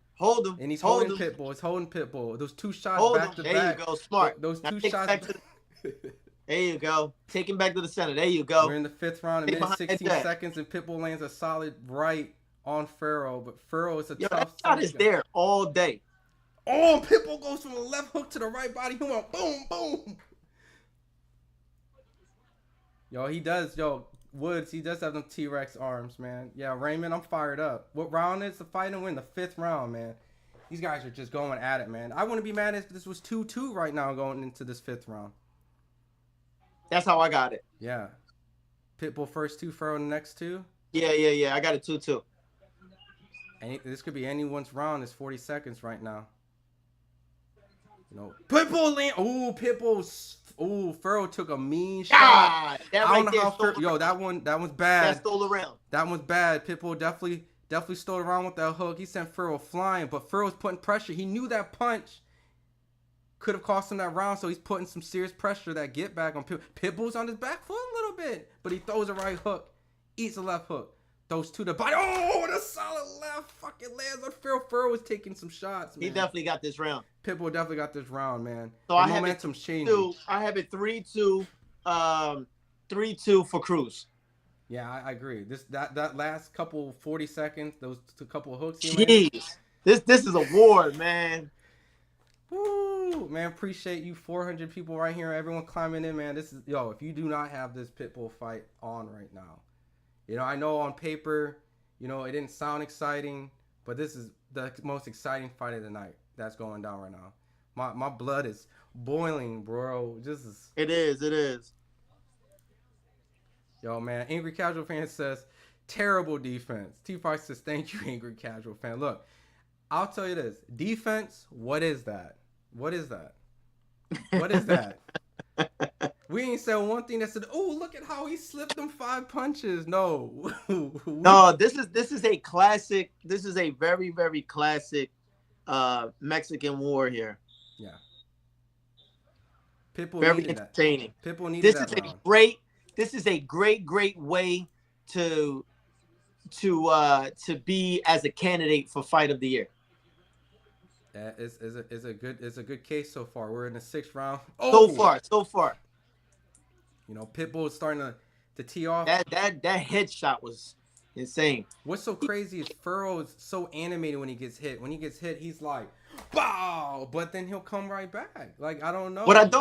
what I don't like how Pitbull doesn't really find no other ways to throw the body shots. Like he only goes elbow, like sinking the shots into the elbow where it's like ribs. He's not finding the middle. Oh. He's not doubling up on the shots up the middle. He's not doing his angles. He's not trying to create those spaces and window of opportunity that he needs to land the body shots that he's looking for. Because he can hurt Furrow to the body. Can he? Because these guys seem like they can't hurt each other. I mean, actually, Pitbull looked the one that got hurt in the third round. So. You know what this is like, man? This is like watching the Sock'em Bop'em games from back in the day. You know what I'm talking about? The red and blue and the little robots hit each other and they hit themselves in the chin and the head go up. You know what I'm talking about? Yeah. Yo, in the 6th round, minute 42 seconds, Pitbull showing a little bit of lack of offense and a little bit of lack of defense. He's just kind of sitting there. He looks a little tired. So far, I'm giving this round to Pharaoh. He looks a little tired. He looks a little dazed. He's eating a lot of shots. He's throwing arm punches a little bit. Like he's looking tired. He's reaching. He might be gassed. He's gassing. Ooh, I know Furrow looks animated when he gets caught. I mean, Furrow's tired too. Don't get me wrong; they're both tired. Yeah, but he looks more. He's the one that's more defensively sound, to be honest. Even though he's getting caught with stupid stuff. Yeah. But he's slipping more. He's making a miss more. He's just getting caught in between exchanges. He's starting to go back at times more than we have ever seen him. You know, at times. But he lands a solid one too that says, "Look, these guys are literally catching their breaths and then letting it out, and then catching their breath and then letting it all out." And it's fatigue, battle nutrition at this time. You know. Yeah, I'm gonna give this. If the round continues like this, I'm gonna give this round to Pharaoh. This is some crazy shit, man. But Pitbull got heart, man. Furrow got heart. These guys are tough. I don't see any quit. I just see just fatigue slowly entering in. These guys gotta start digging to that body, man. Pitbull's trying, man. Pitbull's trying to throw to the body. No, even for Pharaoh, that was a nice right hand, left hook. Pitbull's starting to miss a lot. This is the most we've seen him miss. His hands are starting to go down a little bit. He's starting to drag his lead hand down a little bit. I ain't never seen Pitbull What a great turnaround. What a great turnaround. The match is tied 3-3 in my book. Yeah, I have it 3-3. Pitbull is head hunting too much. I think Pitbull is definitely getting tired, man. He's definitely tired, and I think he's fighting off just those bursts of energy. Yeah. Yeah, man. Pitbull will always be the same. The best he can do is work on his footwork or the Mike Tyson dip. Don't use no more. Love Mexicans, go for it like Aussies. Pitbull keeps throwing the exact sequence of punches literally every time he resets. He needs to fix that. Very predictable. Right, yeah. Says, I don't know, Brandon versus Coach should be good. Oh, that'll be... We haven't been there yet, but I'm excited for that fight. Marquez and Canelo are the new Mexican style. Smart aggression. Grim says, yeah, he agrees with Rob. He agrees with you. Angry Couch fan, it makes me mad that nobody ever tries to pin Pitbull to the ropes and go to work. I'm Mexican, but this is embarrassing. This is what you call our style. No, man. It's not embarrassing, man. These guys just got a lot of heart. You know, it's the heart style. Is what I call it. You know, sometimes heart beats, skills, man, and sometimes skills beats no skill. I mean, more times than none. But 7th round, we both got it 3-3. These guys are just back at it. Pitbull, predictable, high guard, putting pressure. Yeah, he can't stay on the ropes too long. He's gotta start moving. Utilize his jab, 2-3 jabs at a time. Start touching with the jabs. And also, too, not every jab got to make a full contact. Just leave it out there. Just use it. You know, he could touch the glove with the jab, quick stab to the body. He can just throw the jab at the shoulders, throw it at the forearms. Ooh. Just keep the jab active. Furrow looks very comfortable at this moment. You know, Furrow, even though, he's tired. Go ahead. He looks poised. He's Pitbull's throwing a lot of missing hooks. He's kind of making sure that, he capitalized after. He's slipping. When it comes to defense, Furrow's trying to put some defense on. And he's what I think? Mm-hmm. I think Furrow feels that Cruz's power is not as strong as what it was. So now he knows that there's some you're working off fumes at this point. So there's not enough sting. Because Pitbull initiated the clinch. He initiated the clinch. And not just that, you can just tell. See, like when you do the clinch and you back straight out like that, that's not ideal, right? And see, he's doing wind sprints, is what we call wind sprints. When you have little bursts of energy and you just throw a quick flurry and then back up, that's like a wind sprint. Yeah. Well, Pitbull's definitely tired, man, and you know he wears a great poker. He has a great poker face. You can't really necessarily read him. You have to read his body language. You know, his face doesn't show it. But yeah. But Furrow looks more in control. His defense. Yeah. Furrow's winning this round. You know, and Pitbull almost seems like hard arm punches, you know, that he's throwing. But and my point, he's not setting anything up. Everything, you know what Cruz is doing right now? For anybody who's watching, have you ever played Undisputed and you just hold the power button and you just throw haymakers all day, hopefully you could land something? That's what he's doing. Yeah, and his stamina is all the way down, and he has to wait. And Furrow, you're just throwing. You're throwing. You're trying to recoup. Throwing and trying to recoup. This is where Furrow can uses his IQ more, and what I would do. Solid right from Pitbull, and a solid left from Furrow, and a solid left from Pitbull. These guys and Pitbull lands a solid left at the end. These guys just duked it out for 10 seconds straight. I'm gonna give that round to Furrow. It was an ugly round, though. I ain't gonna lie. I'm gonna give that round with Furrow. That was an ugly fucking round, though. What I would do for Furrow, in all honesty, I would tell if I was his corner, the best thing to do right now, because you know when that Cruz is getting a little desperate, you know that his power, his endurance, and his animal-like instincts is not as aggressive as it was in the earlier rounds. Yeah. It would be wait till he throws, movement, give him movement, and then as soon as he throws, the minute his hands go back, attack, get out of there.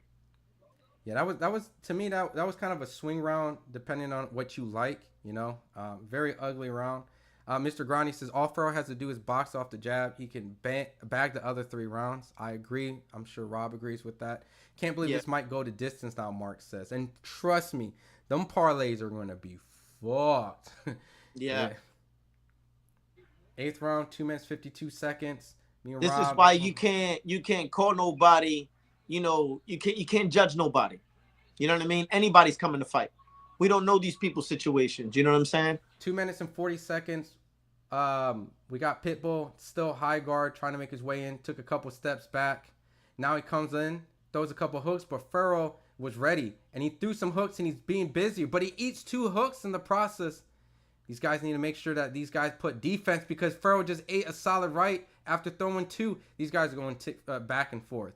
I can't even call the fact that one. Yeah, but you know, he's throwing better combinations. Furrow is throwing the better combinations. He's being the more cleaner guy, where Cruz is just throwing. He's waiting for that one opportunity. He's just trying to throw that one shot. He's not really putting them together. You know what I'm saying? That's why I use the reference of like the video game, where you're just trying to throw haymakers throughout the whole video game, hoping you're going to win. Everything he's throwing is hard. Yeah, but it lands, though. Pitbull lands a couple of these, man. He does. But that's the lack of defense that Furrow is giving. You know? Yeah. He's staying right there in front of him. He doesn't need to. He's making it fight a lot harder than what he's eating the hooks as well as throwing and landing hooks. Look, these guys are going back and forth at this point, man. And I'll be honest, man, Pitbull definitely does have moments in this round. Like right now, he's putting Furrow on the ropes, landing some good hooks in exchange. He does not need to be there. This toe to toe. They got the head toe to toe, Rob. This is what you were saying. And now Furrow's eating hooks. He's eating hooks. He's eating hooks, brother. He's eating hooks to the body, man. You got to tell him to get out of there, Rob. You got to scream louder, man. Get him. They're going toe to toe. Furrow is taller, and he looks shorter than Pitbull the way he puts his head toe to toe. And he eats a solid fucking right. Sweat flying off of him. These guys are going back and forth. Bro, he's not knocking this dude out. He got to go to the body. Bro, I don't even think he's knocking him out. I think he just has to win. Like it's the 8th round out of 10. This round looks like it's going towards Cruz, man. It is going Cruz, man. Pitbull, like I said, man, beautiful shot. Pitbull landed. No, Pitbull is getting busy, like you said. Ferro needs to get out of there. If Ferro does not get out of there in these toe-to-toe exchanges, he's giving away the round. Away the round. Like you said, you were comfortably saying he was boxing. He was picking his shots well. But he's making this fight a lot harder than what it is. I agree. And based off that, your scorecard is 4-4, which is an even match going into the 9th round. If Pitbull continues to win, but Ferro's getting busy, man. Oh, and see the problem is Ferro lands good couple exchanges, but he's so animated when he gets hit by Pitbull. Like he's always off balance. And it's not really the shot that does the devastation damage. It's the fact when he throws his punch, he throws so much of his body weight into it that when he does get caught, his body just goes all over the place. Yep. And Paul H says Ferro is looking better, but Grandy also I'm gonna give that round to Cruz. I do too. Ferro's giving up his range. He needs to get back on the jab. I agree. Pitbull is not a one shotter. He knows this after his Tank fight. So look, in the 9th round, we have this fight going 4-4. So championship rounds, man. This is where the competitiveness of not only the fighters, but where the corner comes in at the most too. Like this is where you bite down, and it's either going to be strategizing talk, motivational talk. You got to smack him. You got to do whatever you got to do so he can pull off these next 2 rounds. Pitbull's biggest problem is getting inside. Benavidez is veterans. He's strong, durable, and tested. Yeah, we're going to get to that, Crystal. What a fight, right, General? Yeah, man, this is an incredible fight. I can't even be mad. Who wins?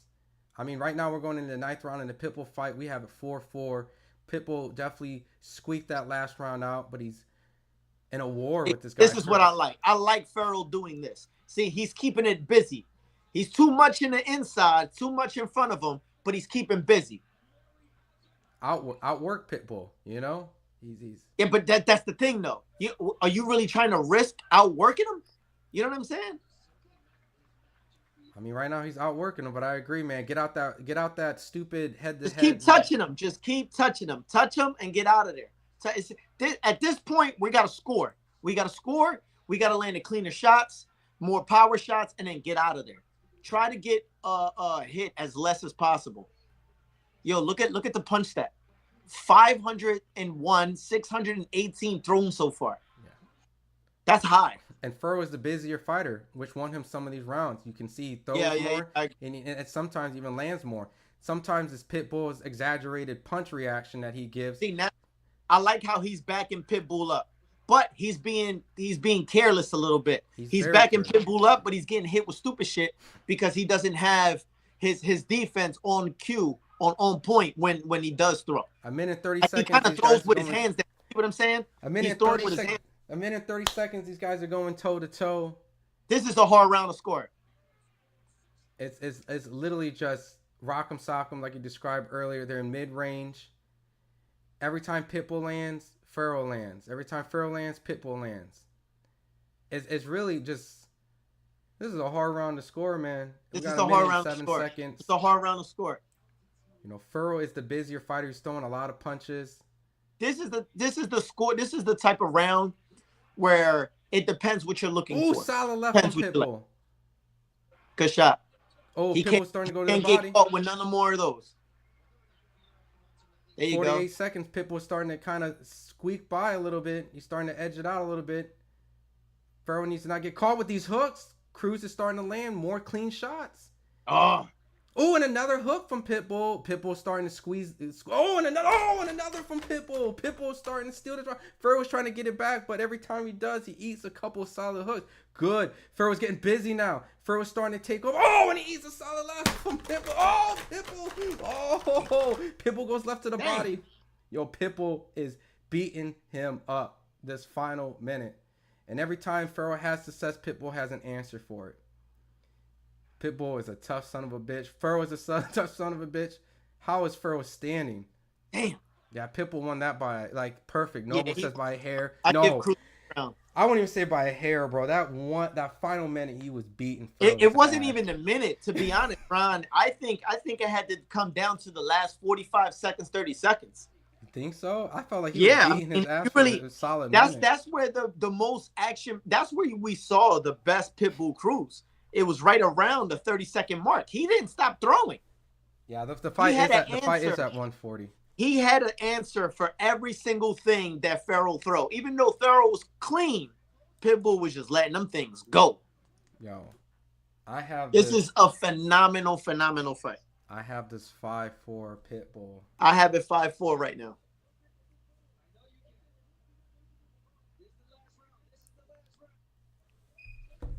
What a fight. Man, I'll pay for a rematch. This could be a headline. Bars. Not a pay-per-view one, but a headline. And if not, put this on the next Benavidez fight.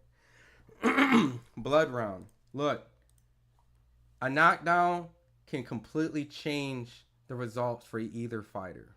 100%. Do I think a knockdown is going to happen? No. These guys are just... Oh, these guys are letting this shit go. This is going to be a hard round to score. Furrow needs this round just to make it a draw in my books, but, you know, because Pitbull is the favorite fighter, you know, the marketable one, he might actually need this round because, oh, man. Minute 26 seconds. These guys lock horns. Furrow's starting to get busy on Pitbull.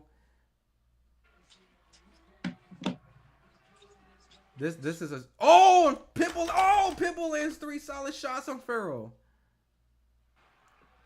This is where it is. This is what we as boxing fans, analysts, coaches love about the sport right here. This is where you can say you got your money's worth here. Bro, look, these two fighters can't be the same after this. They are taking so much punishment. Pitbull is starting to get teed off by Furrow right now. Cruz is too small, short for 145. Dude's at 5'9". Yeah, dude. He's literally in this position where these guys have the ability to outbox him. And that's what Furrow has been doing at pockets. He's been able to outbox him, keep him at range, and really make Pitbull really work really fucking hard. You know? Oh, solid left from Pitbull. A minute 25 seconds. Furrow is still being busy.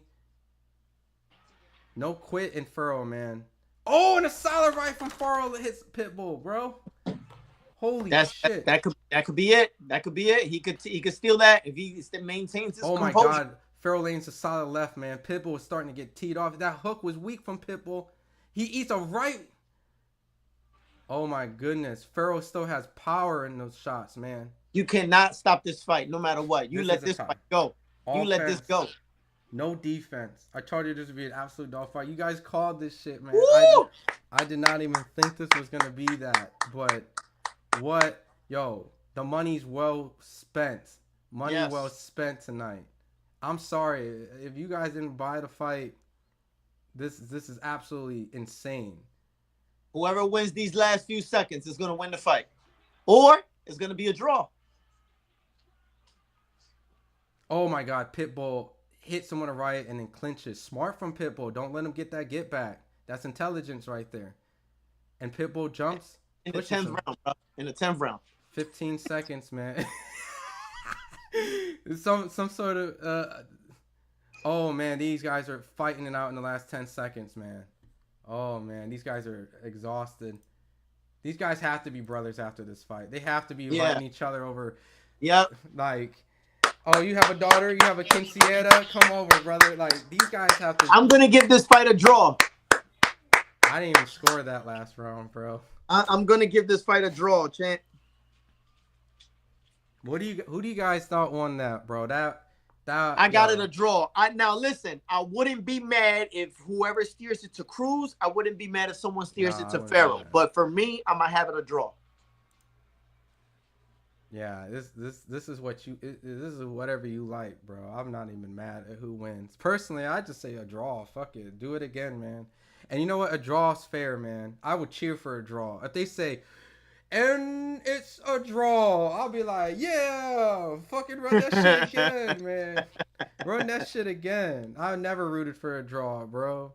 What a fucking fight. Pitbull looks exhausted. They got to bring the doctor to both these guys instantly.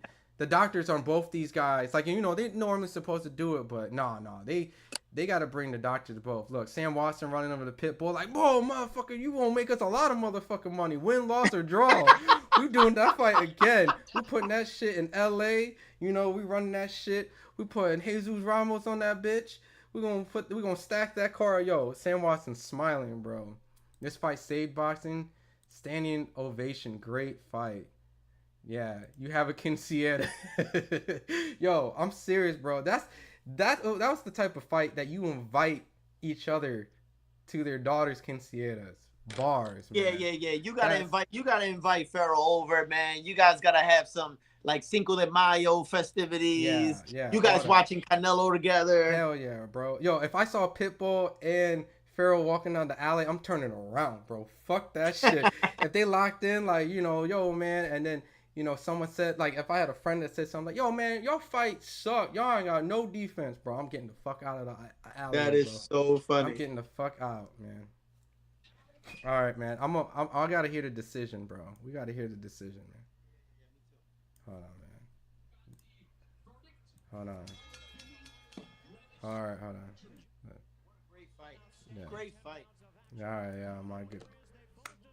Hell yeah, standing ovation, man. I need Pharaoh by decision.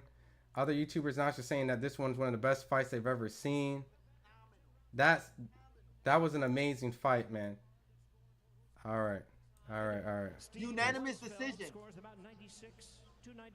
96-94. 97-93.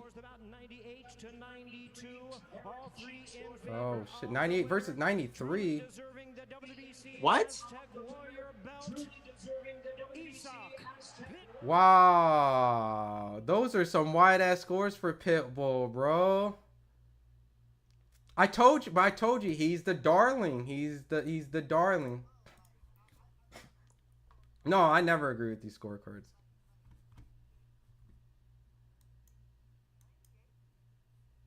Yeah, that's, you heard 98, right? Yeah, no. Bro, you know what it is, man. We ain't look. He was battling the machine, bro. He was battling the machine. Pitbull. I think Chihuahua by 1 round. Yeah, it was a close fight. That was why I thought Pitbull won. Look, I had it 5-4 going into the 10th. So granted, if you gave, I didn't even score the last round. I just enjoyed it. But if Pitbull did win that last round, then yeah, it's fair. But 98, oh, bro. 97, you know, like I said, depends. Like 98 means they only gave Pharaoh 2 rounds, bro. What the fuck? Oh shit. My bad. Our audio is off. I got my audio back up. My bad. I fucked up the audio. My bad. I fixed it. 98 though. Crawford's never like this. Why y'all bringing Crawford's name in, man? Here we go. Who's talking? That was a great fight, man. Yo, David Morrell and David Benavidez has a lot to live up. Pitbull may not have a long career in boxing with that style. Excuse me for a minute, y'all. Yo, I gotta see if there's some Twitter reactions, man.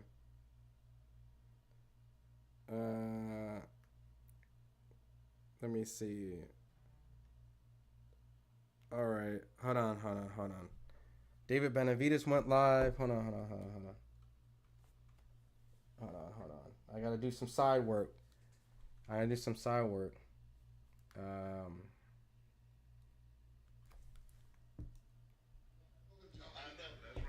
Here, let me put up David Benavidez real quick.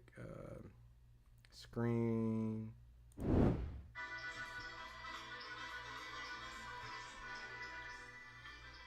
All right. Instagram. What do you guys thought about that decision, man? Hold on, man, there's a lot of people going live right now. Right, I don't.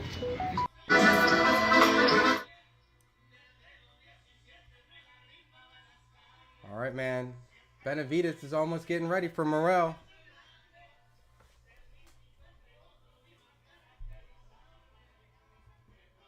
A real Mexican fight. Bars. That fight was crazy. These guys went 10 rounds toe-to-toe, and every round was pure fighting. No hugging, just straight toe-to-toe. Bars. Bet Pitbull father won't be screaming at robbery. Nah. Thanks, guys. Wild scorecards. Always. There's always wild scorecards, man. No, and the next fight we got is gonna be I said Crawford because y'all keep saying Crawford in chat. It's gonna be Brandon Figueroa versus Stephen Fulton, bro. The next one gonna be another banger. Then we got the main event. Oh shit. I gotta make some videos, man. What's good, Angel Beatmaker? Yo, Cruz was like a little chihuahua going off on them. Y'all crazy for calling him. Yeah, like Stacy said, you wrong for calling him chihuahua. But yo, what I'm showing right now is that's David Benavidez getting his hands wrapped live. So while we're let them rematch in LA because some of these close will go Cruz in Vegas. The reason Cruz lost to Ryo is because Ryo won convincingly, so they had no choice but to give Ryo the decision. Yeah. He said Chihuahua won, but the score was crazy. I'm not even mad at the Pitbull winning. I'm not. But bro, 98. They've only gave Furrow 2 rounds. Nah, man, they doing my man dirty. I'm a Furrow fan. I'm a fan of Furrow. Yeah. So that was oh shit. All right, I got Rob back. I was just showing him David Benavidez is on the. Oh, I'm sorry. I thought I unmiked it this whole time. No, you're good. Can you go back to that question that the one viewer was asking? Ben Morrell won't be like this. Morrell has more tools to avoid this type of exchange. I'm glad I tuned in to fight. Yo, that was a great fight.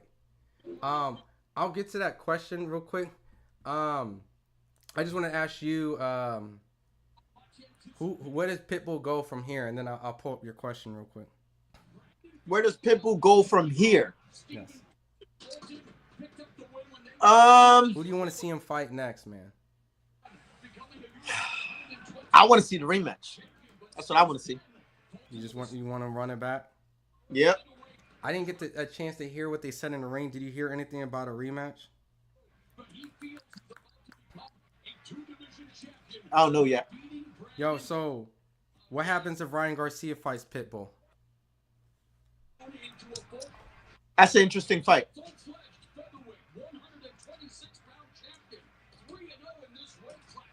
You think Ryan want to beat him?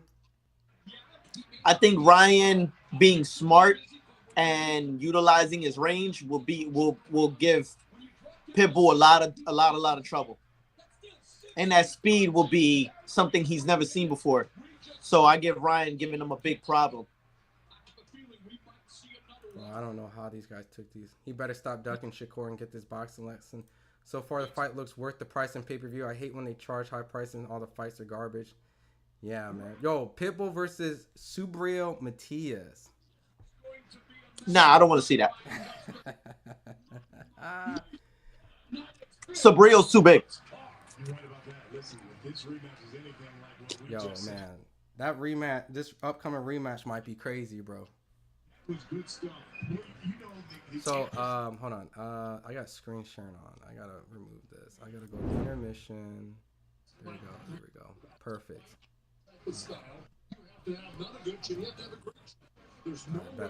All right, the question that you were asked was Dane says, I have a question for Rob. Do you think it's more beneficial to do a lot of road work and actual boxing drills while not worrying about weight training so much? I've noticed weights causes injuries. I'm still in awe of this. I do this every day of my life, and I still have. The fighters like that are just beyond measure for me. What an incredible performance! I'll tell you what, I dare somebody to top that tonight. There's no real way to answer the question because you need road work and you need boxing drills. So now, if we're talking and pertaining to the weight training, it also depends on the weight class. If you're a heavyweight, it's okay to touch the weights. You know, I just wouldn't excessively use the weights throughout all weeks of the camp. What I would do is I would start breaking things down. Like in the beginning, first of all, it should be a pre-camp. where a fighter is touching the weights to maintain strength, power, whatever it is you got to do.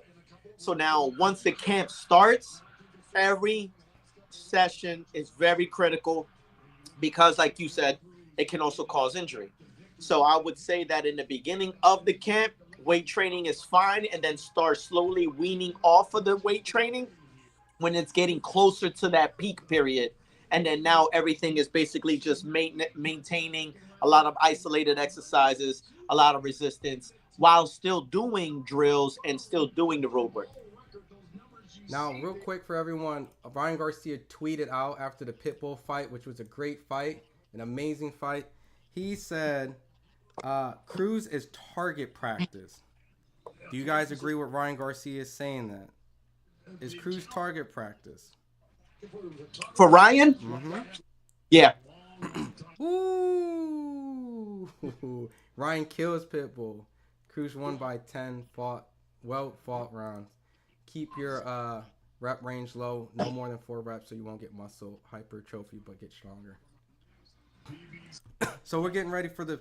So, look, are you staying on here for the Fulton Brandon Figueroa fight? Yeah, yeah. Oh shit. So real quick, everyone, show my boy Rob. He the best out in Philly. He's worked with all of them. From Jerron, he worked with Scooter for this. If you guys need a strength and conditioning coach, if you know a fighter that needs a strength and conditioning coach, this is the man right here. So I appreciate you. I appreciate you, man. Thank you so much. And let them know your social media handles if they want to follow you. You follow me. You can always message me. I'm always open to talk to whoever wants to learn about a couple things or just pick my brain on stuff, or you just want to have a conversation about boxing. You can follow me on IG. It's I am alchemy _TSW. And Facebook, I'm just Rob TSW Acosta. And TikTok, I don't really remember. But I love TikTok though, it's my shit. And then Twitter, X. I don't have a lot of friends. I got like 2. So I got 2 friends on Twitter. I'm saying I'm not on there that much. I just like going on there for the entertainment. All right, so we got Ron, your boy Steph is about to get retired, Mink says. So real quick, I gotta throw this up. I want you guys to see this as receipt, right? So Premier Boxing. And this is no hate. I'm actually personally let's see. I've been covering both guys actually for a while, but let's see, Premier Boxing Champions. I gave my prediction for a while. It wasn't like my ideal pick, right? Because the first time Brandon Figueroa and Fulton fought, I picked Fulton to win, and I thought he did win, even though in a close fight. Here, what am I doing? I just go to my fucking Twitter. So I gave my prediction, and I want you guys to see this was January 14. What is it? This is going to be an uphill battle for Fulton. So I'm going to favor Brandon Figueroa in the rematch where I favored Fulton the first time. I really expect this fight to be a repeat. However, I got the decision going to Figueroa's. Look at that. I said that on the PBC Twitter page. Look at that. Hey, yo. Right what happened to your mustache? Oh, I shaved that shit, man. Yo, how you gonna show the little Pierre mustache on here, dude, but don't have it on here? Bro, I was like rush. I had to rush to do a video. Like, you know what I mean? I had to quickly do it. All right, yo. I just be happy your boy out here now, getting some recognition a little bit, right? All right. Yeah, no. Listen, man. It's I'm rooting for you, bro. Please, listen. I'm not gonna entertain no disrespectful comments towards Scooter or anything like that. If you got your opinion, that's cool. You know, if you look at the fight a certain way, that's cool too. Yeah, it's just a fight. I'm just not gonna entertain no disrespectful shit. Yeah. Because at the end of the day, I did get Scooter ready for this fight. You know, it was a good camp. We just, you know, you got to see where the performance begins. You know, and honestly, I like I told you, I told Fulton, it's in the interview. Figueroa by stoppage, Pitbull doesn't Yeah. hit hard. Bro, Fulton better not disappoint me. Look, I told Fulton if he beats Figueroa here, this is his best win of his career, better than the first time he beat him. This is a Brandon Figueroa that's on a tear, a Brandon Figueroa that beat the shit out of Neary and didn't get dropped by Neary like Inoue did. And at this point, you have to go. Look, this dude is wrecking shit. He's at a weight that he says he's comfortable. To be honest, at the end of the day, it's good sometimes to be the underdog so that you can say you thought I wasn't gonna win. You thought I was gonna lose. Yeah. You thought I don't. You say I Brandon, fight nobody. For the and look what I record, did. for the record, Brandon is not sweet. Brandon is still a great champion. He was a great fighter. No, listen. No. I'm just saying. It sounds like you're speaking in past tense. Like, yep. No. He's solid, bro. Just to let everybody know, no one really overlooked or underlooked anybody. We just come in to get ready for a performance, and we're gonna show up. That's basically where we get down to. And at the end of the day, I know you're a great strength and conditioning coach, but Fulton's gonna have to go in there and fight his own battle. Figueroa probably has a great team, and he's gonna have to fight his own battle. So I know that both teams and both camps is top shape. So at this point, it's let the best man win, and that's just where we're at now. So yeah, and.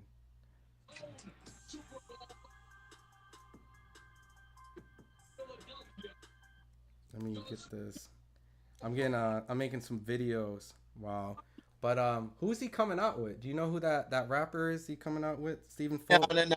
I didn't listen, bro. My job is the best prepare him however way. Any questions outside of that, I don't answer. That's fair. So I see some people saying Luke Campbell dropped Ryan Garcia, so they feel that, Pitbull and now got Ryan Garcia. Yo, I ain't gonna lie. His outfit is all that. Who? Fulton's? Yeah, look. It was like East Coast vibe all the way. Like, yeah, bro, like that's Philly right there. You know what I'm saying? Got the sauce, got the Timbs with the boxing boots. Like, what? That's fire.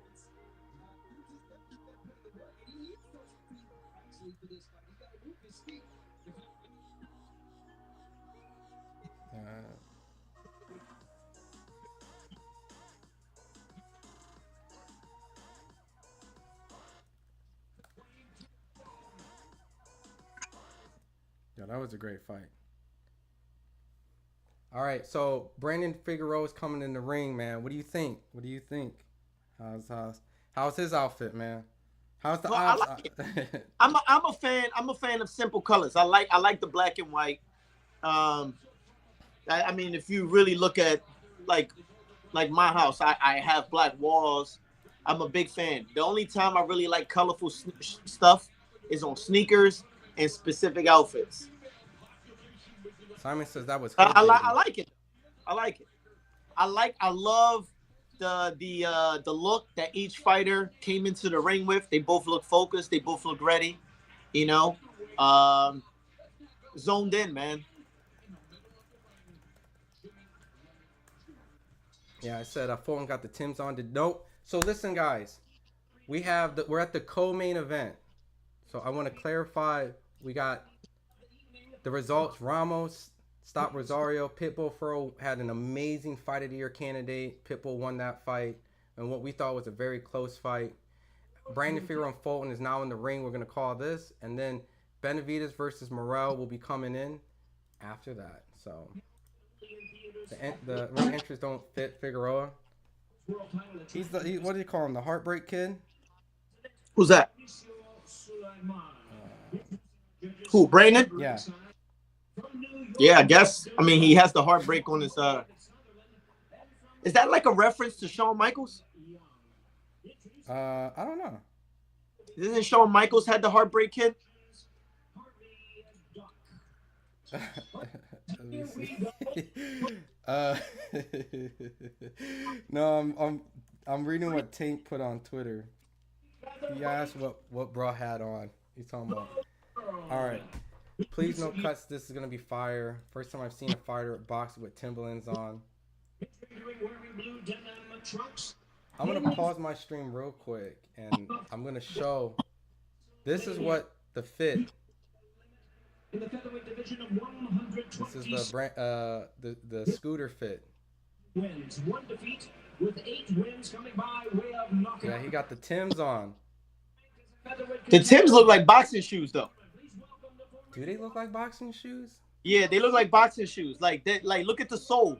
They don't have the same sole that Butters normally have. I ain't gonna lie, them bitches look like straight Timbs. They look like Timbs, right, Chad? That shit look just like Timbs. They look exactly like Timbs, but I don't think they have the sole like a Tim. How do you do that? Like, I don't understand this. What do you mean? I mean, you gotta ask Caleb Plant. He's the one with the best sneaker collection in the world. I'm gonna have to ask like Steven Nelson and shit because he be making budget. Look at it. It doesn't even have the sole in the back. You see what I'm saying? For anybody that wears Butters, man, that's what I'm talking about. The rim, the sole. It's not the double sole. Come on, man.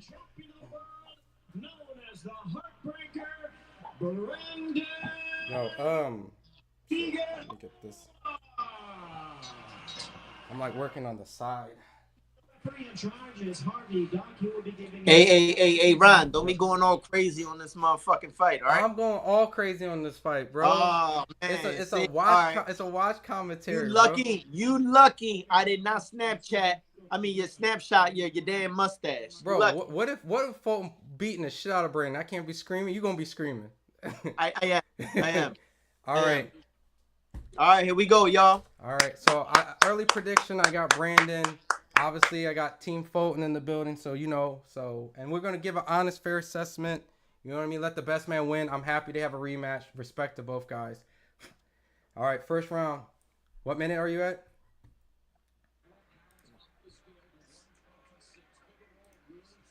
2 minutes and 48 seconds. I got. Right now it's a boxing match, man. You know, Brandon didn't come out ferocious, coming at him, high guard, a.k.a. Mr. Pitbull style. Defense. We're going to see some defense. It looks like Brandon wants to show some of his boxing abilities. This guy's a mid-range, man. A completely different pace than the last fight we saw. But I think this fight will heat up. It's a 12-round championship fight. These guys are both high-level boxers, high-level fighters. Props to both. Pitbull won the first fight. Pitbull won the fight. I thought it was close. I'm not mad at the decision. Just hate the scorecards. All right, so Brandon right now is doing a lot of level changes, man. He's starting to bounce up and down.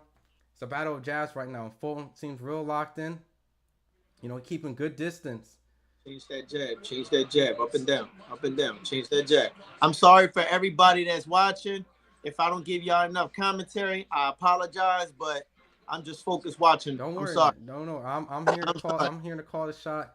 Brandon's trying to do some footworks. So far, the first round is looking decent. Double jab from Fulton. Hasn't landed, but it got some reaction from Brandon. This is a fill-out round. A completely different pace. Their custom boxing boots made him look like Tim's. I know, but that shit look crazy, man. Fulton might have more power at this weight. We about to see. This is his second fight here. You know, it's always important to understand his last fight was to get acclimated. You know, I know there was some adversity in his last fight, but still, it was his first time. Good jab from Fulton. Keeping Brandon on his back. He's not letting Brandon enter. Let's go, baby. Good stab. Fulton with the barbecue drip outfit. I love it. Stupid. I love it. They still look heavy. Definitely a fill-out round. I'm going to be able to kind of engage the chat a little bit more because right now there's definitely a fill-out round. Scooter, a.k.a. Cool Boy, Fulton. Good in good range, using his jab to keep Brandon at bay. Stay off them ropes. He's not letting Brandon put any pressure on him. Brandon's staying in mid-range. Fulton's definitely ready to counter. Good job. Good job. Fulton goes in and tries to go for a hook. Brandon doesn't really answer well. Definitely slow fill out round. Brandon hasn't got the modem going, but Fulton is definitely controlling the round. Not a lot of action. I think Scooter won that round. Watch that left. Watch that left. Good shot. I got Scooter that round. I do too. I think he definitely controlled the pace. All right, hold on. I'm sorry. I'm sorry. My bad, bro. My bad. For what? You Because I was saying my bad. Like hold on, because I wanted to comment, but I wanted to hear what they were talking. No, bro, you are invested in this fight. Look, if you see the stream, it says Stephen Fulton strength and condition coach right there. So. Oh, I didn't see that. So you invested, man. So the chat understands, man. The fact that you here just even existing in here. Yeah, bro. Listen, my dog got surgery, so I'm staying home. Oh shit! Hold on, Lonnie B, want to come on this? Lonnie, you want to commentate on this? You got the Yo, I got the notorious Lonnie B on here. Hey, so Lonnie, just quick rule, man. This is we're gonna give our honest opinions, but also there's gonna be people that rely on us to describe the fight as if they can't see it. So there's gonna be moments when you want to break down the fight, but remember, some of you guys can't even see the fight, so they don't know what the hell you're talking about. So. Okay. So you got the fight. How do you see the second round right now going on? You got the Fulton Figueroa fight. I can't see it, but I'm leaning more towards Fulton. You ain't even got the damn fight up? Nah, I don't got it up. But what are you doing? Beautiful. All right. How you gonna commentate when you ain't even got it? No. Leave him alone, man. Leave him alone. He wants to join in the. Hey, don't worry about him, man. Hey.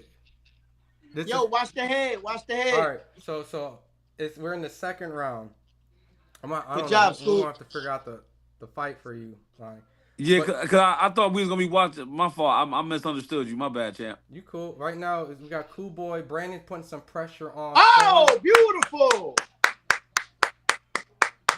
Let's go. You got his forehead red already. Keep boxing. All right, Keep boxing. Spammer out. So I'm working on the side. I got the David Benavidez that came phone. That's right. Stay tight. Stay tight. Don't let him hydrate. Let's go. I definitely see this match right now. Brandon Figueroa is definitely going to try to put some pressure soon. And Fulton's boxing well. You know, he's keeping Brandon at bay. Yep, that was the plan. Good try. Good try. That's all right. Just throw the hook behind it next time. I'm saying this shit like he can hear me. I can hear Bo, though. I definitely hear Bo. Bo has voice. That's one thing I can say about Bo. Like, that's one of the additions I can say about working with the Ennis family is his voice. You're going to hear it. Yeah, you're going to hear that voice. He got that deep, unique voice. And the thing is, even when you're not in the gym and you're training on your own, you're going to hear that voice. Yeah, facts. So real quick, Lonnie, this is Rob Acosta. He worked. What's up, Lonnie? How are you, bro? How you doing, bro? He worked with Scooter for this camp for the Brandon Figueroa fight. So obviously he's definitely going to be heavily invested.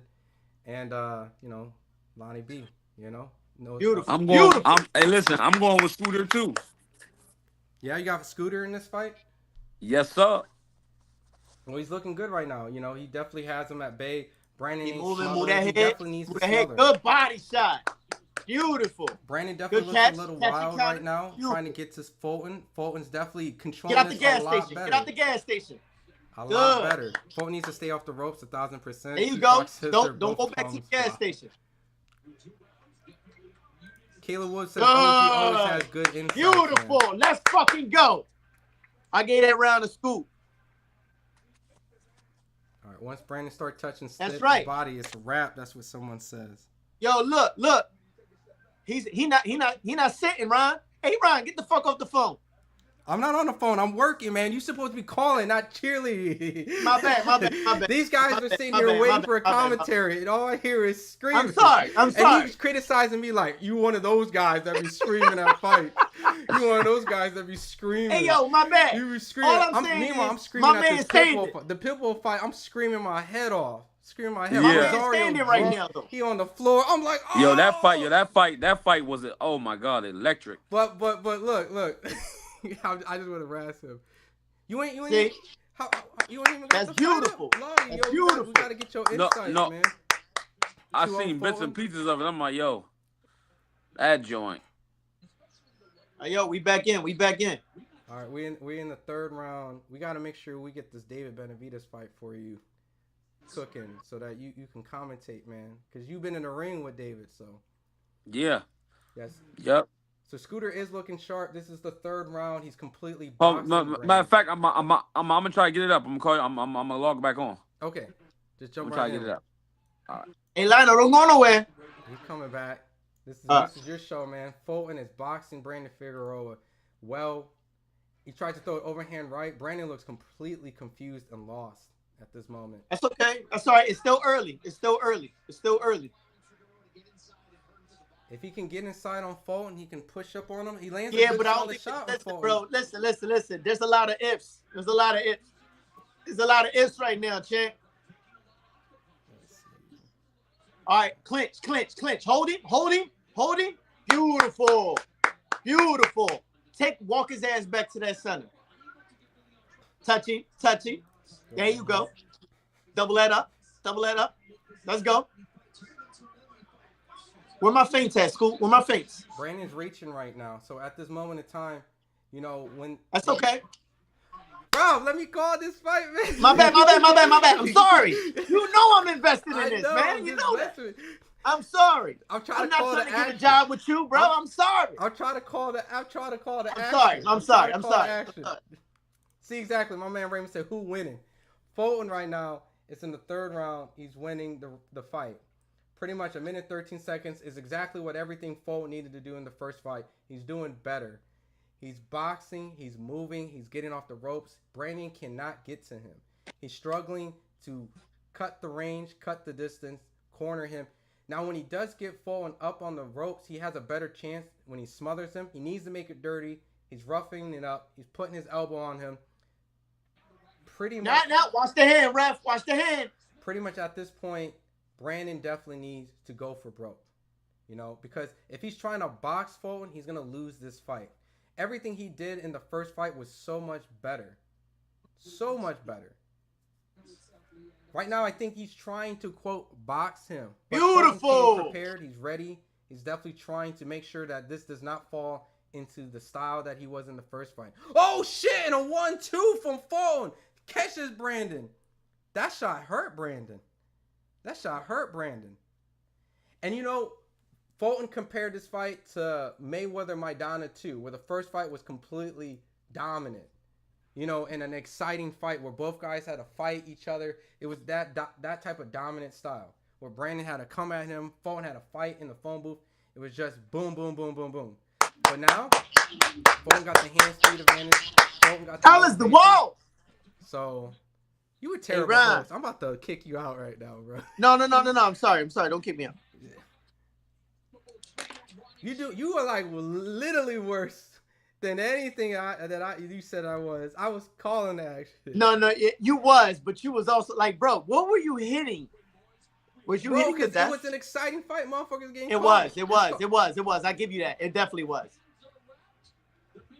Now, obviously, this fight is definitely a completely different pace. And it's a good pace. I love how Scooter's coming out. He's keeping his composure. He's staying behind the jab. He's using his legs. He's using his speed. His reaction every time was really good. He's not letting Brandon get into his comfort zone, which is being in the inside and Sari. So I think it's a good start so far. It's a good start.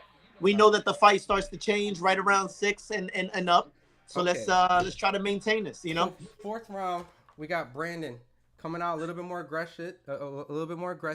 Fulton making sure that he does not get any type of advantage kind of clinches up a little bit, lifts Brandon up. Ref breaks them up. Scooter got to land the famous uppercut. Ran a parlay. Eastside Cruz, Benny, Fulton. They had Fulton plus 200 when he won Good the job. first fight. Good, beautiful. See, and this is what I mean. Like he's as soon as Brandon gets close, he's gonna go for the clinch and he's gonna tie him up. That's what you do with a guy that likes to fight in the inside. That's what you do with a guy that's very aggressive. You got to try to frustrate him a little bit. All right, so right now, Brandon. Another straight right hand. Another right hand. Good right hand. So Brandon right now is definitely struggling to kind of close the distance. He definitely needs to make this a tough fight. He definitely needs to go for broke, make it ugly, throw some technique out, hold his head, clinch, grab him, push him, maybe get a warning from a low blow. You got to make this dirty at this point. You're the bigger man. You pose and you say you're the stronger man. Beautiful hook. Push Fulton in the corner. Make this dirty. Run. But see, that's what I'm saying. That's see what I'm noticing too with Brandon at this moment is Brandon is not even trying to cut off the ring. He's not. He's just following. Watch every step. Watch. Look, he's following. See, he's not really cutting off the ring. He's trying to figure out right now, okay, what can I throw to try to get in my range? But every time I get in close, he's either clinching or he's getting into that range, which is what we know we can do. Okay, hold on, Rob. I'm gonna pause. I'm gonna take over the commentary real quick because they don't even know whose right hand you talking about. So, no, so let me take over, brother. Let me hold on 1 second. Let me get control because they need. I'm sorry. Commentary. So we're 4 minutes in. I mean, we're in the fourth round, 37 seconds. My whole entire perspective is this is exactly what he meant by Mayweather versus Maidana.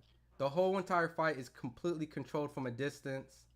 Figueroa is definitely not able to get his offense together. He's not able to get any type of tactics. And even when he is trying to smother Fulton, he's smothering his own offense.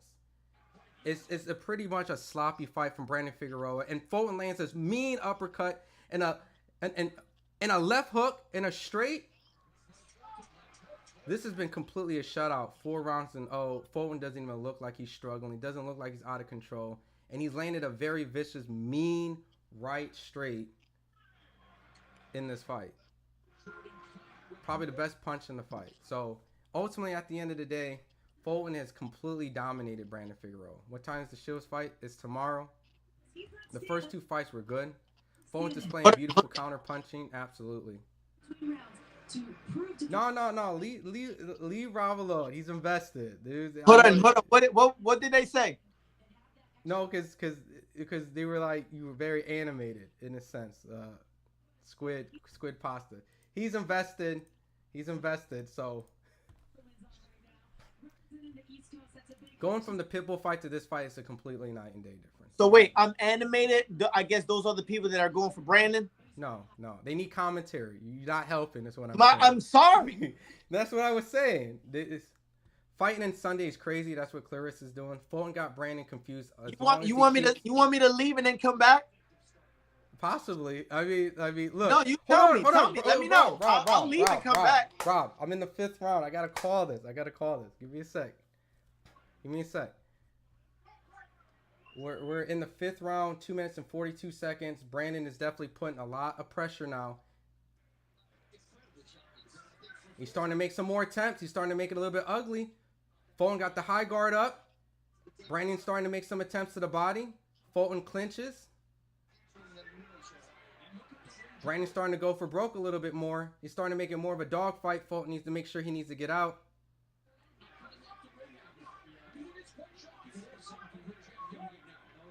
Fulton tries to go for a right hook, barely misses. Brandon is starting to put the best aggression in the fight so far. This is what we needed. We needed Brandon to kind of just go in, throw some shots, make it ugly, use your weight. Fulton's doing a good job controlling the Matador, but it's starting to become ugly and starting to repeat of the first fight. Figueroa is applying that pressure, and it's effective pressure at this point. He's starting to make it dirty. Good uppercut from Fulton in the clinch. Good right hook from Fulton. Good left hook. He countered well on his back foot. Now it's a phone booth. Brandon is pushing him in the corner. This is Brandon's best attempt so far in the fight. Figueroa definitely has an ugly style. His brother had a worse style. Brandon can't afford to play catch up when he didn't have KO power. When you don't have KO. Exactly. Now he's 0-4 right now.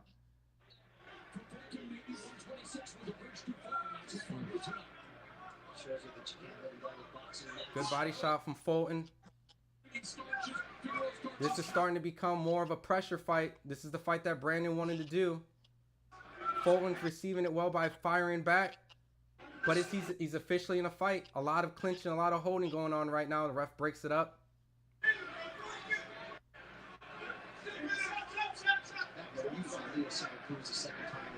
Definitely get off the ropes. Fulton definitely is on the ropes, but he got off the ropes and he throws a good hook, good uppercut, good hook. The next fight will be Benavidez' fight. Good body work. Jose is not impressed with this fight. It's boring.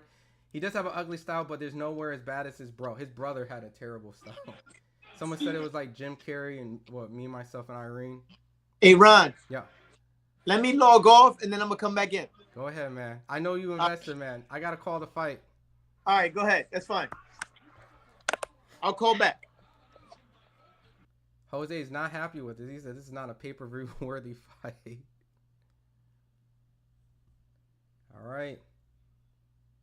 Brandon goes to the body, man. What do you guys think? You think Brandon actually was able to steal that round? Fulton goes to the corner. Bozy looks like he's a little bit upset. Oh, I know. Look. I'm not even. It's not even. Look. He's invested in this fight. He was the strength and conditioning coach to Fulton. There's nerves with him too. He can't even call the fight. Ortiz says nobody cares about this fight. He said this is a sparring match. I mean, look, there's a lot on the line for this one, you know? I think Fulton's career is definitely on the line. You know, he can't lose this fight. And I think right now he's winning the fight. Brandon needs to stop silly fighting. Let me get this. Yeah, Jose is not happy with this fight. 5-0 Fulton. I can see that, man. Yo, this is becoming extremely dominant. This is completely different. T5 says no, 3-2 Fulton. Yeah, I know. Rob, look. He's invested. But yo, Brandon's starting to put a lot of pressure now.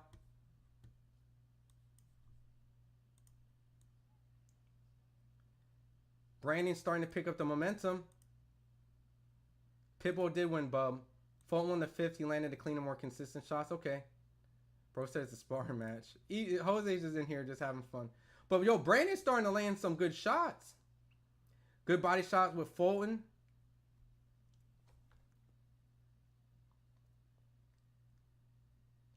Fulton's working in the clinch right now. Larry Hazard, 5-0 Fulton. This is pretty dominant for Fulton right now. I will be back. Great job. Appreciate it. 5-0 Fulton so far. Has Benavidez Morrell. Nope, the next fight will be. Fulton is definitely controlling the Matador. Good body shot from Fulton in the clinch. Brandon's trying to work these shots, but these shots don't really seem like they're affecting Fulton. Good body shot from Fulton. Good uppercut from Figueroa. These guys are phone booth. It's a repeat of the first fight now. Toe to toe. Fulton initiates the clinch. Referee breaks it. The fight is now starting to pick up. Brandon ain't getting no damn KO. It doesn't seem like it. David Morrell wins. Fulton left hook misses. Oh, good uppercut from Fulton. 2 good body shots on Figueroa. 2 left hooks.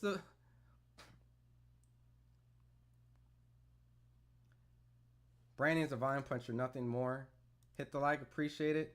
I got a draw. Yeah, it's the same as Royal Rumble. Figueroa is fighting dirty. You know what, Mr. Grani kind of has to. I'm not for dirty fighting, but I understand. He's going to have to make it rough and tough, man. If not, he's going to lose this fight. He's already 5-0 in many people. Good uppercut from Figueroa. He has Fulton on the ropes. Fulton got to get off the ropes.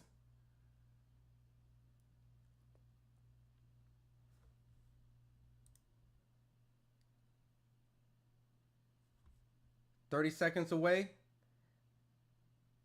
The most effective shots are from Fulton's uppercuts when they're up close toe-to-toe. Oh, good shot from Figueroa. Good uppercut from Figueroa. But Fulton still seems comfortable. He's pushing the big man back, digging to the body. Fulton looks strong. 2 good body shots from Fulton. He gets warned for a low. Yo, Fulton looks sharp, man. He's out here trying to silence all the haters, man. It's part of his style. His fighter needs to bend the rules, yeah. Murd says the black fighters are undefeated so far. It's 2 garbage men fighting. This is trash. Jose, can I ask an honest question? What don't you like about this fight? And it's not a dig. I'm just trying to understand I'm just trying to understand the criteria. What a name, man. Dallin says, hell yeah. Thank you, God. I didn't pay for this. Figueroa hitting behind the head, plus he's hitting low. He's basically fighting dirty. He has to fight dirty. Are those real Tims or am I tripping? Jay says, no, those are design Tims for boxing. 6-0 Fulton? Yeah, I got the same thing. Those are actual boxing shoes, but they're designed as Tims.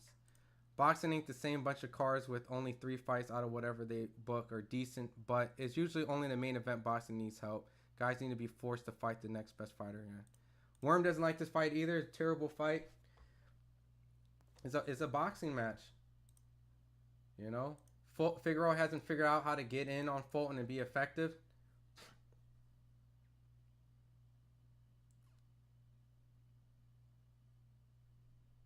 A good 1-2 from Fulton. This is not the fight that I predicted.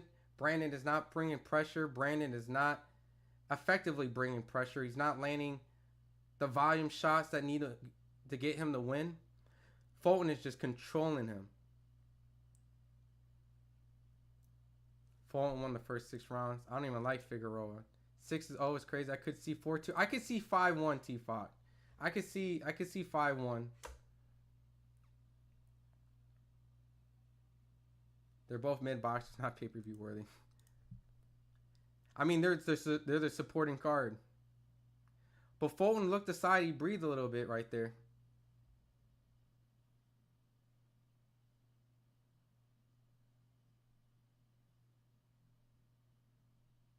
Yeah, Fulton definitely knows how to deal with Figueroa's pressure really well.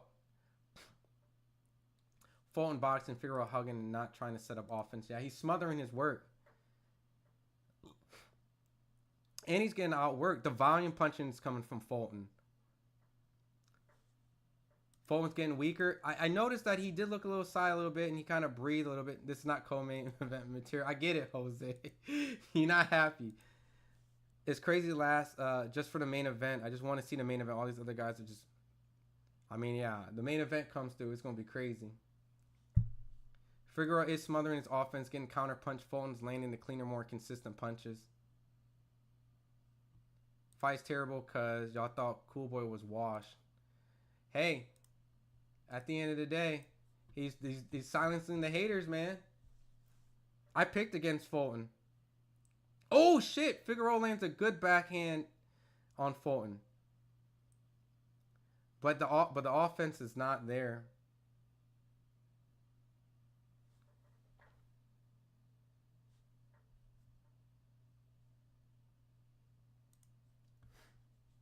What round is it? We're in the 7th round of the Brandon Figueroa and Fulton fight. And Fulton's definitely ahead. Complete shutout. Figueroa hasn't gotten better since his last fight. Why is he switching so much?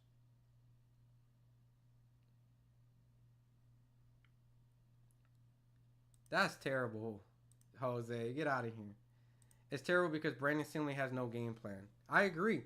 For a world championship fight, you expect effective aggression, and it's definitely like sloppy aggression. And Fulton, Fulton's controlling the fight, even in the inside. Wish we could fast forward this fight. At this point, if Figueroa does not put on good offense, I would want to fast forward because Fulton is definitely in control. Andy Cruz is in the dressing room for David Morrell in support. Shield fights tomorrow. It's a lot of haters in the house. I think Fulton's doing a good job, but I agree that Brandon Figueroa's offense is confusing because it doesn't seem like he has a game plan. It doesn't seem like he has any sort of, I don't know, plan. Like he's just kind of just pushing forward. We'll see how the second round goes. 7-0 complete shutout by Mr. Grinding Assist for Fulton. Figueroa hasn't yet to win a round. The pressure of Benavidez would be too much for Morrell. Glock, yeah, we're going to wait. We're almost there, man. Good body shot from Fulton. Good uppercut from Fulton.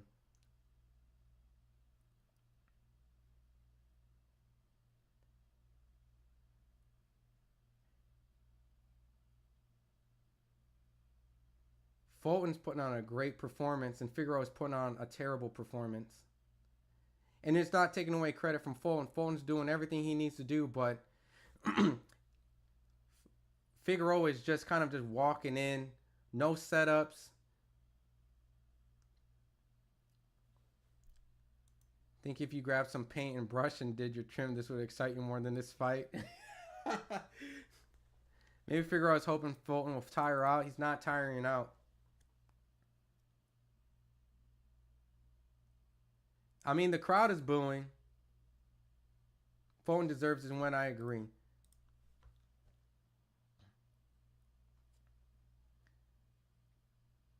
We're a minute and 44 seconds. Figueroa still hasn't figured out his offense to get Fulton. Fulton is boxing. He's winning the insides. I don't expect this knockout that Fulton. Oh, good uppercut from Fulton.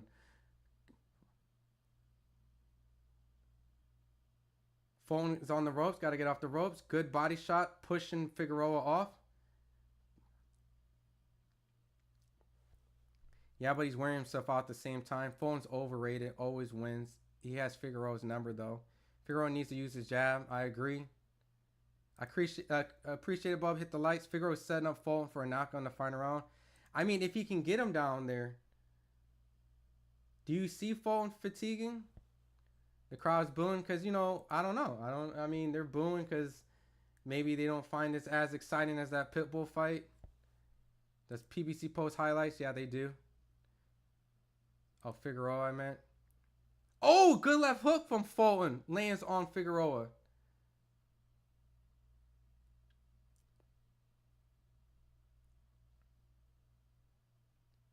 Figueroa is definitely trying to make this an ugly fight, pushing Fulton on the ropes. These guys are exchanging body shots. Fulton's clearly winning so far. He's definitely winning. Good left by Fulton. Benavidez would beat Morrell. Ava says, all Fulton has to do with Figueroa throw the left body hook, time it, throw the right uppercut, fire by left jab, right body shot, and the fight's over. I mean, he's doing everything he needs to do to win. But he definitely needs to stay off the ropes. Bosie's telling Fulton to stay off the ropes. Fulton's face, he's bleeding. Just box, man. Fulton doesn't got no chin. Figueroa needs to tap that chin, Edgar says. These are good inside exchanges Fulton's getting, but they're kind of exchanges that he doesn't really need to be in. Get off the ropes. Move. Use your legs.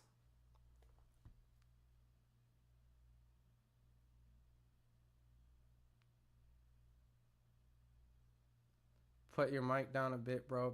Please, my son has his TV loud as fuck. You want me to turn the volume down? I mean, I'm in the green, bro. I can't make it super quiet. If Fulton steps back and lets his hands go, he'll stop him. Figueroa will walk right into a KO. Ortiz says, I guarantee this fight made thousands of people fall asleep and they're going to wake up to Benavidez fight over. Like, what the hell? I ain't going to lie, though. The Pitbull fight, if we can rearrange it, the Pitbull fight would have been the better co-main.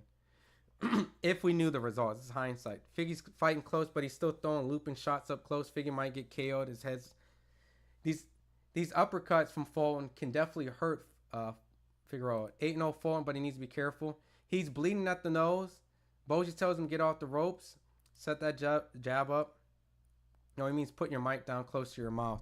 Oh, okay, like that. My bad, T-Fox. I misunderstood. Good combination from Fulton. All right, there we go. My bad. Hopefully that's better. I appreciate T-Fox. Fulton needs to put some muscle on those punches. No, it's good. I had to lower his TV. Okay, Philip. I misunderstood. I'm trying to like call and look. Brandon needs to step up his game and put some pain in the body punches. I don't know what Figueroa's plan is, man. It's very fundamentally just not sound. He's just coming forward. He's trying to make this a fight. But I don't know what Fulton's doing at this point.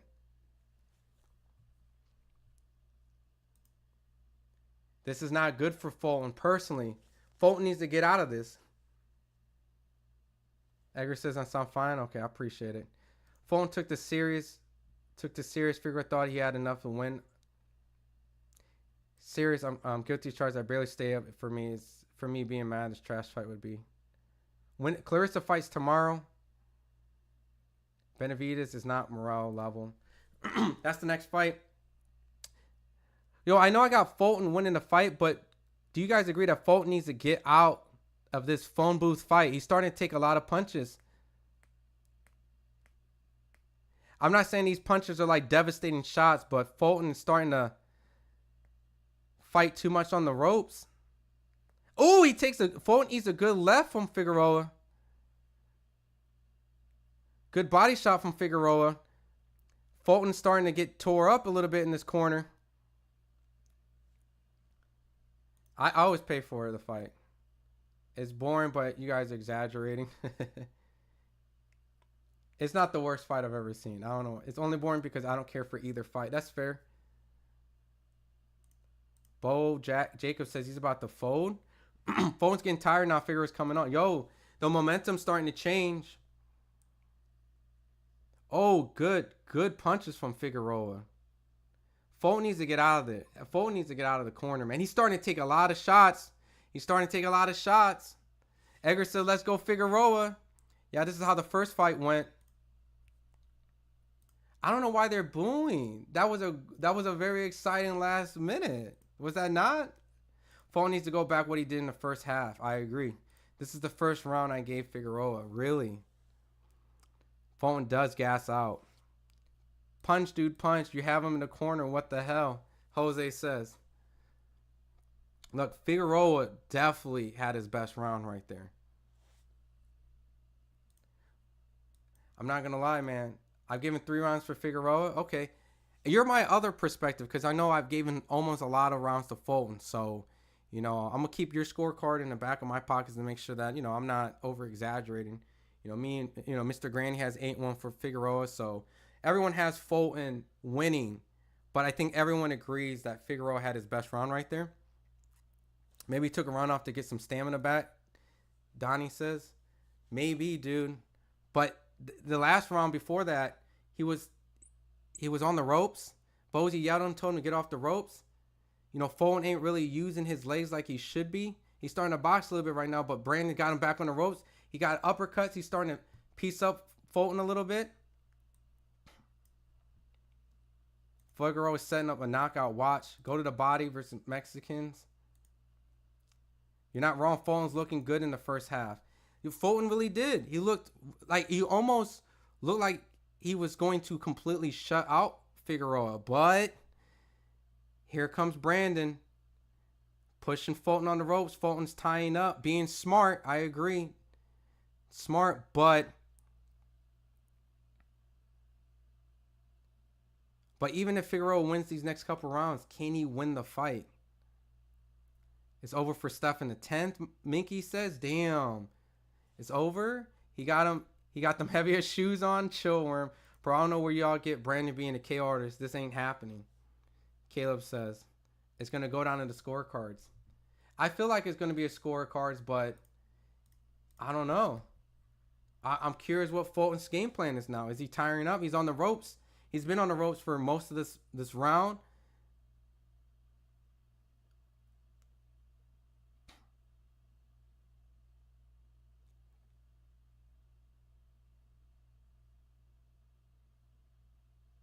A little ugly. All right, ref breaks it up. Figueroa got a great chin, but Fulton got no power. I doubt the judges have every round for Fulton but one. You're right. Yeah, Fulton wash. It don't look like it. Fulton has 8 KOs. Good 3-piece from Fulton. Brandon has nothing on those punches.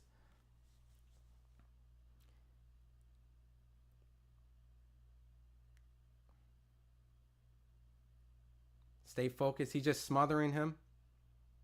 I mean, look, even if there's not a lot of action pushing him on the ropes, you know, some judges might see that as effective aggression. So, ooh, good hooks from Fulton. Good uppercut. Ooh, good uppercut from Fulton. Good body shot from Figueroa. Appreciate it, Rob. Oh, good body shot from Fulton.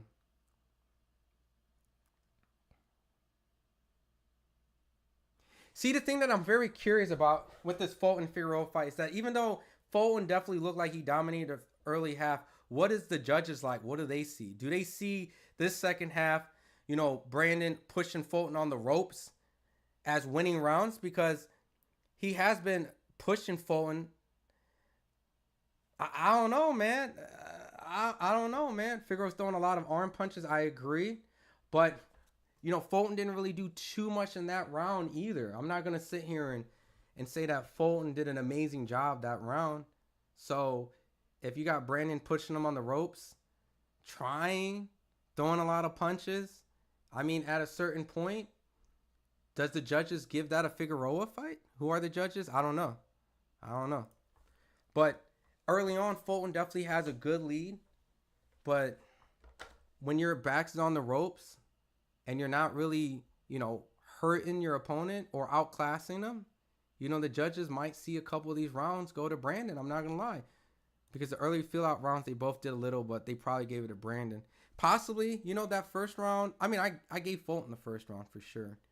But it wasn't a lot of action. So,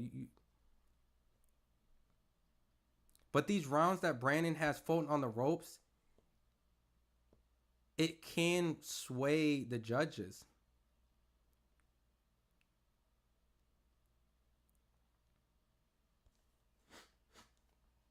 Fulton's looking nice out there. Benavidez, I don't know who wins. Boo Robinson. I gave Fulton the 10th. Okay. We're in the 11th round, 2 minutes and 33 seconds. Andrew, we're in the 11th round for Brandon and Fulton.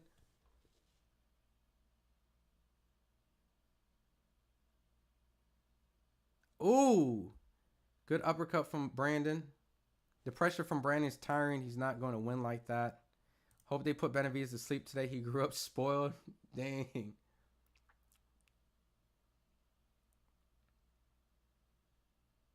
We're 2 minutes in. A lot of holding. Regardless, Fulton's clearly winning.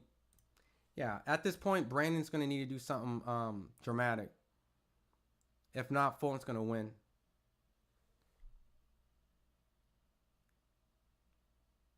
I hope Brandon wins. Edgar, I don't know, man. Fulton's looking solid.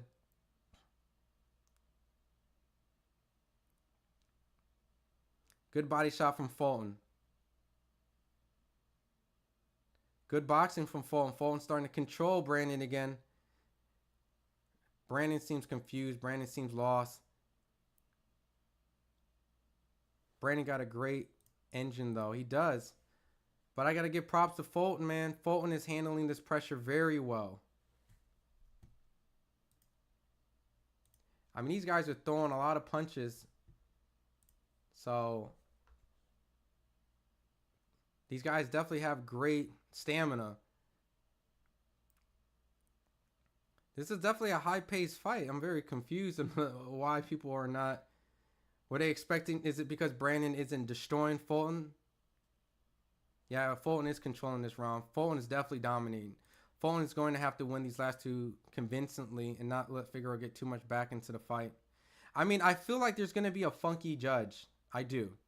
I definitely feel there's going to be a funky judge. Half step back, let your hands go. Yeah. Boo Robinson, I got Benavidez winning tonight's shots. Yeah, Rob definitely did do a good job with Scooter, man. He got him ready to go 12 rounds with Brandon Figueroa and throw high volumes in the late rounds. Brandon's fighting like he's one of them dreams where he can't run or punch. Yeah, shout out to Rob, man, because we're going into the 12th round with a bigger man who's putting pressure, trying to throw a lot of punches, trying to be dirty, trying to be rough, and Fulton's still throwing active amount of punches in the 12th round, so I think it's safe to say, and the new Eddie Reynoso's there. It's gonna be a great fight, man. Morrell Benavidez, man. Figueroa hitting behind the head. He needs to stop doing that shit. Look, if the ref ain't warning, man, you're gonna keep trying to get away with it. But it's look, 1 round left, man. I say it's over. Long as Fulton stay in control, he should win the decision. They're reporting Canelo's there. Woo! What's the problem growing up with nice stuff? I don't know. Fulton won the 11th. Yeah. Who's winning? Stephen Fulton's winning very comfortably against Brandon Figueroa. It's been a pure shutout practically. Maybe Figueroa got a couple rounds, but at this point, it's not what we predicted. It's not Fulton who's not able to take a punch or not be able to box or is washed.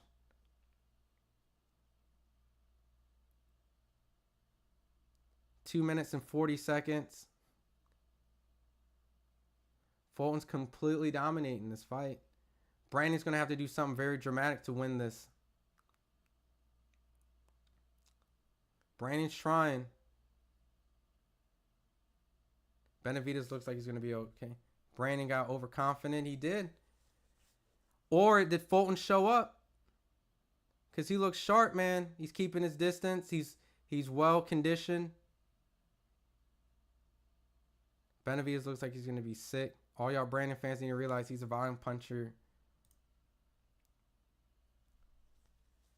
Yeah, man. Fulton throwing a lot of punches, man. Active. He's fighting in the pocket. He's controlling the pace. Great way, John. Fulton put on a clinic. I know that people wanted to see blood and guts from Brandon, but Fulton was like, no. He's pushing Brandon on the ropes now. At this point, Fulton can shut down the naysayers. He already shut down the naysayers. He just got 1 minute and 30 seconds before he can collect his belt. Fulton's cooking right now. Fulton's back. Ismus fights butt. Well, there's a new champion here, man. 1 minute and 13 seconds. Brandon's trying to dig to the body. Ain't working. Fulton fires back. I do feel like it's going to be a funky scorecard. General Chris said, goddamn, this fight was ass. Fights butt. Skills pay the bills. But you got to think, if you're Fulton, do you want to be in a blood and guts fight with Brandon? Absolutely not. He did everything right, and Brandon did everything wrong, man. His offense did not show good. Good shot from Figueroa. I see you, Rob. I'll bring you in a second. I know you're ready to scream and shout and celebrate. And the new, I haven't seen a dude win a fight in Jorts since the early 80s.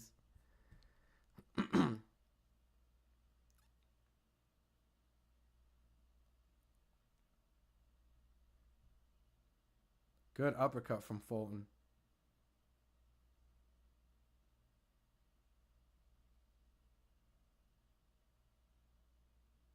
Man, they are booing. Fight got me tired as fuck. Just a B-level fight tonight. They better pray anyway. Doesn't move to 126.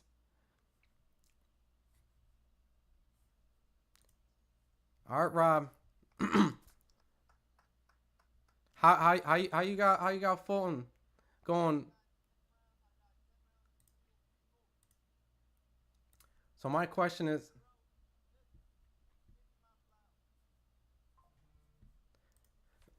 So my question is, you got this man to go 12 rounds, throwing punches nonstop, fighting the bigger man.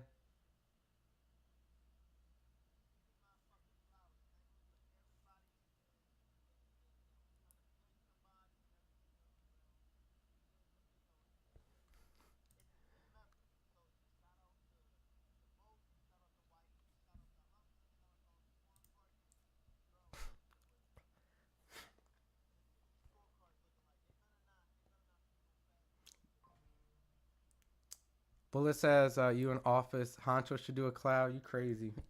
I met him before at a... No, he's talking about me. Office Honcho, because he's black and Asian too. So, yeah, I see him at Golden Boy fights here and there. So everyone says easy money. Who's winning? Jay Elliott? Fulton. They're booing to stay awake. Cole got this in the bag. And the new... General says snoozer. Never know what these damn judges... I feel like there's going to be a funky judge. One funky judge. But Fulton's going to walk away as the winner. Fulton worked hard for this fight. How come Nayo anyway made it look easy beating Fulton? Because he's the top 3 pound for pound. All right. Scorecards, man. My bad. You're fine. Oh, I don't even have your volume up. Zachary Young both scored about 116 to 112. Next, DeLuca sees it 117 to 111. All three in favor of the winner. All three. And the new. Here we go. And the new. Stop playing with me, man. Because Inoue has real one-punch power. Philly about to have another world champion added on the Ennis list. Let's go. I can't wait to address so many fucking people on the comment. Good fight for Fulton. Nothing like the first match, I agree. He looked a lot better.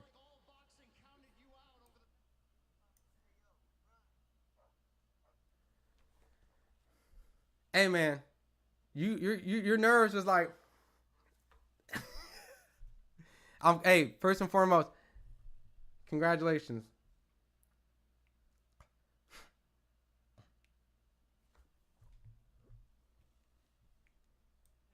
I want to say, continue to support me the way y'all support me, right? There's negative and positive. If your first fight with Figueroa was about will, this one was about skill. Silence. How did you do that in there tonight? If your first fight with Figueroa was about will, this one was about skill. How did you do that in there tonight? All right. They got it right for once. When it's the main about, so the next one's gonna be coming up. Great breakdown. The technician wins again. Let's go. Easy work. Scooter.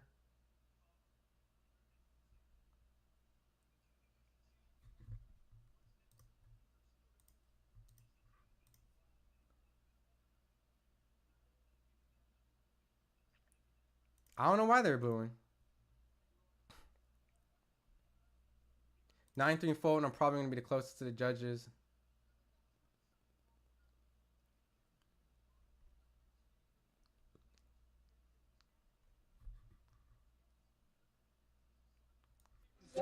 All right, we are set for the main event. All right, bro. Thank you, bro. So congratulations, man. Congratulations. Thank you. Bozy, Wai, Absolutely.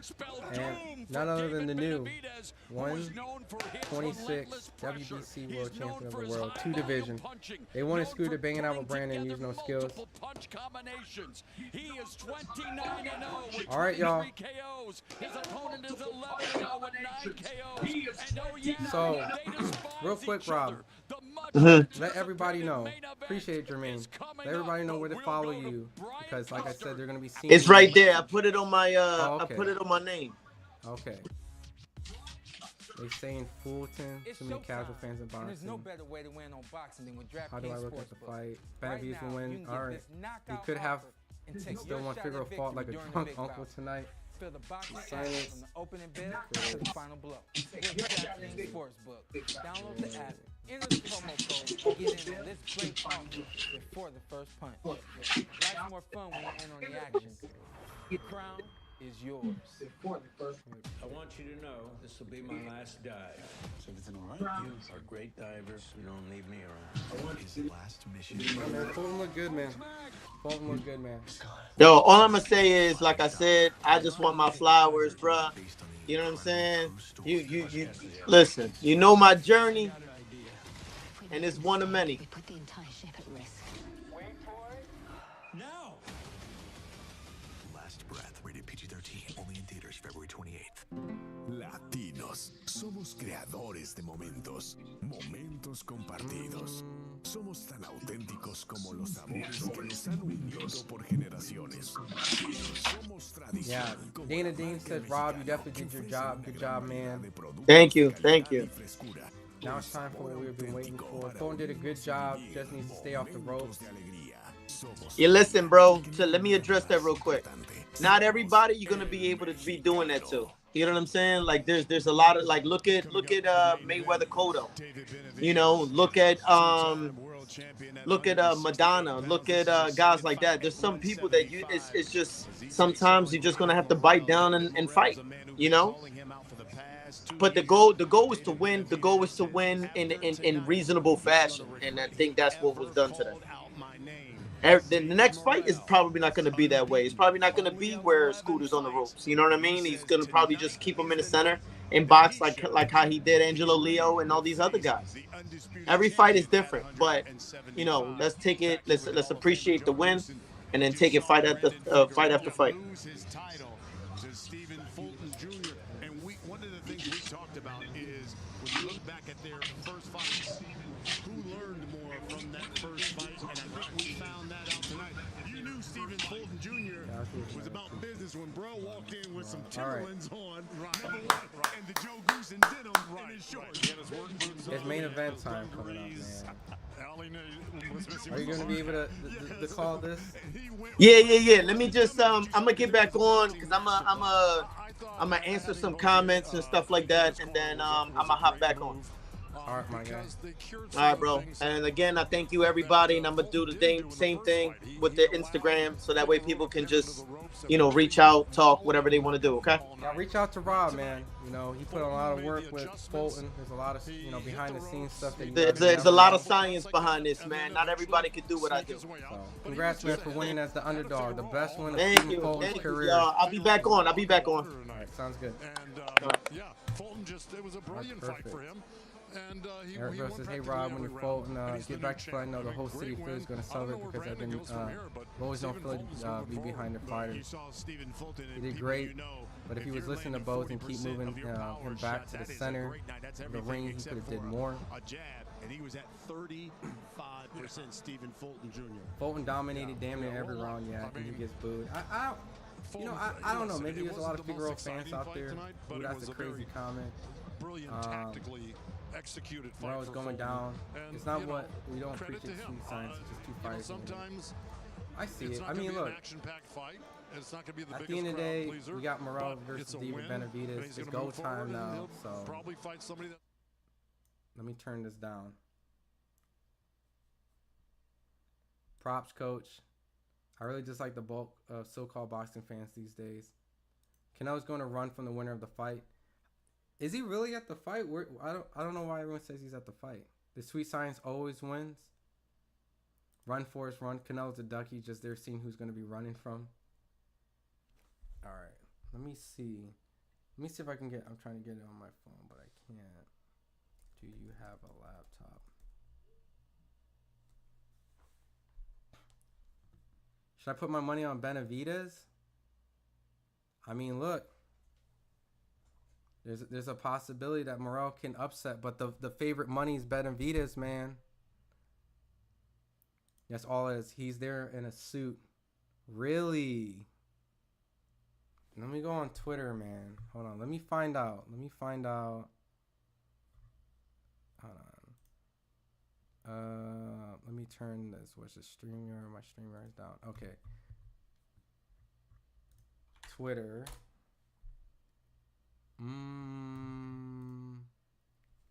Where is it? Canelo, right? You guys said Canelo's there? Eddie Reynoso. Eddie Reynoso's there. I don't see anyone posting anything Canelo. Canelo's in a suit? Nah, man. Canelo ain't there. Canelo's not there.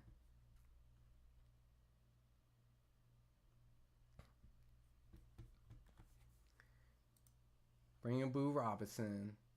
Prior to the fight, I truly thought Figueroa would win. I didn't think Fulton was the same fight after his loss to Injury, but he really impressed me with his performance. I agree. He silenced all the critics. I picked Brandon Figueroa to win the fight. My first pick wrong of the year, man.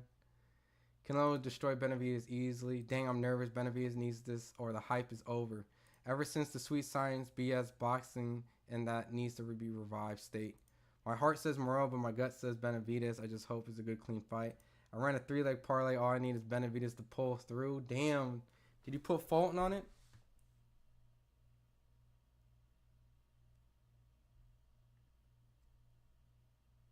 Let's see. Let me see. Can I?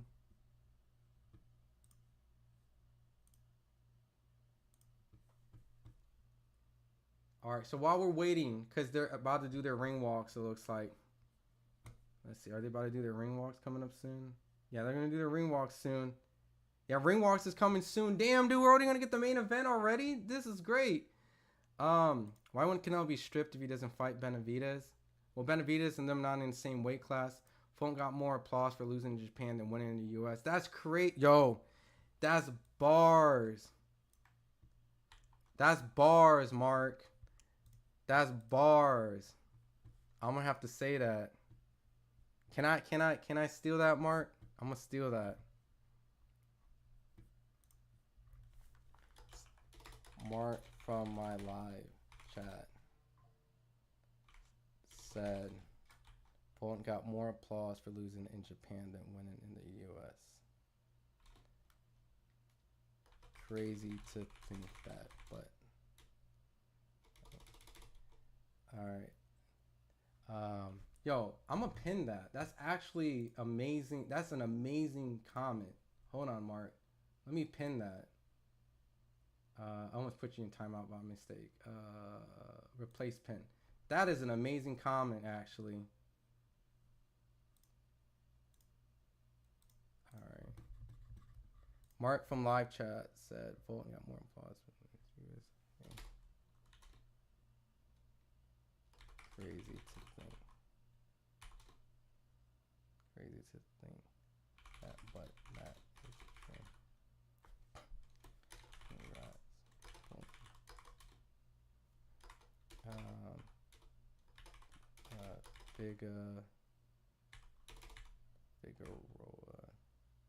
Figaro Fulton.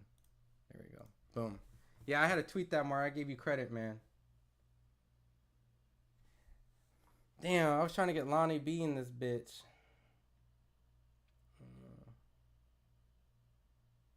But he's having technical issues, y'all. That's unfortunate. Fulton fooled me tonight. Man, he shocked the world. Eddie's there to report back to Canelo who he has. Eddie. I mean, he's there. Eric Rose says, I got confidence for Fulton can win a rematch with Inoue because when they fought in Japan, something mentally and physically. I mean, look, that was a lot for Fulton to go over there. I'll still favor Inoue. Don't get me wrong. But, you know, sometimes also you just got someone's number, man. Like, that's just what Fulton showed. Maybe sometimes that's just what it is. Sometimes hard for the mind and body to adjust to the time difference. Yeah. Plus, he was going through all that, like, hype of fighting what people call the boogeyman and all that stuff. Like, who is it to fight for Inoue? I mean, I don't know, bro. Inoue's just...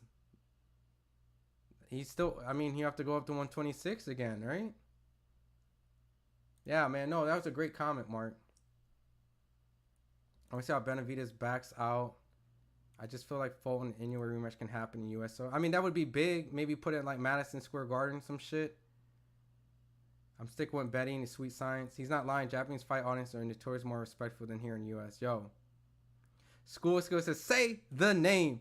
Fulton ain't got no fans. Jeez. All right. Well, Benavidez is walking in the ring right now, man. Oh, man. No, the fight hasn't started yet. Benavidez is getting in the ring right now, man.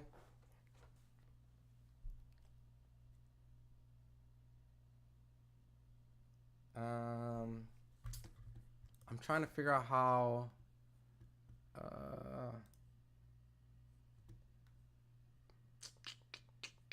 Hold on. Add stage. show? How can I show my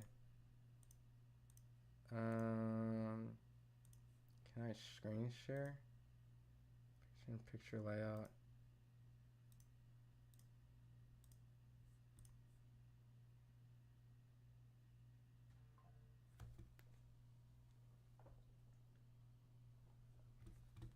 All right, let me get these spammers out. Gentlemen, we welcome you to Aw, the T-Mobile shit. Arena here in Las Vegas, Nevada, as Premier Boxing Champions presents the PBC pay-per-view on Prime. Much anticipated. Here we go, man. Ooh, let's go. Promotions and Mayweather Promotions. Nah, this is all live commentary, Christian. The crown is yours. We can't get them copyright strikes. Yo, tune in. It's gonna be a close fight. All right, get your pen and papers out. I need scorecards.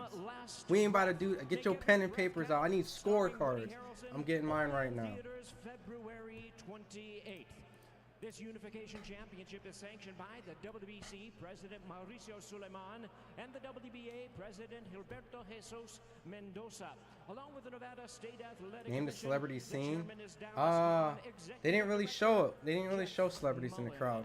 Introducing our three judges scoring If anyway gets Fulton's number, but they fight in America this time, he can have a better, especially since he showed tonight that he can rise to his peakness.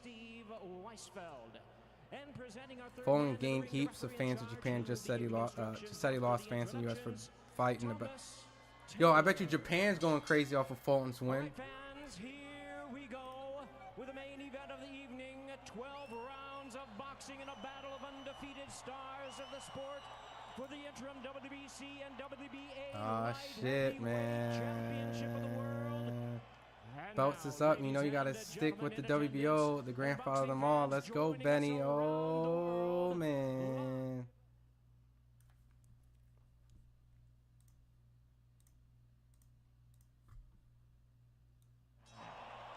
Fight time, man. Yo, I need picks.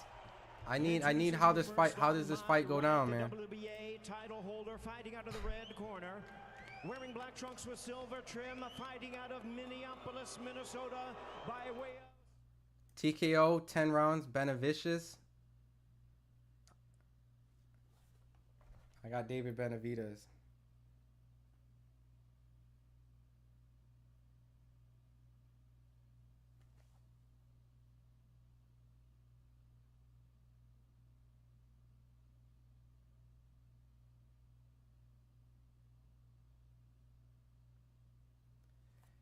Benny decision, TKO 11.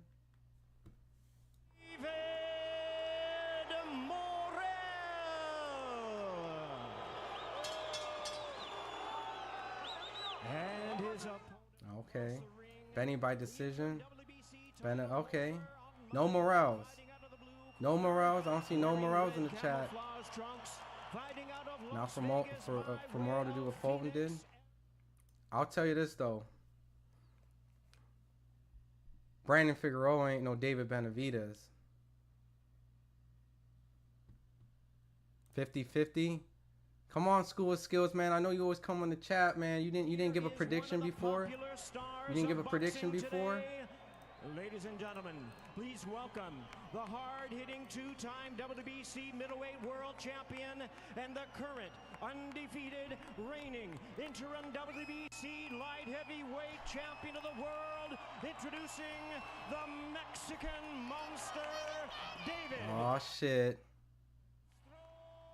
Here we go, man. Here we go, man. It's game time.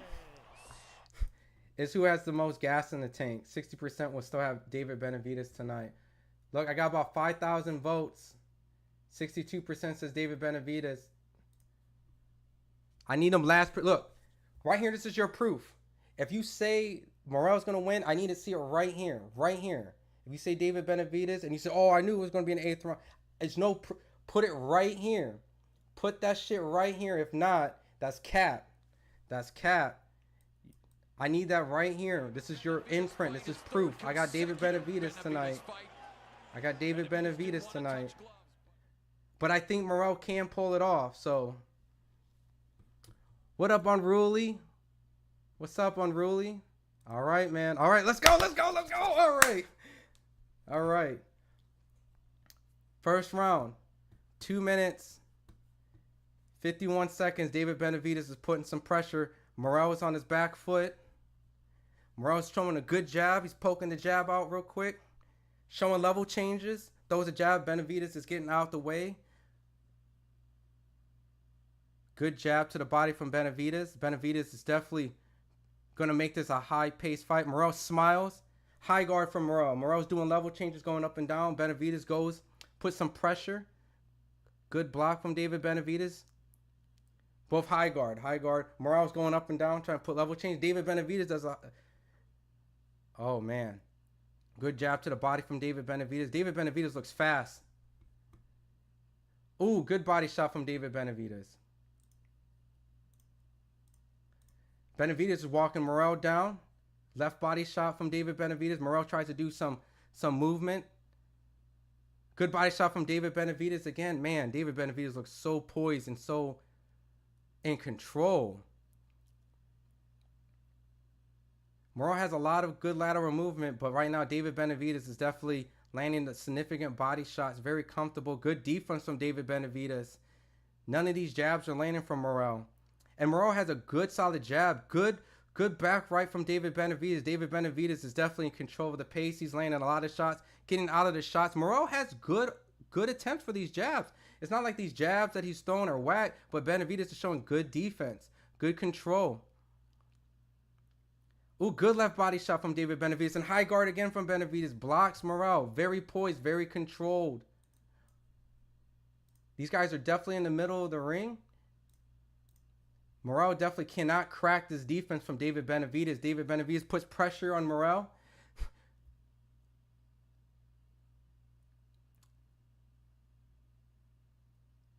Morrell's definitely trying to show some athleticism, but Benavidez is still poised. Good left hook from David Benavidez. Good left body shot from David Benavidez. Right hook from Benavidez. I think Morrell might have blocked one of those shots that I said, but he's not blocking all of them. These are good body shots from David Benavidez. Good defense right there from Morrell. Ooh, good hook from Benavidez. Yo, he's lighting Morrell up. Benavidez is in full control. I don't know what these commentators. I cannot. I gotta mute this shit real quick. Benavidez is in good body shot from Morrell, but he misses the top. Benavidez showing good defense again. This high guard defense is good from Benavidez. Yo, Benavidez is cooking him in the body. 1-0, man. 1-0. Morrell is out of his freaking league. Yo, it's not even close. This is not even close, that first round. If you have Morrell that first round, you tripping. You tripping. Benavidez is in full control. What am I watching? You think Morrell won that? Nah, Benavidez won that first round for sure. Benavidez won that first round. All those body shots? Yeah, that was definitely a David Benavidez round. It wasn't that bad like you're saying. How many punches did David Morrell land? And how many punches did David Benavidez land? These were great shots. I'm exaggerating. Look, I'm calling a fight. I'm hyped. I'm excited. All right? But look, I'm telling you, man, Benavidez definitely landed some good shots in there, man. When it comes to scoring that point, that round, yeah, he dominated that round. He definitely got that 1-0. Was it a B team? No, but he dominated that first round. I'm calling it as in, can I give that round to Morrell? No, not at all. I'm excited, Ortiz. Second round, 2 minutes, 36 seconds. Benavidez is walking him down. Morrell's still showing a lot of athleticism. Good right hand from David Benavidez. Oh, good left shot from Morrell. Morrell led the best shot probably in the match. Good leaping back left shot on David Benavidez. Kind of catches his attention. But good right hand from David Benavidez. Fires back. They both landed great shots. Man, that was a great left. That's what David Benavidez needs to watch out, because Morrell definitely attempted that left a lot in that first round. Ooh, Morrell's starting to pick it up.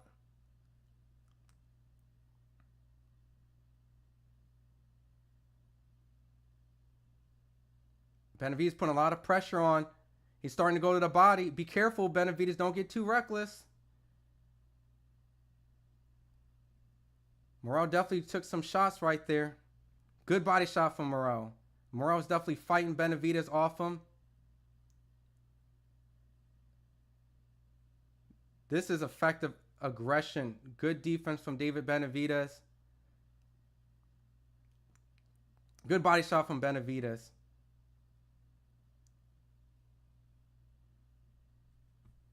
Ooh, Benavidez. Morrell got to get off the ropes. Morrell got to get off the ropes.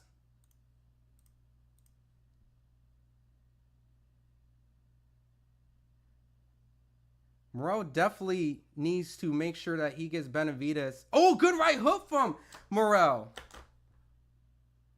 That lead hook was great from Morrell. Oh, man, Benavidez lands a good right hook that lands clean right between Morrell's guard, or right on the side of his guard. Morrell's face is starting to red up a little bit.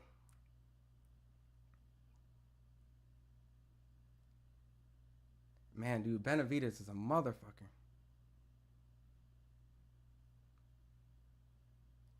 Benavidez puts his high guard. Ooh, good job from Morrell.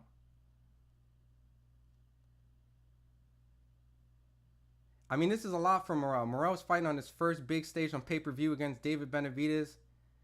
He's fighting Benavidez. Ooh, good body shot from David Benavidez. Oh, Morrell's starting to style a little bit. He kind of shrugs and, okay.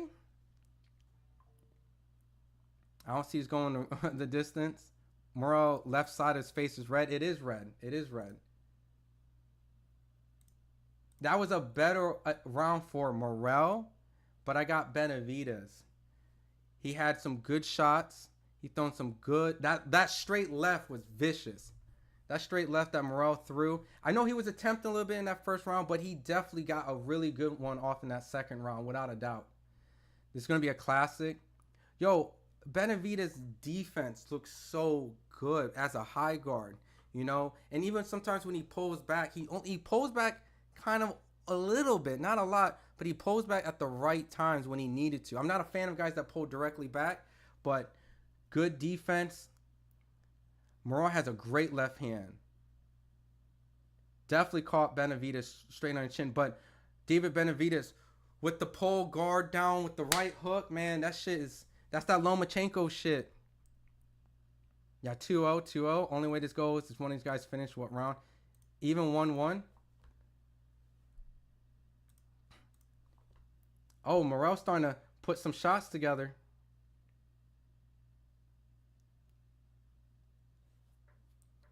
This is definitely going to be a long fight for both, a long night for both guys. Good body shot from Benavidez. Benavidez lands a sneaky right. Morrell pushes David Benavidez on the ropes. David Benavidez gets back in the center of the ring. Good uppercut from Benavidez. Oh, and a good left from Oh, and a left from Morrell. Good right from Morrell. Yo, Morrell landed a good left and right after eating a left. Yo, whoa. We're going to have a fight for sure. Morrell showing some good shots in this round. Good right hook from Morrell. Morrell's doing a lot of showboating. David Benavidez standing right in front of him, putting a lot of pressure on him. The crowd and the chants Cuba. We're in the third round, Jeffrey. Morrell's starting to put some pressure on David Benavidez. I want to see how David Benavidez looks on his back foot. Can Morrell put him on his back foot? He's starting to throw some bombs. Benavidez is saying, come on, come on. These guys are slugging it out in the middle. Good body shots from David Benavidez. Oh, and Benavidez goes in. He's putting some damage on Morrell. Morrell fires back. Oh, good jab from David Benavidez.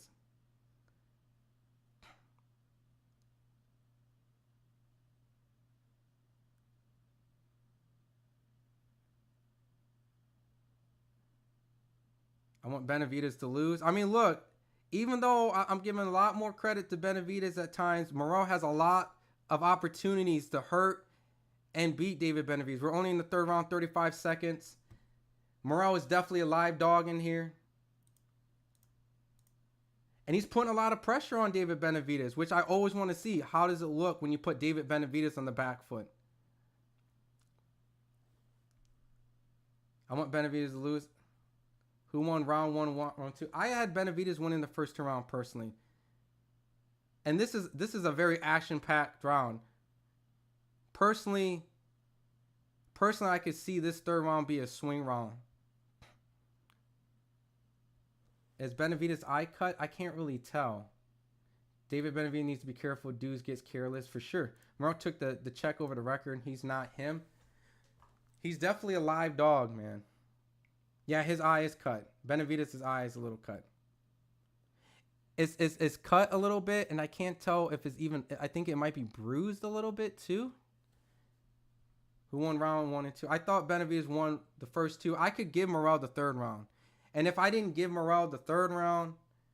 Hear me out. If I didn't give Morrell the third round, I can understand why someone would want to give Morrell the second round. So I'm going to say 2-1 for whatever way that you got it. I think it's 2-1 David Benavidez. My personal scorecard. Yeah, that was a close round. I think the third round was more close than the second round, personally. But Morrell did more in the third round than the second round. So, Paul, what's your scorecard, man? Why you you got 3-0 Morrell? You got 3-0 Morrell? You got 2 more? Okay, that's fine. You got the second and third round. That's what you got, Paul. Because that first round was purely David Benavidez. First round, David Benavidez putting Morrell in the corner, going to the body, putting a lot of pressure. Morrell's putting high guard, fighting David Benavidez. These guys are just exchanging, throwing bombs.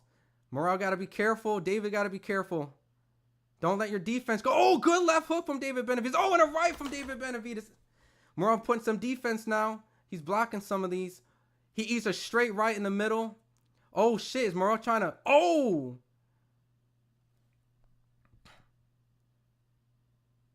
David Benavidez cut on the left eye. Good right hook from David Benavidez.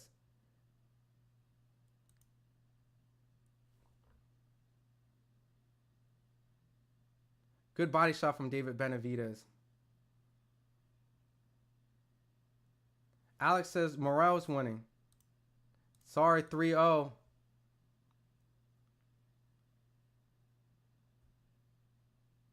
Ooh, good right shot by Morrell. Man, these guys are going back and forth, man. Oh, and a good left from David Benavidez. Oh, an uppercut from David Benavidez. Oh, and a right uppercut from David Benavidez. Oh, shit. Morrell was sitting right there, willing to fight with David Benavidez in the center of the ring.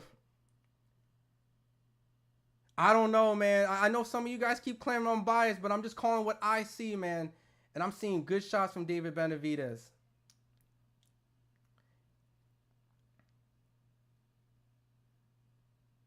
I appreciate Morrell's heart, but he's eating a lot of... he's getting hit right in the high guard, right in the middle. This is a great round for David Benavidez. Probably the most dominant round for David Benavidez.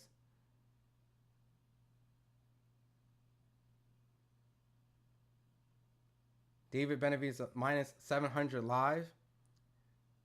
David Benavidez going to get caught. See his stinking leg coming. It could. I mean, Morrell is definitely in this fight. He's definitely throwing bombs, but... Oh, shit! David Benavidez got clipped? David Benavidez got caught right in the center. David Benavidez is hurt.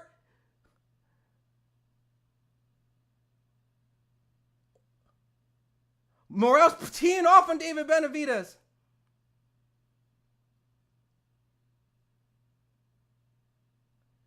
Morrell got David Benavidez hurt. David Benavidez got him hurt. Morrell got him hurt. David got him hurt. Oh, shit. Yo, who was the one that said it? Who was the one that called it? Someone said, what was it? What was it? David Benavidez got to be careful.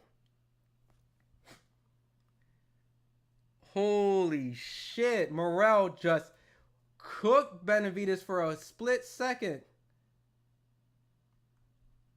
Oh my God. How do you guys score that round? Because Benavidez was just kind of dominating and Morrell does that.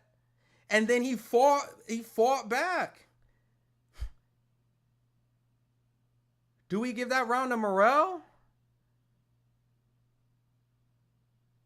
He did. He got hurt and he kept fighting at the end.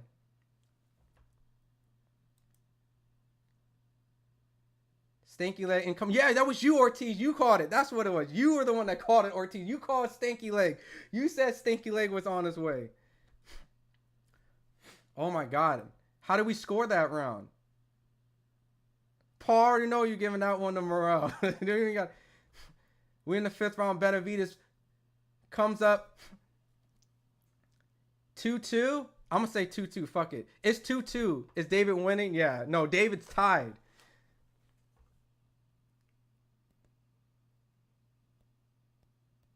Morrell has no power. David Benavidez is going to box smart going forward. Fight from far from over. I know it's a tough case for Benny. Dominating most of the round, but got caught. Live odds got David Benavidez way up. I'm saying 2-2, man. 2-2. Fuck that. Morrell got hit him hurt. 2-2. 3-1. I respect 3-1. I respect 3-1, but I got 2-2. It's 2-2. I know Paul got like 3-1 somewhere. We're in the 5th round. 2 minutes. David Benavidez got some good pressure. Oh, good right hook from Morrell.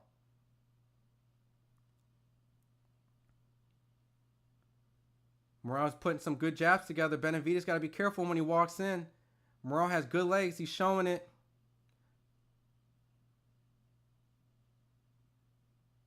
David Benavidez just walking Morrell. Just walking, stalking and walking. Morrell on his back foot. These guys are hugging and clinching right now. The ref's going to break these guys up. Morrell's not running. He's boxing. Facts. Morrell's on his back foot. No power from them. There's a wrap betting TK. I don't know, man. I'm in the 5th round. This is still a competitive fight.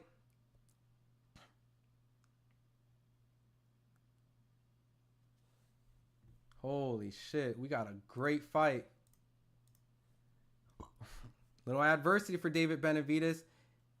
He doesn't seem as ferocious as he did in the previous rounds. He's on his back foot. Morrell got David Benavidez on his back foot. David Benavidez is on the rope. Benavidez is hitting to the body, but look, I always said, I wonder if Morrell can push Benavidez on his back foot. If David Benavidez fights on his back foot, what type of fight are we going to get? That might be the key, but can you do it? Morrell is one of those guys that's able to push him. This is an incredible fight. Oh, what was that? Did Benavidez buzz? A left hook kind of buzzed Morrell a little bit. Good left hook body from David Benavidez. Good right from Benavidez. Right hook to the body from Benavidez. A good right hook. Right straight in between the guard from Benavidez. Left hook from Benavidez. Wow, David Morrell got hurt right there. See, Morrell doesn't have that shark attack like Tank. Yo, okay. This is an incredible fight. Morrell both eyes starting to swell. I'm going to say 3-1. I mean 3-2. David Benavidez. For that end. Perfect. Bandit. Perfect. Exactly. 1,000%. 1,000%, Benny. I give that round. Telling you, the uppercut, Morrell has no tricks in the bag. I can't say he doesn't have any tricks in his bag. G Blazy has 4-1. 3-2. Okay, I got 3-2. 3-2. Paul, where'd Paul go? Paul, I was just asking for you. Morrell winning? Paul, what's your scorecard, Paul? Was it 3-2 you got, Paul? It can't be more than 3-2. I got 3-2 David Benavidez, man. 4-1, Raymond says. 3-2. I see a lot of 3-2 Benavidez, man. Benavidez definitely stole it at the end of that. He was hurting Morrell. Good jab starting out the 6th round. Morrell's power, that's the great equalizer. 3-2, yeah. You got 4-2 Morrell? Oh my God, I can't. We didn't even finish the 6th round, Paul. You troll.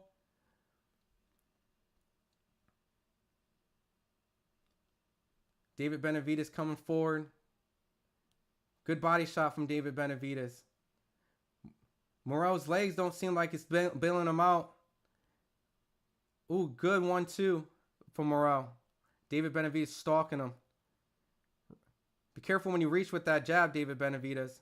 Good body shot from David Benavidez. Morrell's on his back foot, trying to get out of that corner. Not a lot of offense from Morrell. Benavidez is throwing some bombs on Morrell.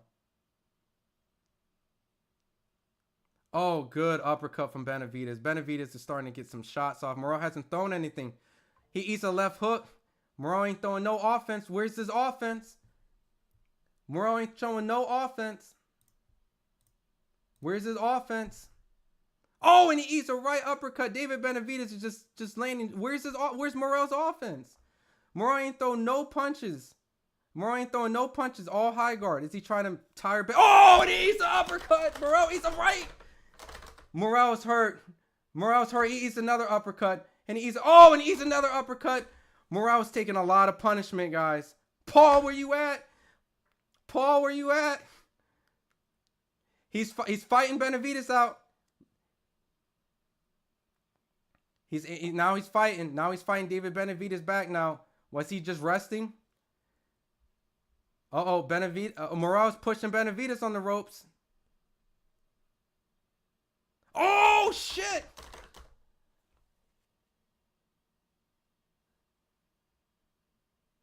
Morrell's starting to put pressure. He eats an uppercut. Morrell eat an uppercut. Is Morrell eating another uppercut? Morrell's punches seem like arm punches. They don't seem like the same steam, but I appreciate him trying to push pressure on Benavidez. Morrell ain't throwing no punches. Oh my God, these uppercuts. This has been a Benavidez round. This has been a Benavidez round. Like, look. This has been pure Benavidez. Is Morrell tired? Is he hurt? Is he resting? Oh man, Benavidez is just teeing off on him. Oh my God, Benavidez goes right to the body.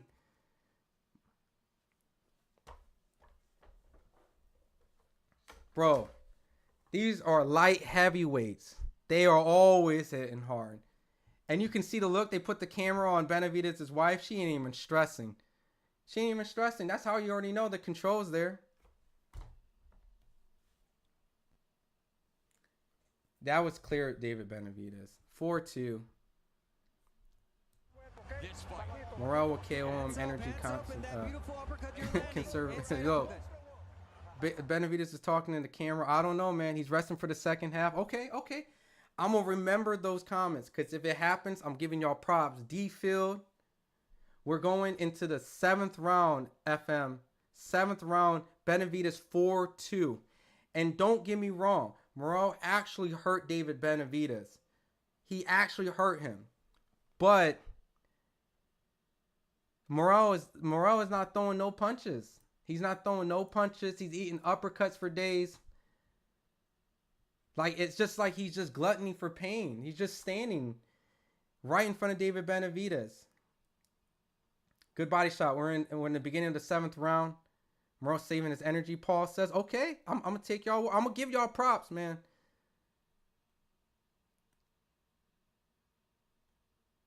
This is a great fight, man. And, you know, I want everyone to remember, this is Morrell stepping up big time on the professional stage, man.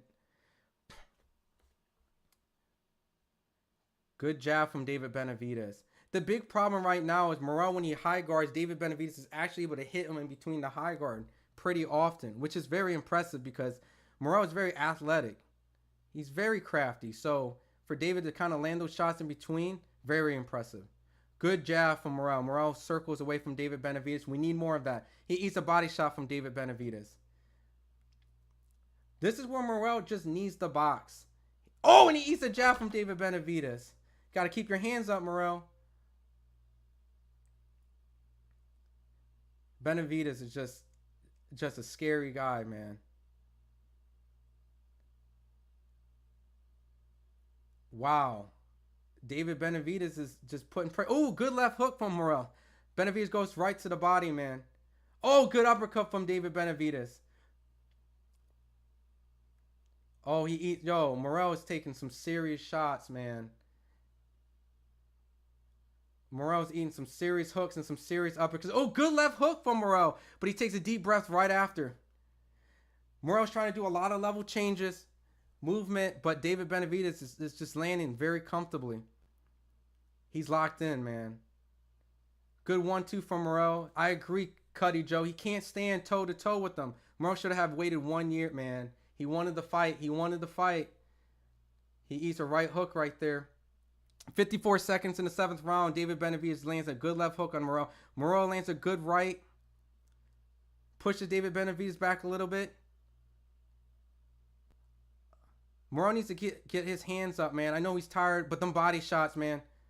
Oh, man. Morrell is now fighting, throwing a lot of get-off-me punches. It's like, get off me. Get off. Get off. Eats another uppercut from David Benavidez. Eats a body shot from Benavidez. Good right hand from Morrell. This is what I was saying earlier. I think David Benavidez's defense is underrated. I know he's high guard. He's going to put pressure. He's going to get hit when you fight like that. But his defense is what's actually able to keep him solid. These exchanges, Benavidez is winning. That's what led him here. And these body shots are vicious, man. Benavidez, man. Benavidez threw an elbow? Oh, I didn't see that shit. Don't tell me he threw an elbow. We need more defense from Morrell, man. Look, Morrell can't be doing this. He doing all this. You gotta keep your hands up. But I get it. He's tired because he's getting hit to the body way too much, man. He's getting hit in the body way too much. And real quick, I just happen to be wearing this shirt. It's not like I'm Team Morrell. Bob Santos is in Morrell's corner. I just happen to be wearing his shirt because Bob Santos, shots to him, man. You give me clothes, I'ma wear it. But you can hear Ronnie Shields, Bob Santos, they're telling him defense, man. Morrell is getting cooked. Morrell's goofy. Benavidez dominating. Yeah, 5-2. Morrell on his back foot for the whole fight, man. This is brutal, man. David Benavidez looks gassed. Morrell looks like he's getting broken down. I think David Benavidez blocking still hurting him. Morrell looks tired. I mean, don't get me wrong. They're both going to be tired. This is a high-level fight. They're both taking some serious shots, but Benavidez is in control. And I don't want to take away credit from Morrell. I think Morrell is doing the best that he can. He's had great moments early on. He even hurt David Benavidez, and he still has a puncher's chance, and he has great shot selections, but he's not busy. Benavidez is putting that pressure on him. Morrell is trying to jab and move, showing defense, what Ronnie Shield asked him. Defense. 8th round, 2 minutes and 20 seconds.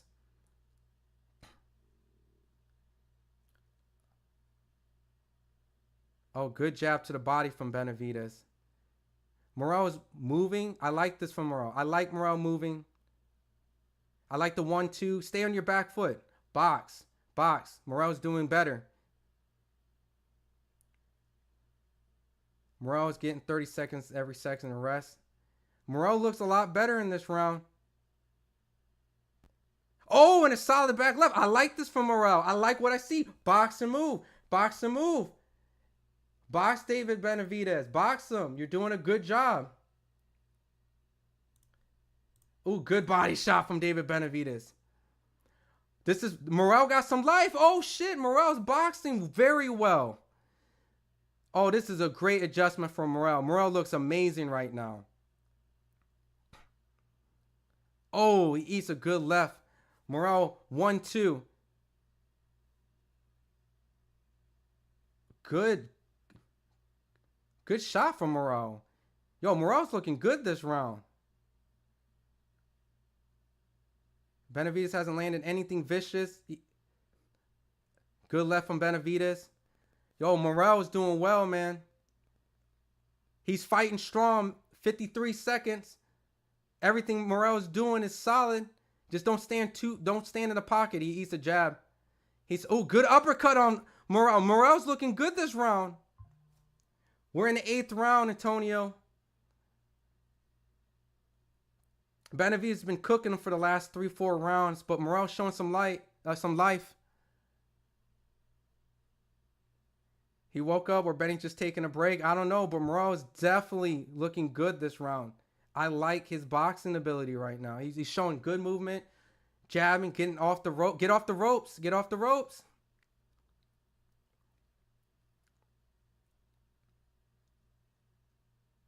You make Benavidez move on his back foot. Oh, and a good right from Benavidez and a good jab from Morrell. I'm going to have to give that round to Morrell. I'm going to have to give that round to Morrell. None of these bodies beating Benavidez. I agree.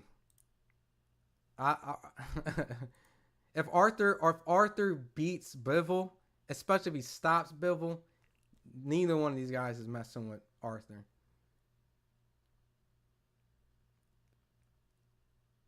Nah, man, Damien, I can't, man.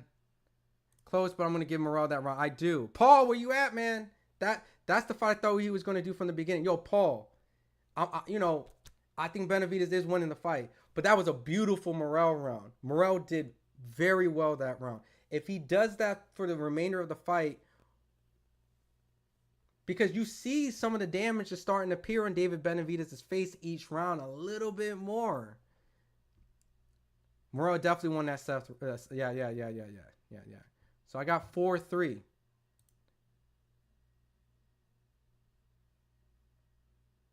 I mean, wait. 4-3? Is it 5-3? 5-3. I give it 5-3. 5-3. Keep me on track. Make sure I'm saying the right shit. 5-3. 9th round.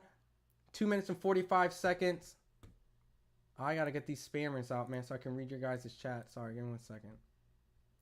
Morrell first 2. Better be a whole nother level, yeah. Better be been dropped in some before. I mean, he has. So has David Benavidez. We're in the 9th round, 2 minutes and 22 seconds. I gave Morrell 3 rounds. 5-3. This boxing from Morrell looks better.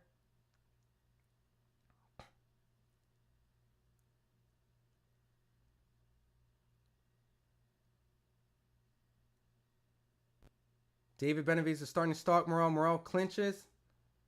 Morrell needs to go in and out move. I agree. Benny's awake, Ava says. Benavidez thought he would KO Morrell early. Not going to get this business. Morrell actually looks strong this second half. Oh, good uppercut. Good body from Benavidez. Morrell is tough, man. He's eating some serious rights from Benavidez. You got to get out. Get out. Get out. Don't stand in front of Benavidez. Benavidez is teeing off. Uppercut. Uppercut. Oh, and another 3 uppercuts from Benavidez. Left hook to the body from Benavidez. Morrell tries to fire back. 2 uppercuts from Morrell land. This is a tough fight for both. Oh, man, Morrell's throwing some bombs. You can see these shots are hurting each other, but Benavidez is definitely the one that has the better start of this fight. We're in the second half. Morrell's made a lot of adjustments. Good left hook from Benavidez. Morrell's arms is tired.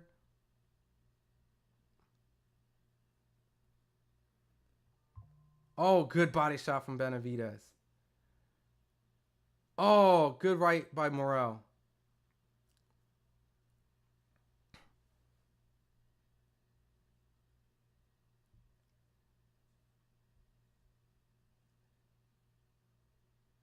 School skills, shut the fuck up. You crazy. Oh, yeah, I'll bring you in later, Rob. After, I'm sorry, I'm in the heat of this. That dude's not tired. He's putting a lot of pressure on Morrell. But you know what, Morrell's hanging in there too. Morrell just hit the forearm. Both are weaker now, so skills are mental fortitude. Oh, good right hook from Morrell. Lands on Benavidez. Morrell is even close to a 2-1. What? I don't even know what that means, man.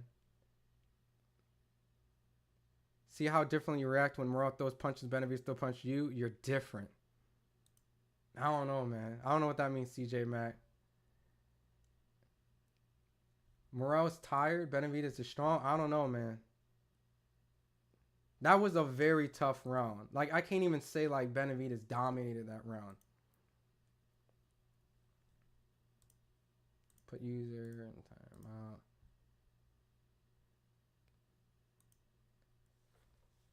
How do you guys score that last round? That was a very tough round. That was a very close round. I'm not gonna lie. Like, I don't even have a decisive round for that.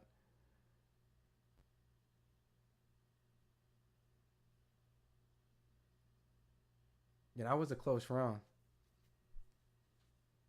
Morrell won the 8th. I know you're gonna say that. 6-3. 10-9 Benny. That was a very close round. Yeah, that could have went either or. All right, we're in the 10th round, 2 minutes and 39 seconds. Benavidez might get clipped if he tries to KO. Morrell trainer said move those hands and don't have to be hard. Morrell looks better this second half. He seems fresher. I got David winning, but I feel like David's offensive output that he, viciously brought is slower. We're in the 10th round. These guys are duking out in the middle of the corner. Both look tired. Morrell on his back foot, boxing. Made a lot of adjustments. Making sure not sitting in the ring. In the center.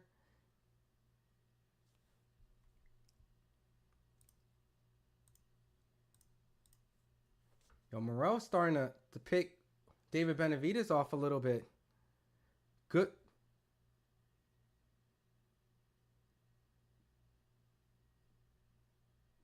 These guys are definitely tired. This is definitely who wants it more. And Morrell definitely made a great adjustment boxing and using that jab. Yeah, Benavidez is definitely winning over. I agree, Paul. He is tired. He is backing up. But School, he's fighting smart that way. He doesn't need to stand in front of him. Ooh, they trade hooks. Good body shot from Benavidez. Morrell's landing some good hooks on Benavidez. Yeah, they both have great corners, man. In this sense.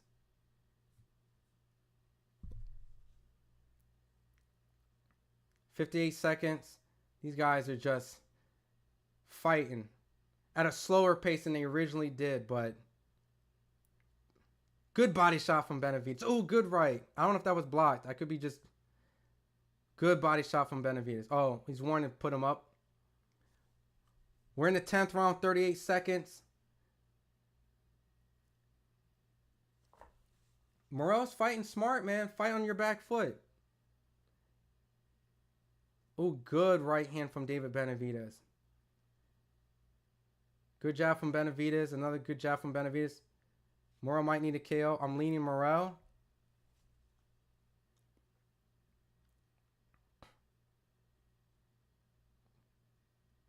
That's another close round. Benavidez is showboating at the last 10 seconds. Ooh, he eats a right hand at the end. What did I say? Who has the gas in 10, 11, and 12 will win? 10th. We're going into the 11th round. Look, that's one of those kind of close.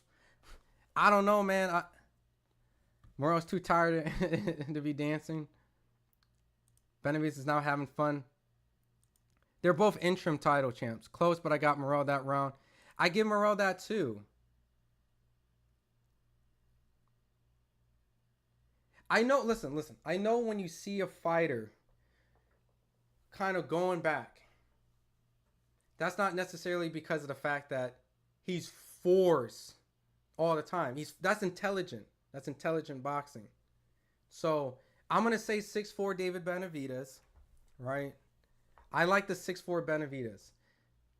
I like the 2 early rounds. I think Morrell definitely won those last 2 rounds. So Benavidez did a lot of damage, but it doesn't feel like the same Benavidez that was early on. 7'3", 6'4", I can work with that. We're in the 11th round. David Benavidez putting a little pressure on Morrell. Morrell starting to stand his ground now. These fighters have zero killer instincts, just overpaid entertainers.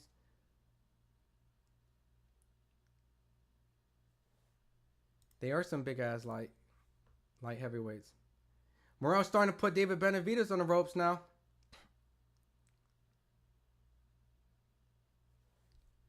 Morrell's starting to put some pressure on Benavidez now, pushing him back. David Benavidez is on his back foot.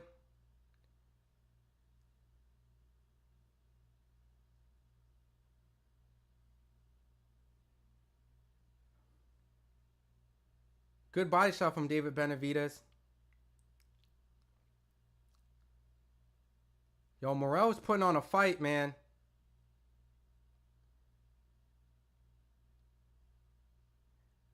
Oh, man, these guys are definitely like laying it out. Look, I know there's going to be... 5-5 is not... Is it a joke? No, I think... I mean, I don't have 5-5 have Benavidez winning up, but Morrell's starting to tee off on Benavidez, and Benavidez is on his back foot. Benavidez is on the ropes. He's starting to push Benavidez on the ropes. He's going to the body. I'm telling you guys, Morrell's looking better each last round.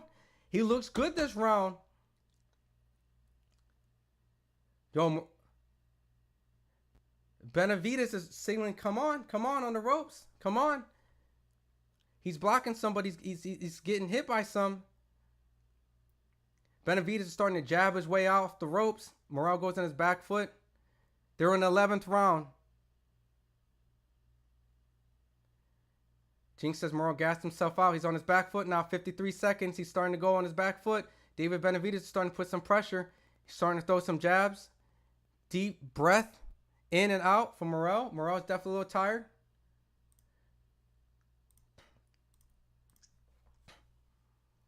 Good job from David Benavidez. Oh, my bad. Oh! David Benavidez got dropped! Oh! David Benavidez goes down. I told y'all Morrell was looking better. I told y'all Morrell was getting better each round. I told you Morrell was fighting smart. And look what happened. I told y'all he was winning these rounds. He was coming, he was looking better, and he drops David Benavidez when it fucking matters. Yo, E, I didn't even mean, I don't know, E, says something in the chat. I want to make sure I didn't actually time you out. I meant to time out.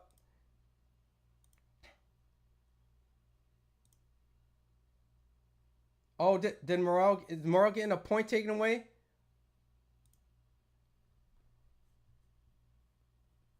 They're taking a point away from Morrell. I just missed it. What just happened? The monster got dropped. Benavidez got dropped. I was telling y'all. Morrell was fighting smart. But now they taking a point from Morrell. He slipped. I got to see the replay. I got to see the replay of the point deduction. I got to see the point, like what? Morrell punched the ref? Okay.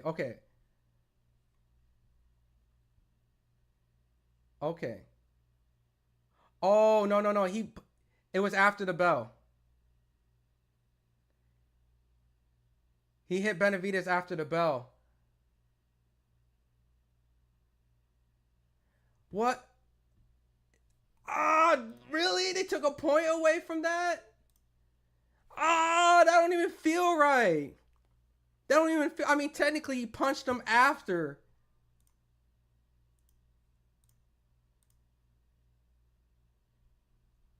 They took a point. He did punch him after the bell. But it didn't. They didn't even show the knockdown. Regardless, he hit him at the bell. But it wasn't intentional. It wasn't. But if the ref wants to, hey, yo, you know how boxing is, man. So that round just completely got neutralized. That's officially a 9-8 round because he technically dropped him, so it's 10-9. I mean 10-8. But if he lost the point, it's now 9-8. It wasn't intentional. They should have warned him, but you know. Look, that knockdown was serious, like for David Morrell. And these guys are fighting, man. I told y'all, man, Morrell is looking good this second half, man. David Benavidez has to fight Morrell, man, because he's starting to go after David Morrell. He's fighting him. Morrell's shaking his head. He's like, no, man. He's fighting off him. He said, get off me. David Morrell is right in the center, man. He's putting some serious heat.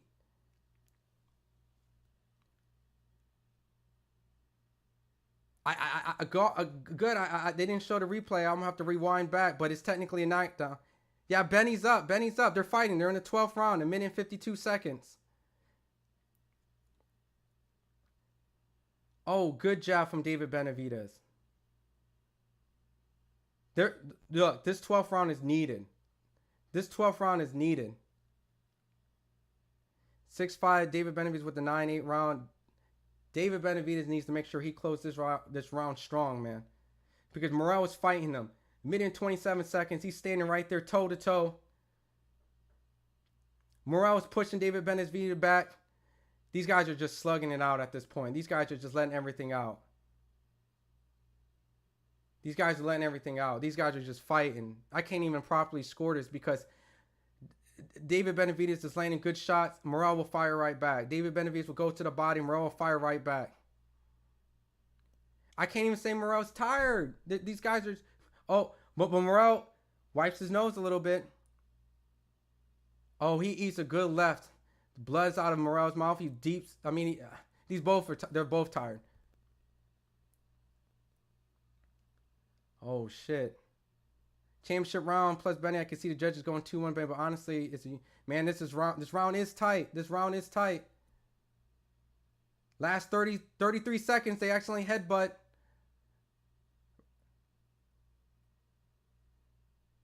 $26 seconds left.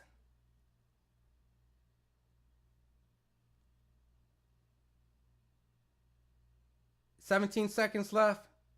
A very close round. Morrell is definitely showing dog. Oh, good jab from David Morrell. David Morrell showboating in the last few seconds. David Benavidez showboating. They're both showboating. End of the 12th round. David Benavidez kind of looks at him.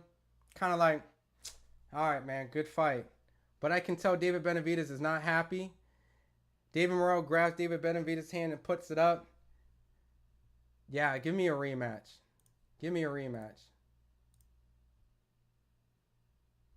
All right, man. Who do you guys have, man? Because David Benavidez goes off to the corner and he like grabs his nuts or signals someone. Holy shit. We're going to listen to the scorecards together. 7-5 Benavidez, maybe 6-6. If it's 6-6 with that knockdown and the point deduction, I still thought Morrell won that round. And because I thought he won, well, he got the knockdown. So listen, the knockdown is a huge part of this. Because if you have it 6-6, hear me out, if you have it 6-6, yes, they took a point away from David Morrell. But David Morrell got the knockdown. So when you get the knockdown and he didn't, it's 10-8. So it's 10-8. You take the point away from the guy that has 10. Now it's 9-8. So it's a 9-8 round, which sucks because for Morrell, if he didn't get the point deducted, that's a huge gap closer on my scorecard. So, and Morrell had a stronger second half, bro. Morrell had a stronger second half, in my opinion. The ref fucked it up. Scored at 6-6, which means Morrell won. If you have the scorecard 6-6, Morrell won the fight. If you have a 6-6, Morrell won the fight.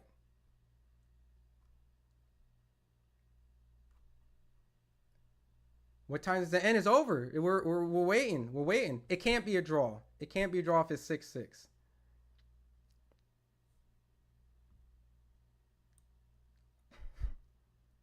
Damn, that point deduction sucks, man.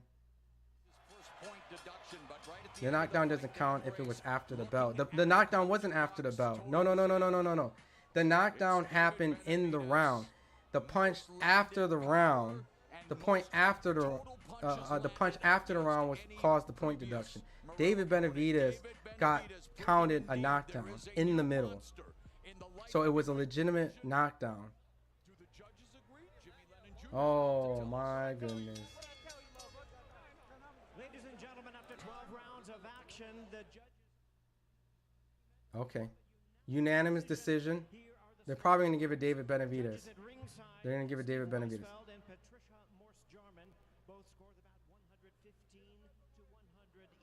115, 111. 118 to 108. 118. 118.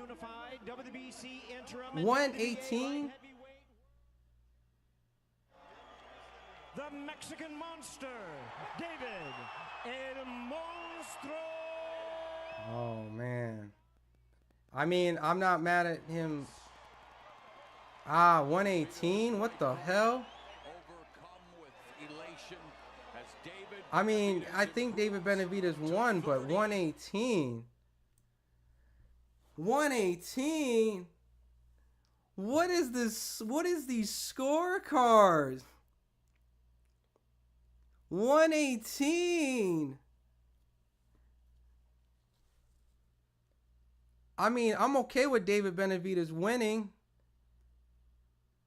But 118? What the fuck?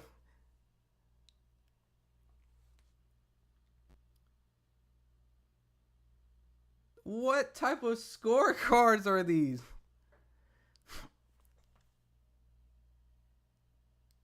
Oh my lordy. We did not see a 118 fight. I heard 115, 111.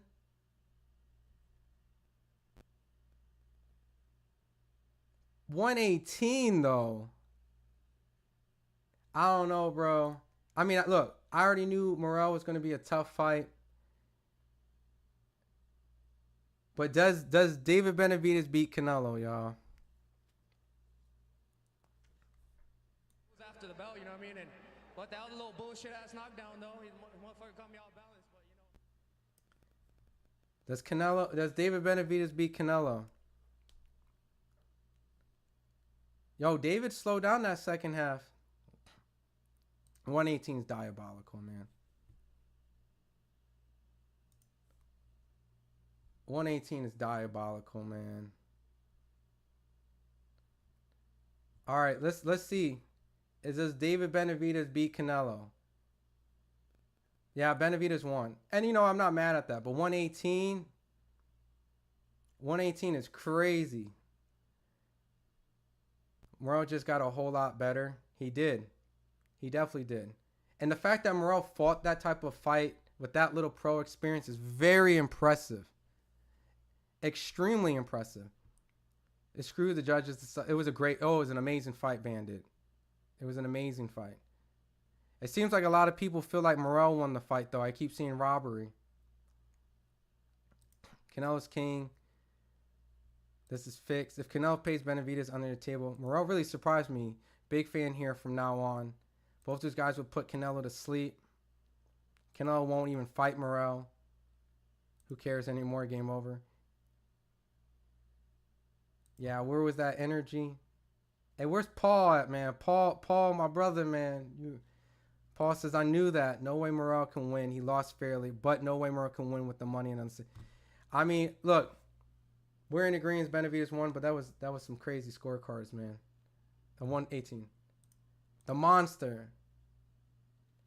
Not this fool again. You can't completely lose rounds, getting out punched, and then land one good shot.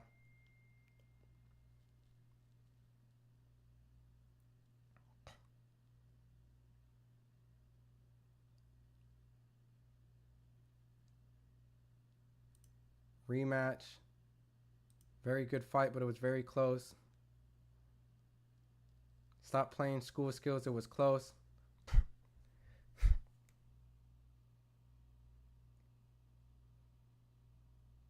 Yeah, give me a second. Who won? David Benavidez won, man, in a very tough fight. He got dropped. David smashed him, though. He definitely beats Canelo. Okay. Morrell didn't win, but looks fantastic in the future. He'll be as good as Benavidez. He's food. Look. Thanks for the call, bro. I appreciate it. Look, and look. I'm sure people are going to have different opinions. But I don't think he's ready for Arthur Beterbiev. Because the winner of this goes on to fight the winner of Arthur and Bivol. Is David Benavidez ready for Arthur Beterbiev?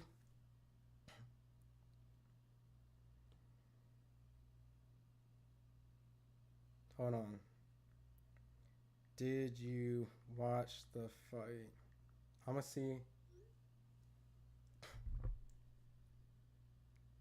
If you notice after Canelo fought, Money May changed his guard, the Mayweather guard. Benny can't handle the smarts of Canelo.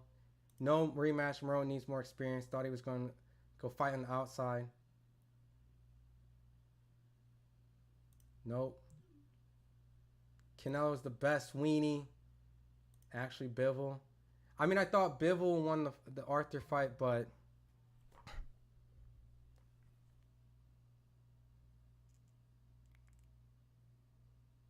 hey, look what PBC accidentally did. Tank pointed this out. I think they got the wrong. They put the wrong person.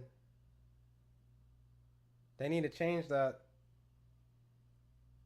They need to change that. PBC, y'all gotta change this. Y'all appreciate it. Yo, I appreciate you guys coming in.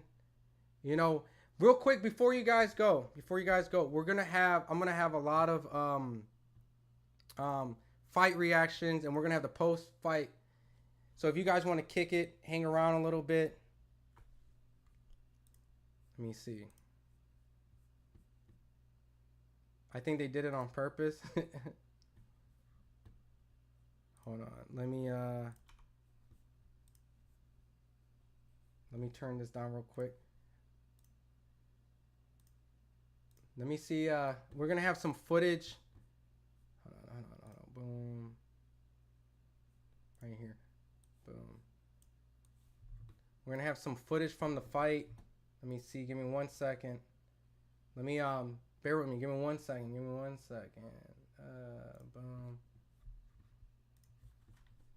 Boom. Boom. It was great watching the fight. Yo, I appreciate it, man. The next fight that I'll be at while I'm getting some of these videos up. Give me 1 second. And I'm gonna see if I can bring some guests on real quick. Is I'll be at Keyshawn Davis's next fight, and I'll be at Tank's next fight. So, all right, cool. Boom. All right, cool. So we're still getting footage coming in. Great win, Benavidez 9-3. Keep ducking. Great job. Appreciate it. And honestly, let me know. Was my perception of the fight bullshit? Because I want to make sure I'm not like giving a whole bunch of dumb analysis. Main event was a little lackluster. Yo, the fight of the night was Pitbull. But that was hands down neck and neck though.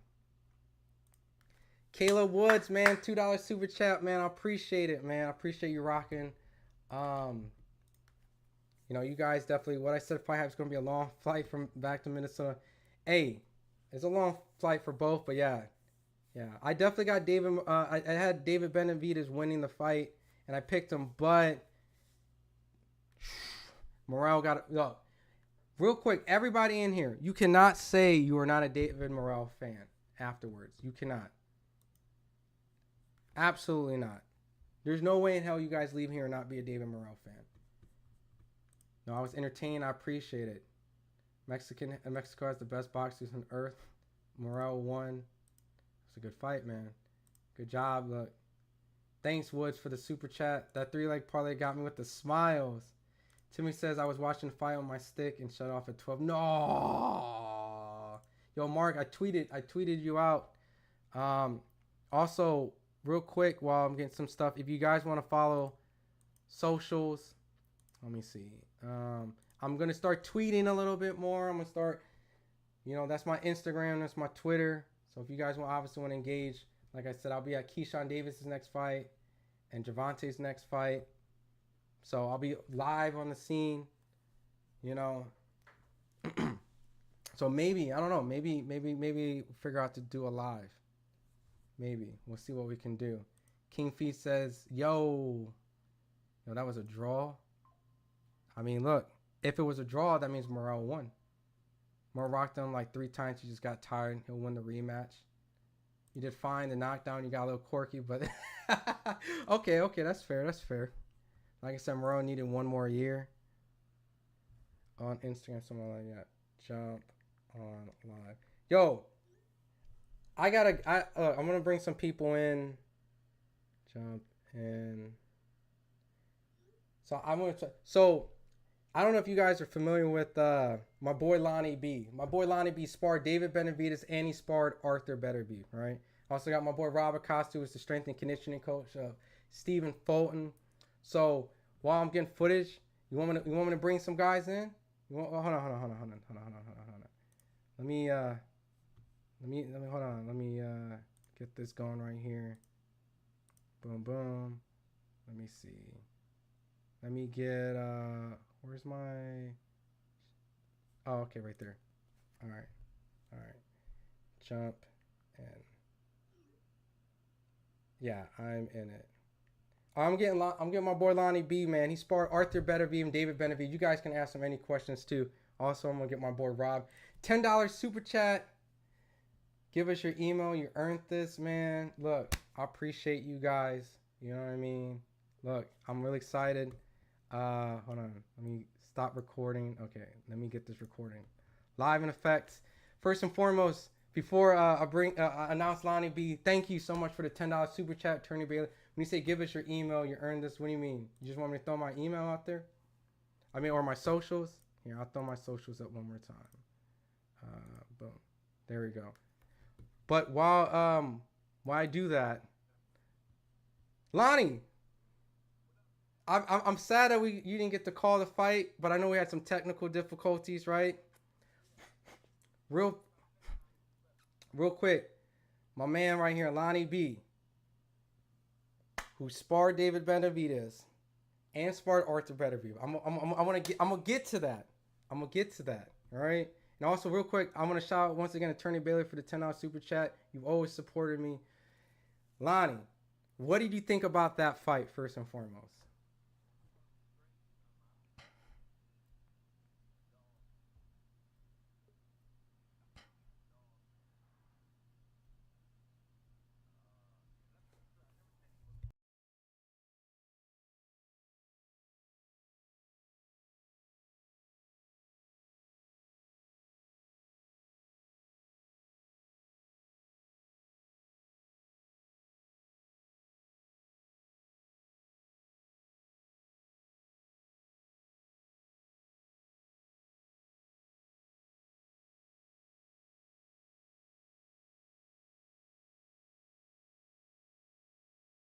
So now the next question, right?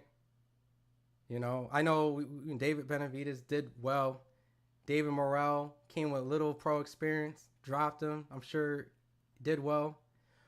But is David Benavidez ready for, you already know, man. Is he ready for Arthur Beterbiev, man? Is he? Yo. Oh, why? Oh, shit. Hold on. Oh, fuck. Oh, no. We got to restart this. I had no sound. Okay. Oh, you did? All right. That was warm up. All right. That's cool. We can do it over. Okay, hold on. That was the warm up, y'all. Okay, I got the audio. Hold on. Let me type in the chat. Fixed it. Hold on. Okay, hold on. The anticipation when they know they want some Lonnie B. So yeah. All right. So let me start over real quick. First and foremost, shout out my boy Attorney Bailey with the $10 super chat.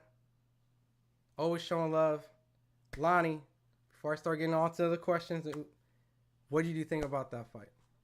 I think it was a great fight. I think David Benavidez is a dog. And let me get this straight. I never said that he wasn't a dog. I just wanted to see him against you know, better opposition that's got with guys that's his size. You know what I'm saying? That's all I'm saying. If you look at, not to bring it on me, but if you look at my record, I came in a game picking on big guys. Yeah, I fought at light heavy, and I was too small for light heavy. And I only been stopped one time at light heavy, and all my other losses is split decision losses against real guys, against guys that knock other big guys out. You know what I'm saying? And I just wanted to see David fight guys his size. And like I said, I never said he wasn't good. Show me one interview where I said David was not good. Just one. For the people that say I'm a David Benavidez hater, just show me one interview where I said he wasn't good. I just said that he's beating up on smaller guys, and I want to see him in there with somebody his size and see if he got the same energy. But beating Alexander Volznik and then now beating David Morrell like that, I thought he clearly won. I'm seeing people saying it was a draw. I disagree. I thought he clearly won. I thought David Morrell tried to bluff his way through the fight, like fighting spurts of flurry here and there with the slick stuff, with the dance and all that. But David was letting his hands go and really beating him up. David Morrell's a tough customer, man, to get hit with the shots he got hit with. You know what I'm saying? But I feel like he fought to survive. He didn't fight to win. I feel like if he'd have fought more, he would have got stopped. But I feel like he fought to survive. You know what I'm saying? So I had David Benavidez clearly winning the fight. So I have to ask because, you sparred David Benavidez. Mm-hmm. I know, Morrell jumped up a lot with experience. You know what I mean? Yep. He didn't have a lot of experience. So this is a big step up on the pro game. But is David Benavidez ready for Arthur Beterbiev? No. Why is that? And like I said, I'm not a David Benavidez hater. I'm just looking at the fight, and with my experience, been in the ring with both.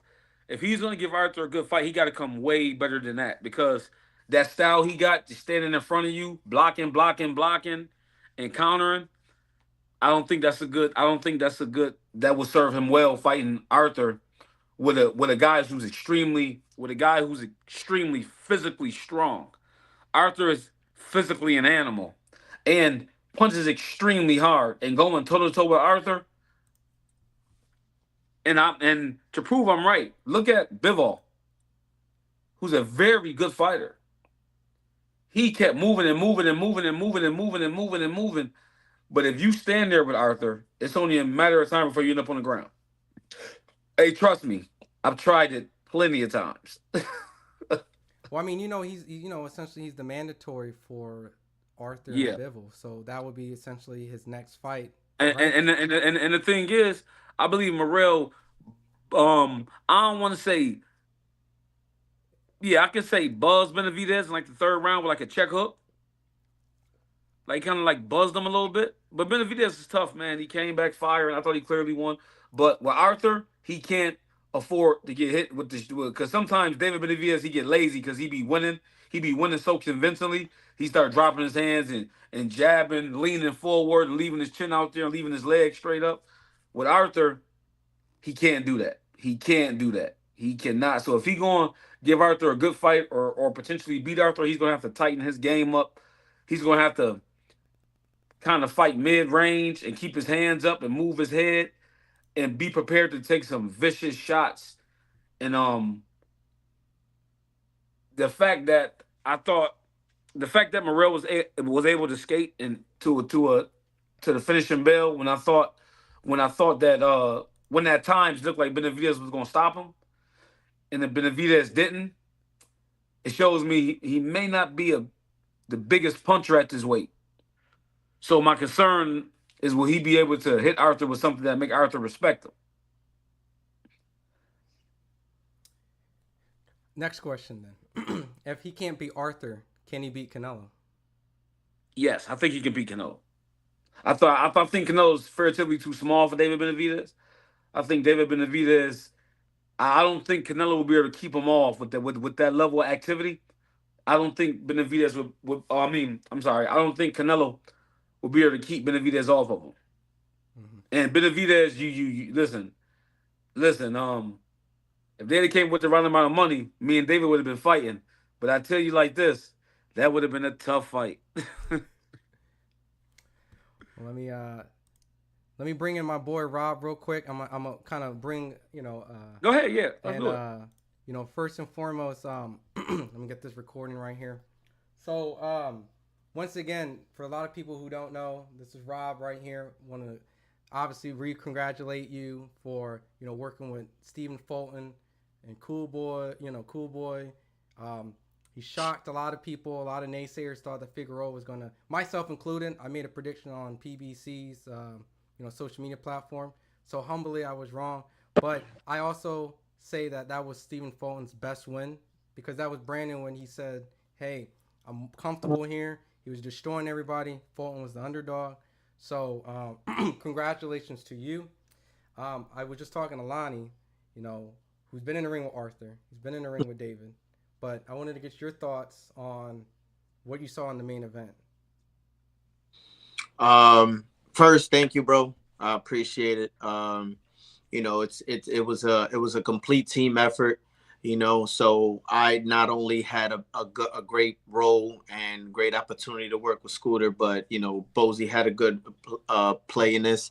Wa'id, Hamza, everybody who helped Scooter get to this point to become a champion at this weight class against a really, really tough fighter. Absolutely. So back to the Benavidez and Morrell. I thought it was a great fight, to be honest. And I don't think that Morrell, even though he lost tonight, he really won more than anything. He's gotten the experience. We have seen him now in a very tough fight for 12 rounds against possibly the one of the best fighters in our era right now. I thought he did a great job. I thought his punch selection was good. I like how he kept his composure in most times. Mm-hmm. He showed a lot of versatility in that fight, and I think the knockdown was bullshit, and I think the point deduction was bullshit. See, I disagree. I think hitting after the bell, I think that's dirty. You're a fighter, correct? Yeah. Okay. All right. You're looking at it on the outside looking in, right? So if you're in the mix and you're throwing off a 7-8 punch combination, you're not listening to that bell. You're right, but the thing. Hold on. Just let me let me cook for a little bit. So you're letting the hands go, which is cool. Mm-hmm. With Morrell hitting back after the bell because he was technically on defense and he was on the ropes. Mm-hmm. So yeah, he struck back. It's a fight. Now, I'm not saying it's right. I'm not saying it's wrong. Mm-hmm. I'm just saying the point deduction was bullshit for this caliber of a fight, for this late in the fight. That fight, it got so late into the fight. Why go for? You could have easily gave him a warning. Did he wobble him? Yeah.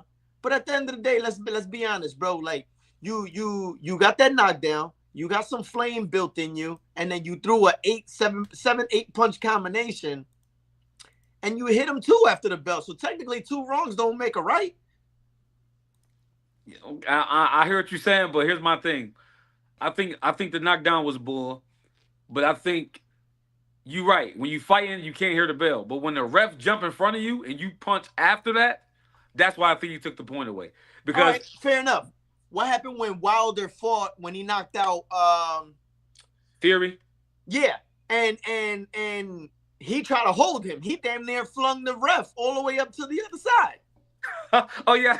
You know what I'm saying? So in reality, I remember that. I remember that. It's a heated exchange. No, but the difference is he was stopping the fight though. I understand. I'm just saying a point deduction isn't as sound as it would be. Like, listen, you do that shit again. I jumped in the middle.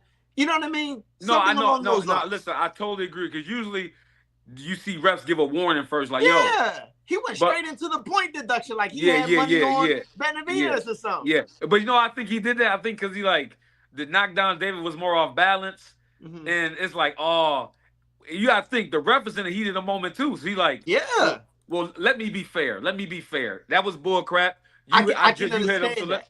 So now it's a 9-9 round. Yeah, I get it. But also too, it's kind of like, remember they brought back the replay. They brought back replays in boxing, which is to me is dumb. We just have it's not the ref's fault for him not seeing a specific angle and him scoring a knockdown, because you can be on the one side, I could be on the other side and see two different things. Even though we're watching the same fight. Mm-hmm. I just saying the only reason why I'm gonna call that the point was bullshit was because he could have easily gave a warning. I agree. That's all I'm saying. Listen, I totally agree with you, but let's say if he didn't take the point away, I still think David wins clearly. All right, so let me ask you this: if the role was reversed and the A side hit after the bell, would it be a warning or a point deduction? It'll be a warning. Oh, okay. So now we cooking. No, but see, one thing about me, I tell the truth. Listen, that's cool. Listen, I totally agree with you about the warning. Yeah. But I think he was just trying to be fair. I understand both sides. I get it though. You're right. Yeah, I understand both sides. So it's like technically, is he wrong for taking the point away? No. But technically, is he wrong for taking the point away? Yes. Because like you said, yo, man, don't do that again. But I think in his mind, like, say if you hit him and knocked him out cold. So I think in a rep's mind, he's thinking like, no, I got the bull crap knocked down. Then he tried to get it back. I jumped in. You threw a punch. Okay. Let me be fair. In the heat of the moment, let me be fair to be politically correct. I ain't gonna lie to you. If he would have knocked Benavidez out, that would have been a DQ from the rip. Oh, yeah. It would have been nothing to talk about.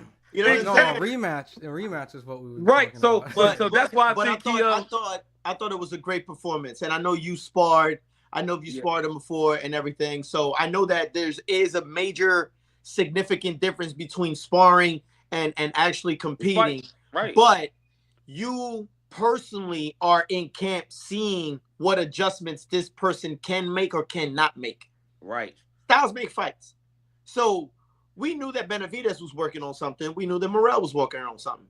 So it was interesting to see, but Benavidez really puts the stamp on his ground of what he can really do. And I've said it numerous times that Canelo will body this man. Canelo better leave him Okay, I don't think so. I love Canelo. Yeah. Leave him alone. David Benavidez. Yo, I've been saying that from the jump. Listen. My last fight, I beat Jose Uzcategui. Tough fight. You know, beat him. I was supposed to fight David Benavidez for the world title. Yeah. And I'm looking like, if they had came with the right amount of money, I'm like, I had to get paid for that fight. Right. Because the money they was offering me, that would have been tough. And I've been in there with some tough guys. You know what I'm saying? Like, I'm like, Benavidez would have been tough because not only is he big, he got fast hands, he got a real good punch selection in it, and it's all night. He don't slow down. And you know what's crazy is I will agree with you, but it's also kind of comparing, just hear me out on the hand speed. It's unusual for a guy at that size to have that type of hand speed, kind of like Andy Ruiz with his hand speed. Yeah. He has his hands in the heavyweight division. But his punch selection is good too. Exactly. So that's what I'm saying. So I think that he will cause a lot of problems. Now, if we're talking about Bivol and Arthur Beterbiev, like, I think that whole trifecta between whoever you choose at the peak is going to be a great fight. Yeah, I Either agree. one. I agree. Morrell, the only thing Morrell lost is tonight. He gained experience. We learned a lot about him. If you do not like Morrell after this fight, you're just a hater. So real quick, yeah, he got a big heart. He got a big heart to take some on, and it shows he's smarter in there. He knew when to fight. Yeah. He knew when to back off. He knew when to bluff it, and that's, you got to have all that to survive rounds and to be a great fighter. So yeah, I agree. So real quick, I just wanted to make sure I heard something. Did you say that you think Canelo would beat Benavidez? No, I said Benavidez better leave Canelo alone. Canelo better leave Benavidez alone. Oh, okay. I misinterpreted. I thought you were about to have a little debate right there. I thought you. No. Especially as of right now, the way that Canelo has been performing, he's at that point of his career where he has that Bernard Hopkins, Floyd Mayweather type of style, where it's kind of like, I'm just gonna fight smart now. I'm not gonna take punishment. You're not gonna see that same head movement that he gives against Danny Jacobs. Not like that. I'm just gonna fight you smart. I'm gonna play it safe and I'm gonna get the win. But my question is, do you feel Canelo beats David Benavidez? Rob? No. Okay. I No. think Okay, so Benavidez beats Canelo. okay, so you both okay. So do you think Arthur beats David Benavidez? Or you think David Benavidez beats? Because Lonnie said straight Here's up the no. only thing. The only reason why I'm gonna lean towards Beterbiev, and that fight is gonna be close, only because it's gonna come down to the last 30 seconds. Who's gonna steal the round? Now, if we watch Bivol and Beterbiev, every time the last that sound, that clapping sound, before that round was over, Bivol just let his hands go and he basically outpunched Beterbiev in every exchange. So he could have stole the rounds. I'm just saying that with that hand speed, but we're talking about that type of power. You got to hit really, really, really hard for Beterbiev to be like, you know what, bro? I'm going to be cautious. But even if so, I still think he's crazy enough to say, I really don't care how hard you can hit. I'm still going to go get you. There we go. Listen. With and that's why I thought Bivol clearly lost, because it's 3 minutes in a round. You can't try to steal a round. You can't move for I agree. For 2 minutes and 30 seconds and then think you won the round because you land. A lot of them shots, it just looked good, but it really wasn't doing nothing. But if you see when Arthur was hitting Bivol, he was on that bike. Yeah. You know what I'm saying? And I think in a rematch, if Bivol try to fight more, I think he's gonna get stopped. If he try to, I think Bivol fought great. If he boxes like the way he did and not slow down, I just didn't think he didn't expect for Beterbiev to hit that hard in every punch. Now, you know the term. You know the term when it comes down to dead weight power. Yeah, yo. He just got dead weight power. Yo, like, everything is just boom, boom, boom. Rob, just ask him. What's his yo, listen, I go front. I'm gonna tell you, the first time I sparred with him, I'm like, they called me, because I'm real cool with his trainer, Mike Ramsey.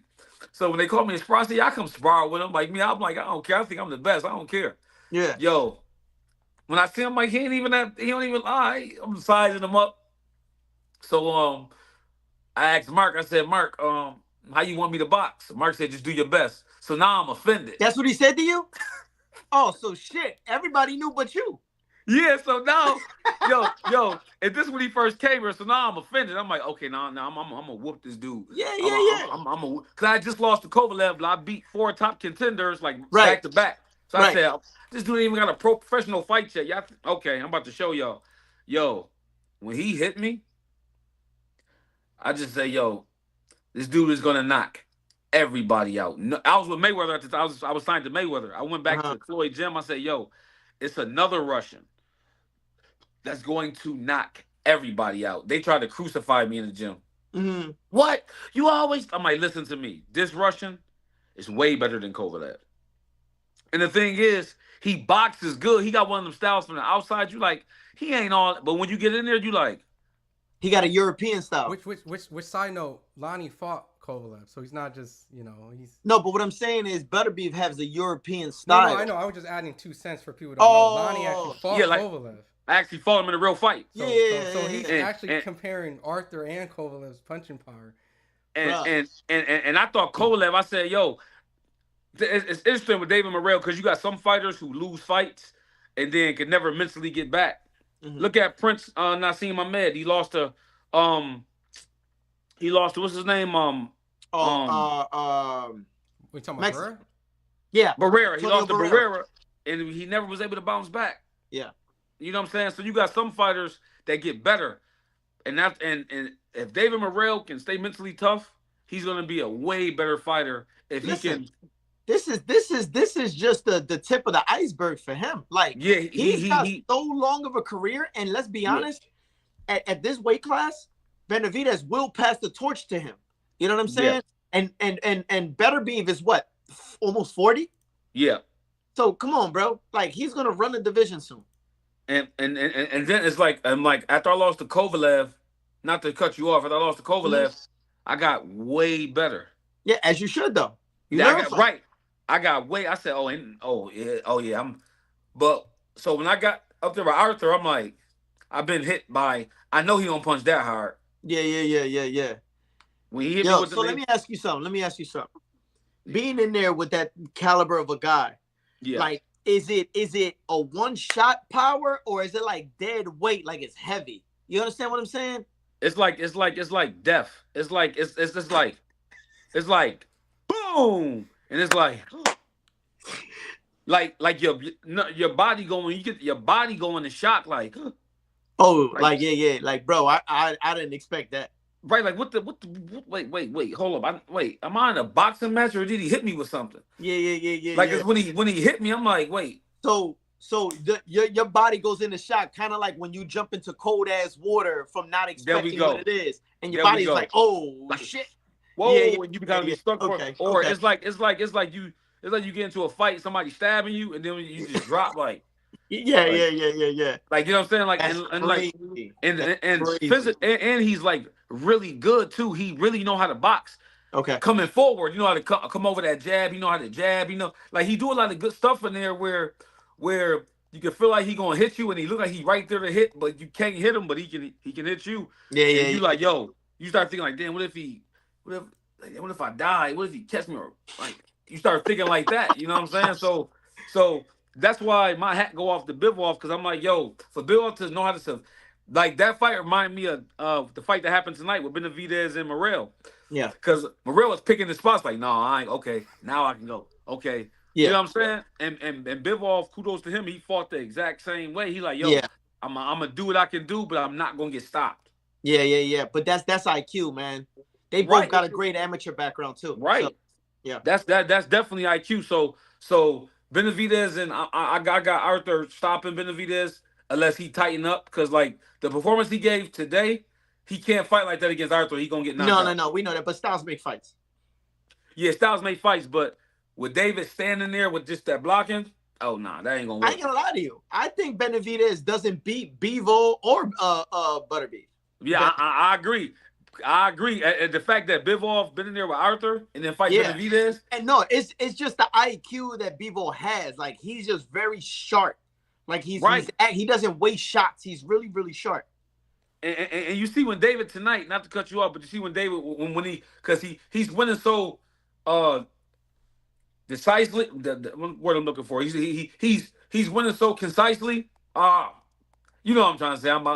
I got like he's dominating the fight. So if you see how when he start dominating, he start doing stuff like this, like jabbing with his hand down, chin up. Little mistakes like that you can't do. You can't do it against Bivol or Arthur. You know what I'm saying? Like these guys are. That's in between shots. That's little shots in between where you just going, yeah. You know what I'm talking about. Right. You know what I'm saying? So Benavidez gonna have to tighten up his game and like box a little more instead of that flat foot just standing there. I think you're gonna have to change up. But if he can change that, which I think David that's the fighter he is. I don't think he can. I mean, I could be wrong, but just seeing him over the years, I think that's who he is. He's a fighter at heart. You know what I'm saying? But the thing is, with Arthur, I just want to see how if he can respond good when he get hit, then like you said, it'll be a good fight. Okay. So rating David's power, because I know it's sparring, and sparring, it's at the end. If you could rate Kovalev's power that you fought, Arthur's power, and then David Benavidez's power, like so the scale, right? I already know Arthur's gonna break the scale, but just starting with those three, how would you rate their powers? I would go Arthur, Kovalev, and see Benavidez. When I sparred him, he didn't punch hard because, like I said, I've been in there with guys that can really crack. So when he hit me, I'm like, oh, that's decent, but ain't nothing on. I guess like a number scale, just so we. Yeah, I've been in there with so many guys that really wipe guys off the earth with one punch. When David hit me, I'm like, you just got to be in shape. If you in shape, and you got a little pop yourself, you can get him. But he don't really punch hard. He punched real good to the body. I give him that. He punched. It ain't hard. It's sharp. Wah, wah, wah, wah. It's sharp. Like ooh, like it's sharp. It's on the money. Right on the money. Like you know what I'm saying. That's one thing David do really well is punch good to the body. But as far as like and he's more speed than power. He just put a lot together. And after a while, if I keep going like this, eventually it start irritating you. You be like, yo, it start hurting. You be like, yo, damn. Yeah. It's like that. If I can compare it, you know what I'm saying? If I gotta rate it, if I gotta describe it to you. But Benavidez, man, is a phenomenal fighter, man. Listen, I can't take nothing away from dude, man. He a dog, man. Like he a dog. He took some good shots tonight. This was a very well spent money for this card, for this I agree. pay-per-view, bro. The prelims were good. The fight before the co-main, every fight was phenomenal. So I'm gonna ask you this. I know that you didn't see the earlier fights, but no, I seen Cruz. I seen Cool Boy. Okay, so let me ask you this: who would you award Fight of the Night to?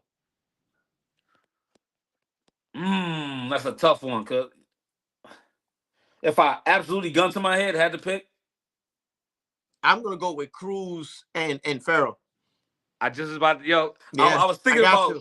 I got you. Like it was going between Benavidez and Morrell and that one, but I got to give it to Cruz because they both was just banging, boom, boom, boom, boom, boom. Yeah. Like Morrell he was good in spots. Yeah, it wasn't right, a really back and forth thing. Right. Like Benavidez was dominating. He would say, okay, nah, throw back. You could tell he was pumping it. Like, nah, pump. You know what I'm saying? So, but if I got to pick, you right, it would be Cruz. The other guy, he was trying to get Cruz out of there. He was trying to get him out of there, man. That was a phenomenal fight. Phenomenal. That was man. That was. If I had to pick, that was Hagler Hearns. We was just talking about that earlier. But everybody get knocked out. Yeah, that was a great fight, man. Great fight. So real quick, Eric Bell asked, he still had a question. Is Fulton the best small weight division Philly champ has seen since Jeff Chandler? At 126, 122, 126? I mean, you just say yes. Yeah, you gotta say yeah, because in reality, like, who else was in that earlier weight class? I can't think of nobody. Yeah, me neither. And I'm trying to go back. But a lot of the guys out of Philly, they don't even really fight at that low of a weight class. You know what I'm saying? Yeah, they're more bigger guys. Yeah, they're more bigger guys. So, but yeah, man. I mean, he stamped his name definitely in the legacy of Philadelphia, and it's all we need is the Eagles to win the Super Bowl, and we good to go. Hey, y'all on, yeah. That's all I need, bro. That's all I need. Yeah, y'all.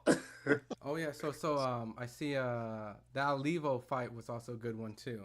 The prelim fight where the dude dropped him twice to the body shot at the 10th round, and then that was crazy because the way he placed that shot, I don't even think he meant to it land there. I just think he threw it and the body just met in the same spot. Mm-hmm. That's how most knockouts happen, though. Most knockouts happen like that. Right, everybody got knocked out. It was just like do. He got to be playing now. Right. It's like I didn't mean to hit him that hard. You know what I mean? But right. No. That was the shot. It's about timing and leverage. Exactly. Timing beats everything. Mm-hmm. But on a more positive note, March 22nd, Lonnie B is back in the ring, and y'all see me back on the big stage. Hopefully this year. Where at? In San Bernardino. Okay. Yeah, Mom. First fight back in 5 years. What? How you feel? Yeah. I feel good, man. Like, you know what I'm saying? I had some promotional disputes. I beat Jose Uzcategui. I was an underdog. I beat him easy. Mm-hmm. And I was supposed to fight. Me and Benavidez was supposed to fight for the world title. But that's when Benavidez had the WBC. I was looking forward to it. But we had some promotional disputes. It's all about the guy get the business right. If the business ain't right.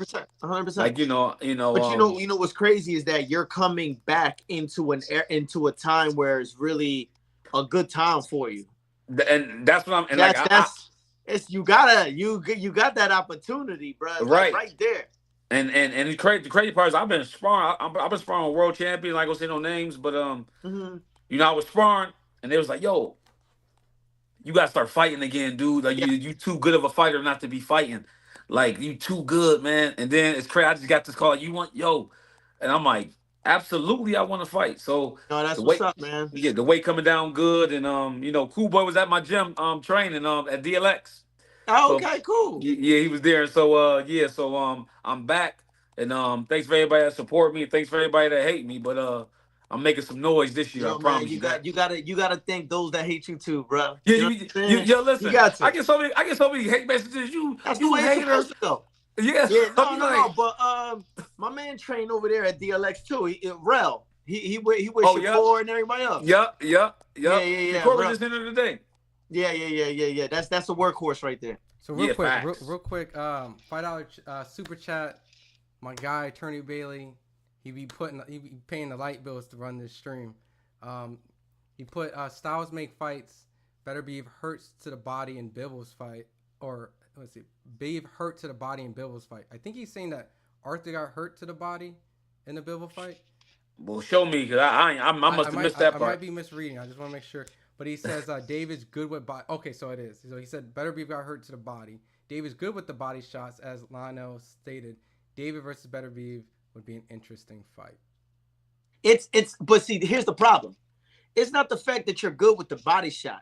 You gotta be good, like somebody with Better Beef, bro, or Bevo. Like you gotta hit him to the body and just get out of there in the nick of time. You can't just hit him. You can't just hit somebody like that. Boom, boom, hit him there and look for it. No. Stand there. Some shots in between is gonna put you out, man. And you know what's crazy? Your reaction time gotta be on point, because you gotta get out. And you gotta get out. Even if you hit him and then put that measuring stick out there. There we go. Put that measuring stick out. Let me touch him a little bit. You know what I mean? That's what's up, bro. Good luck to you, man. Thank you, man. I appreciate that. Yeah, definitely. I'll link up with you, bro. Yeah. Follow me on the gram. I'm gonna follow you right back. You at yeah, that's it right there. Okay, I'm on. Okay, yes, sir. I'm on. I'll do it right now, bro. Yeah, I definitely wanna catch up with you, bro.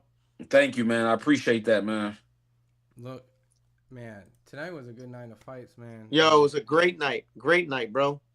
And you know, and I definitely can say, you know, it's a good start of the year, because it's what, February 2nd now, but fight was February 1st. We got February 22nd coming up. You know, we got Arthur Beterbiev, Bivol rematch. We got Shakur, Kid Austin. Mm-hmm. So, that's gonna be an interesting fight. You think so? Yeah. It's gonna be interesting. So Lottie, your camera went out and went black for a second. I don't know if you're doing so on your phone, but I got you right here. No, you're all good. But me and Lonnie both said you think so. Why do you think Shakur and Ken Austin is going to be an issue? I mean, Shakur is right now, I want to say one of the better boxers. I ain't gonna front. Shakur is phenomenal, man. Yeah, no, listen. When I had a gym here, I had Philly boxing 1-on-1 here. Shakur came a couple times. He visited Boots. He trained with Bo a little bit. Mm-hmm. And to see him in action in both fighting and sparring, I'm like, oh, he for real. Like he's really that guy. I've seen this guy spar rounds and rounds and rounds and rounds, but it's like his brain is always ticking. You know what it's like? He's in there like the way Rain Man always figure out math problems, but he does it in the ring. Right. You understand what I'm saying? Like he's always figuring out. He'll go 3 steps back, off range. 2 steps in range. 2 steps this way, off range. Right. Like he's just that tactical. He's amazing. I just think that Floyd Schofield, even though he's young, and I think he's gonna try to bring a different Shakur out. He's going to try. Hence, I say the word try. He's going to try and bring out a different fight, because a lot of people, when they fight Shakur, they're going to study the Edwin De Los Santos fight. That's the fight that they're going to try to study. And it's not going to work out that way, because it's Southpaw versus Southpaw, and there's a whole bunch of other stuff going on. And then here's my thing. You're not that guy. The guy that gave him problems, you're not that guy. You got to be the first you. Right. You got to be that guy. I just think he's going to try to rough him up. It's not about how bad you can make him look. Is just trying to get the win. You know what's crazy about Shakur? Only thing that like my advice to him is he's so phenomenal, right? I think sometimes he needs to just get in there and beat a man. Like a steady thinking, like you said, he always ticking. A steady thinking so much. I think he needs to just go out there, something like Floyd used to do. Like just go out there and show, look, man, it is what it is. I don't care what, you can't mess with me, because when he lets his hands go, oh my God, it's beautiful. It's like, but you know, it's like crazy? Poetry in motion. Shakur has an old head style at a young age. You know what I'm saying? He got that Andre Ward, old Floyd, Beehive type of range. But you know what's crazy? But that's why, and you absolutely right. But that's why I think Shakur is better than Tank, but Tank is the bigger star because Tank got that. Tank like crazy. Tank got that, like you said, Arthur like just crazy. Like I don't care. Tank is the Yeah, same way. Like right. I don't. Tank just you see it. He be like, all right, The thing, boom. but the difference between the two is that one take risks, the other one don't. There we go. Like, You know what I mean? but my thing is that Shakur is good enough to take risks. If he doesn't hit, He just won't. He just won't take risks. I'd rather pop shot you with 2 or 3 shots at a time and get out of there. And Tank is like, I want to see how hard you can hit. Give me one. Right. Like you know what I'm saying? You right. Tank, And listen, crazy. I love Tank. I love that. I love Tank too. I love Tank. Tank. I think Tank. Listen, I think Tank is that guy. But if you look at it from a fan's perspective, they'll watch Tank over Shakur. If you look at it from a fan's perspective, I get that too, though. I get you know what I'm saying? Because people want to see knockouts. But my thing is this: Shakur got the same ability. Like he do.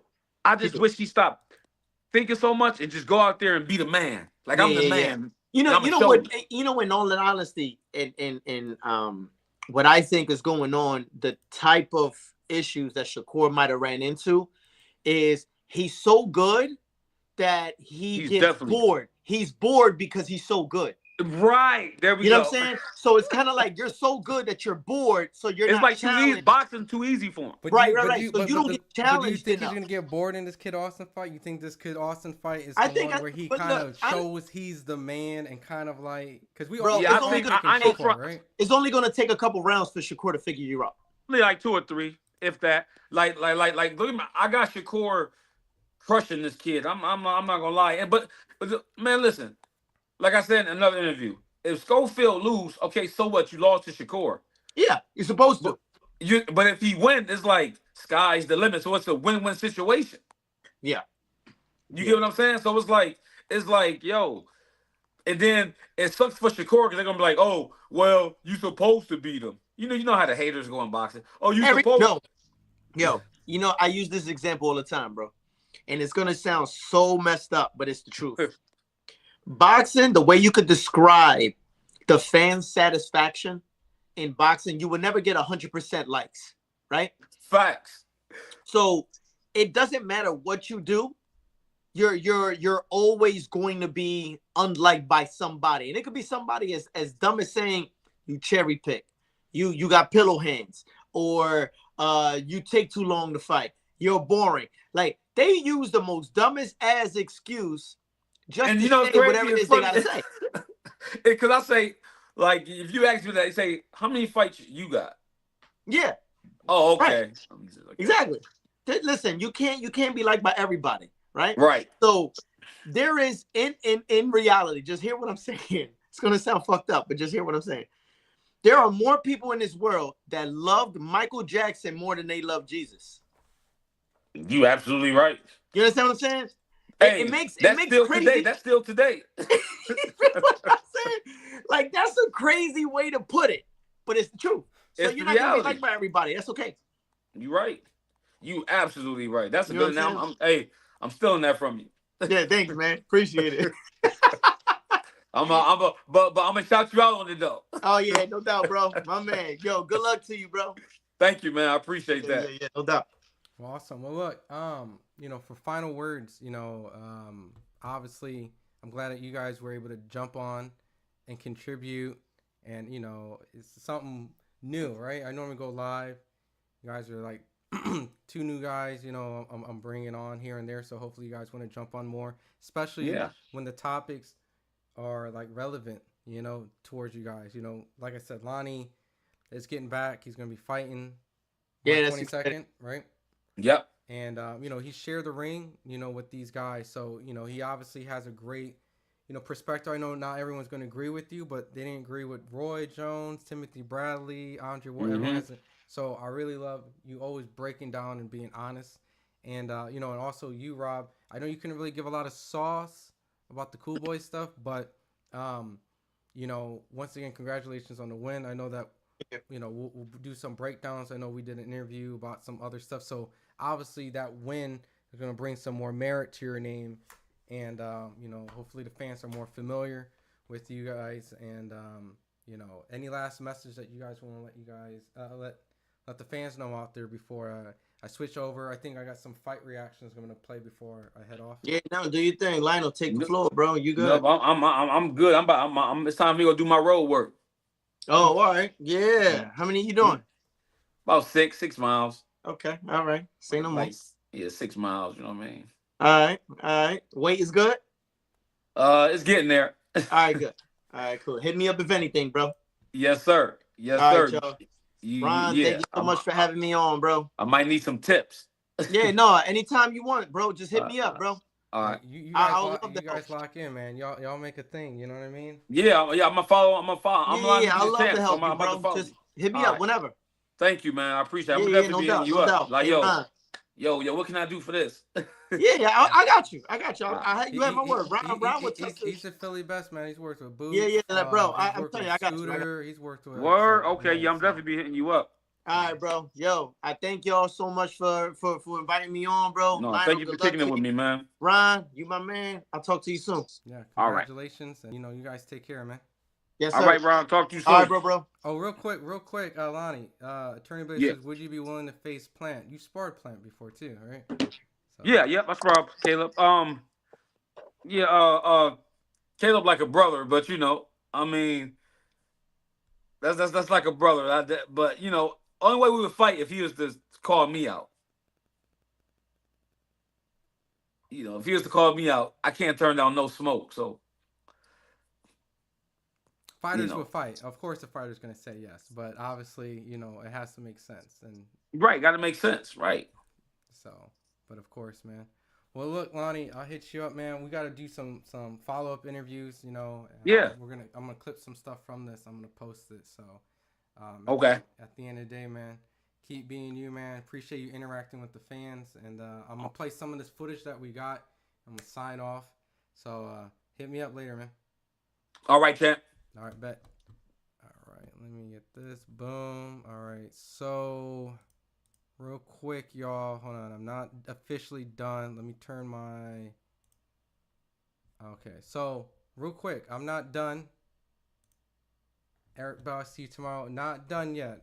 I'm going to do, right before I let you guys go, I want to remind you guys, right? I'm going to play some footage. Where is it? Screen share. I also appreciate you guys staying after the whole thing. And I've been reading some of you guys' comments. I just didn't want to interrupt their conversation flow. But I've been reading you guys, all you guys. I want to play just a couple reactions, right? And a couple moments that went by. David Benavidez, right here. Fucked up tomorrow. Yeah. You didn't want to fight? Yeah. You didn't want to fight? Who's there to fight? Yeah. Hey, me and my brother said he's durable, man. He's just one of the motherfuckers that won't go down, but he was hurt a couple times in the body. You kept fucking him until like, we got to keep working to it. Güey, ¿estás seguro que son tus hijos estos güeyes? Todos. No mames, parecen modelos. Parecen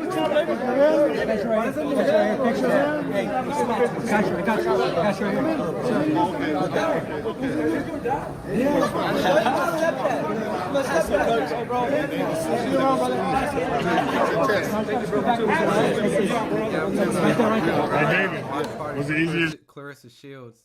For sure. You thought? We're not doing interviews right now. Yeah, bro, it was easier than I thought, to be honest with you. I thought it was gonna be tougher. I thought it was gonna be tougher to hit. He was tough to fucking knock down and knock out. I had him hurt a lot of times, but I just had to go back to the drawing board, perfect my craft a little bit. You know what I mean? You know what you did well?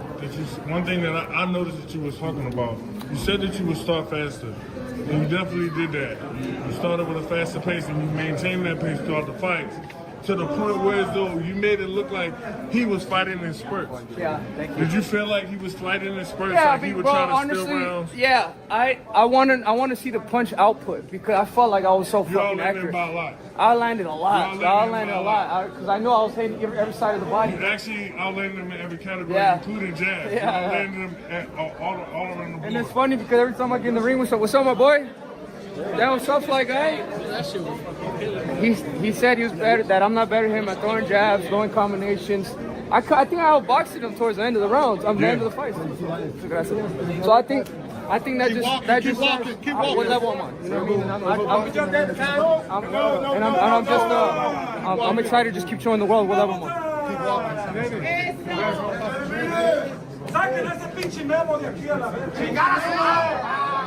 Make a right. Make a right. Thank you guys. You gotta take care of official business. Where the kids? In the back. Okay, yeah. I'm gonna play about like 2 more videos before Caleb Plant went up. I got you right here. Caleb Sweet Hands Plant. What do you think about the fight tonight, Benavidez versus Morrell? Man, hell of a fight. Morrell's a hell of a fighter. Benavidez, hell of a fighter. And, you know, proud of both guys going in there, giving the fans, you know, a big fight. That's what it's about. The best fighting the best. You know, 2 guys who don't like each other, they get in there, they settle like men. What more could you ask for? It was a great fight. And the fight was at 175, so you're at 168. Yeah. What fight do you think could, in 2025, could live up to this match? Malenga, Charlo, Canelo, Munguia, Mabili. You know, that's what I'd like to do. Yes, sir. I think I heard you give me instructions in the crowd. I think I heard you. Hey, we're friends now. Hey, we're cool friends, huh?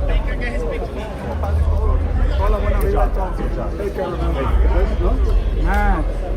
Good job, bro. Another fucking fight, man. Another one. Yeah, another big one. That's what it's about. Right, yeah, little by little, man. Now he's getting more experience, he's getting better,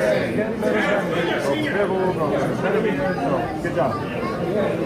Hey, Pat. How you doing, man? Yeah, good to see you. You too, man. Yeah. Good workout, man. Benavidez, hell of a job. You know, Morrell, hell of a job. Both 2 great fighters, and that's what it's about. 2 guys who don't like each other.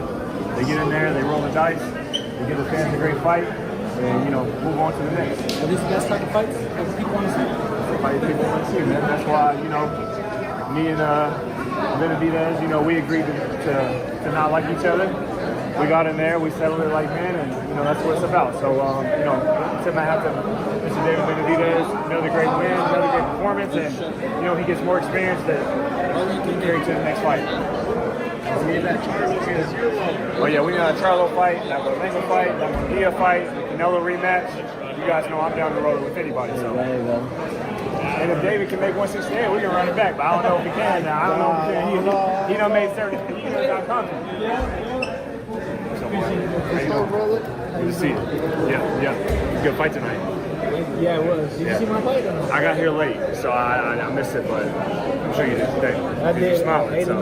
Yeah, you smiling. What we're gonna be doing is gonna be next level. So it's a process, right? You can see the growing pains, right? You can see the development, right, Bailey? So you know, so eventually, you know, there's gonna be a point where I'm gonna bring you guys back on.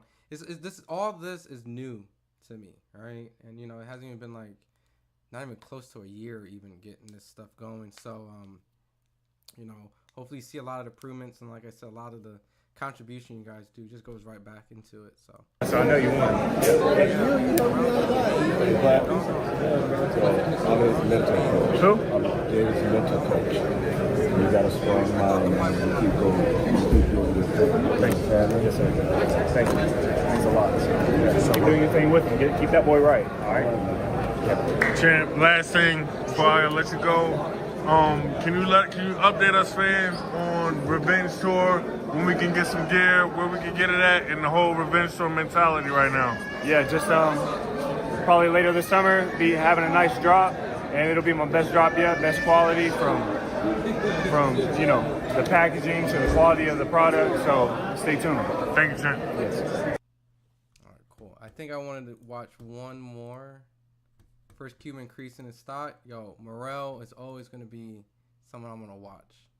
You know, he did a lot better. And I actually thought Morrell was actually fighting better in the second half. But that's just my opinion, you know. See my boy Rolly. We got to have to move because we got to get people out. Rolly! Let's go. Rolly! Yo, Rolly, what is good, my guy? Rolly, what you think of the fight, Rolly? What you think about the fight, Rolly? Hey man, it was a good fight, man. Especially like them last 2 rounds were really good in the early rounds, you know. I mean, bro, Benavidez's pressure was strong, man. A good fight, real good fight. Rolly, we got to talk about you, Rolly. Rolly versus Ryan. Talk to us about it. This fight, how did it come about? What should we expect? What up, my guy? Is that really happening, bro? It's real. It's real. It's real. I think it's something everybody's been waiting for I don't know, 8 years or so. Very long time I've been calling this boy out. Rolly, how do you finally feel having this fight, you know, in front of you and ready to go? I'm very feel right now. I'm very, very feel. Do you feel a little disrespected because everybody says if he wins this fight, he's going to Haney immediately? So do you feel like you're getting a little looked over? My daughter's on my undercard. Are you ready to play like the spoiler, like the villain, like to win a rematch with them? They ain't no villain. They can do whatever the fuck they want after. I don't give a fuck. Not my problem. What weight is the fight at? 47. It is at the max 47. Yeah, about damn time, bro. I've been calling this shit for years. I was gonna move 47 for this exact same fight. Guy didn't want to go. I mean, what was I? 35-pounder. We were both 35-pounder at the time. I was like, and they're like, oh, you guys could do the fight up. I was like, man, fuck that shit. I want that fight at 47. He missed weight last time. Do you have any stipulations about that, or? I mean, I'm happy you missed weight. I'm happy you missed weight. I'm like, you can miss weight with me. I don't give a fuck. Rolly, what statement are you looking to send in the division with a victory over Ryan Garcia, being that you guys also have Devin Haney in the co-main event? Damn, that's crazy, bro. Hey, all I can say for a fact is I'm never going to be on the Devin Haney card. Devin's here. Canelo and Crawford. I know, nobody saw him, though. You ain't run into him? Dominic says Ronnie Chu's game plan, in my opinion, was flawed. Fight Benavidez, fight, no movement or angles, SMH.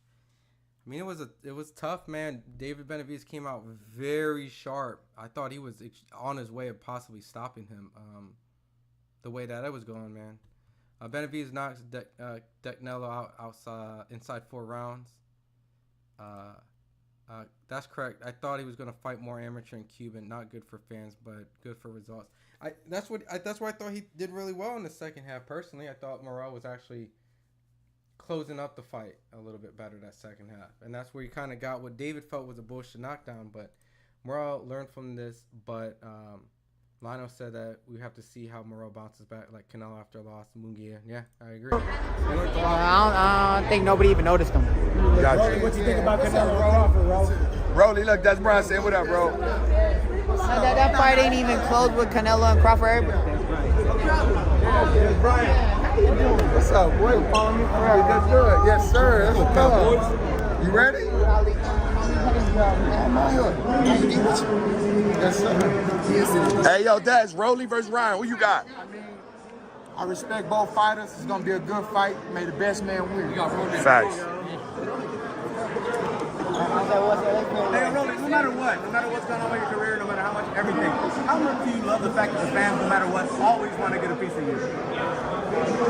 Man, I'm gonna tell you like this: personalities like mine only come once in a generation. So, marry everyone, boxing love me, and at the end of it, they can say where the fuck they want. One, I got the biggest balls in boxing, and two, I'm the illest shit talker in the game. Rolly, what do you make about taking Lamont Rose? About Pitbull's fight? He got tired. Canelo stopped bending to the body. I mean, you know, at the end of the day, man, Canelo's still Canelo, man. It's.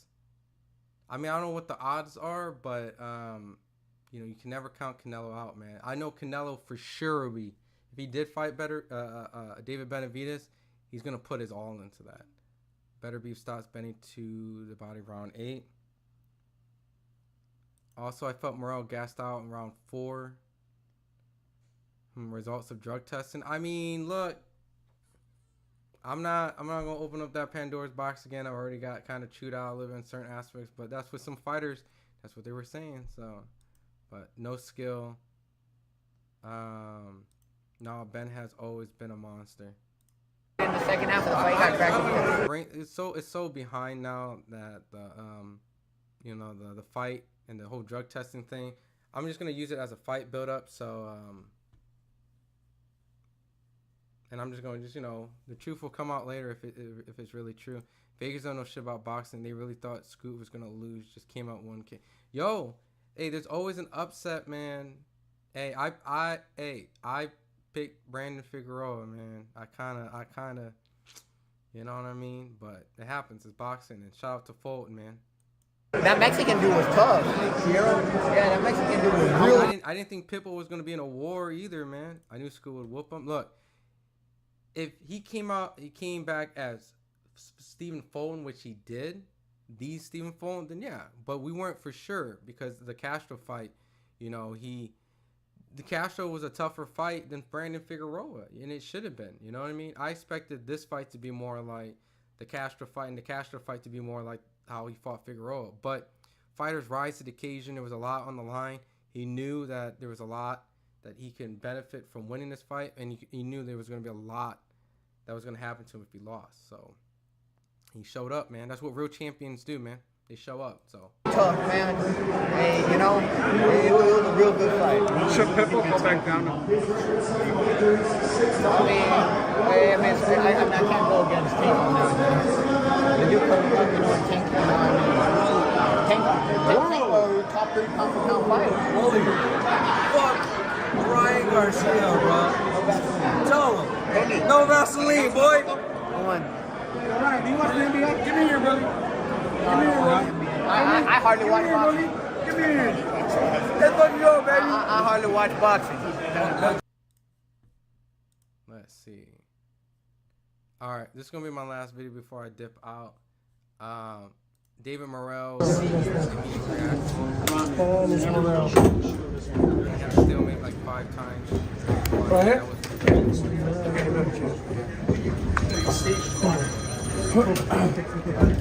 Running.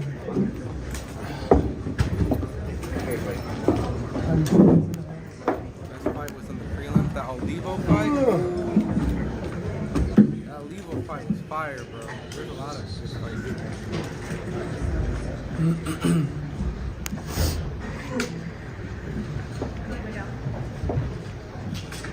All right, thank you to all the media members that are here. And after witnessing a terrific night inside T-Mobile Arena, Premier Boxing Champions put on another fantastic card on Prime Video. Fantastic pay-per-view event that pitted 2 of the sport's top young stars, undefeated in their division, going toe-to-toe in what was a fantastic matchup, as we now have David Morrell Jr. here alongside his trainer Ronnie Shields, as well as Louis DeCubas Sr. And what a performance he had. A valiant effort, coming up short in the loss to a very tough opponent in David Benavidez. And David, I just want to, you know, open things up to you first. Thoughts on your first defeat, but it was certainly a valiant effort on your part. Yeah, I agree, man.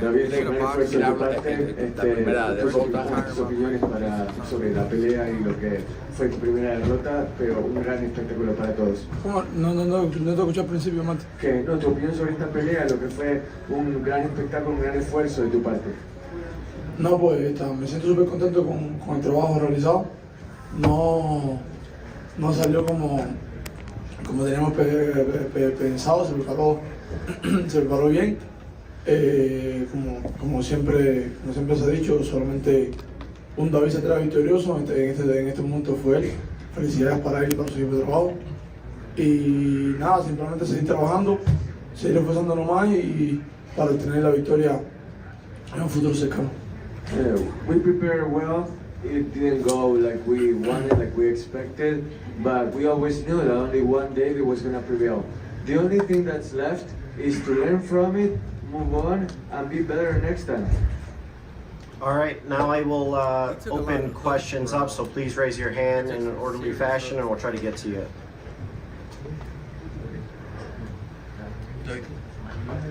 ¿Sientes que la reacción fue tardía en el round número 11?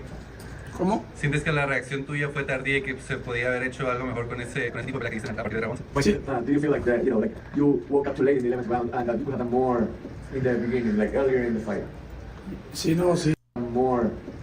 You woke up too late in the 11th round and you could have done more in the beginning, like earlier in the fight. Sí, 100%.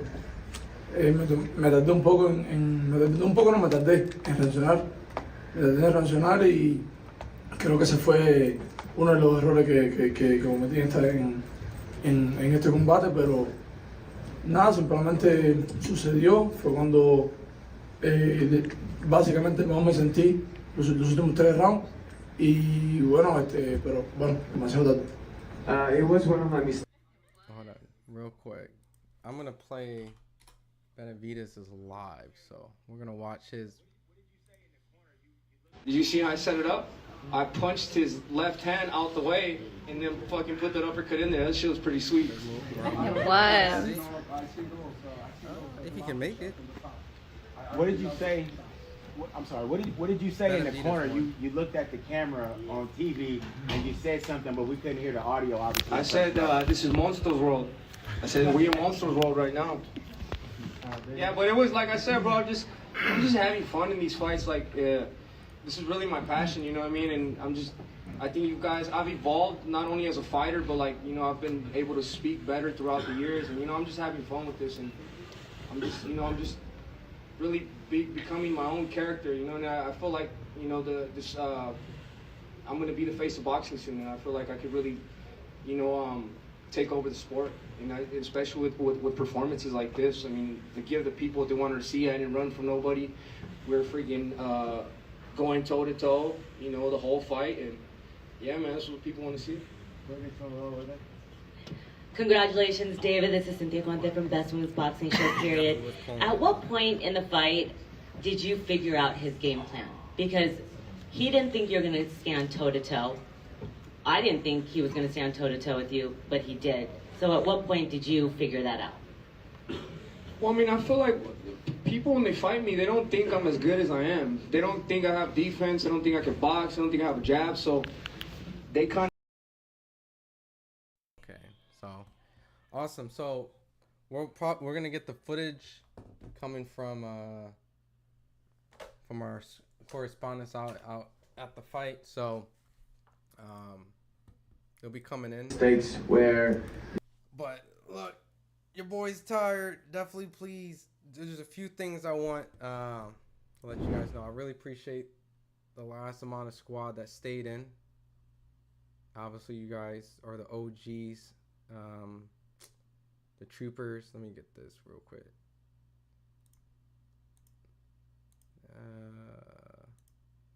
There. Obviously, my socials right there. Tomorrow, I'm going to be going live for the Clarissa Shields.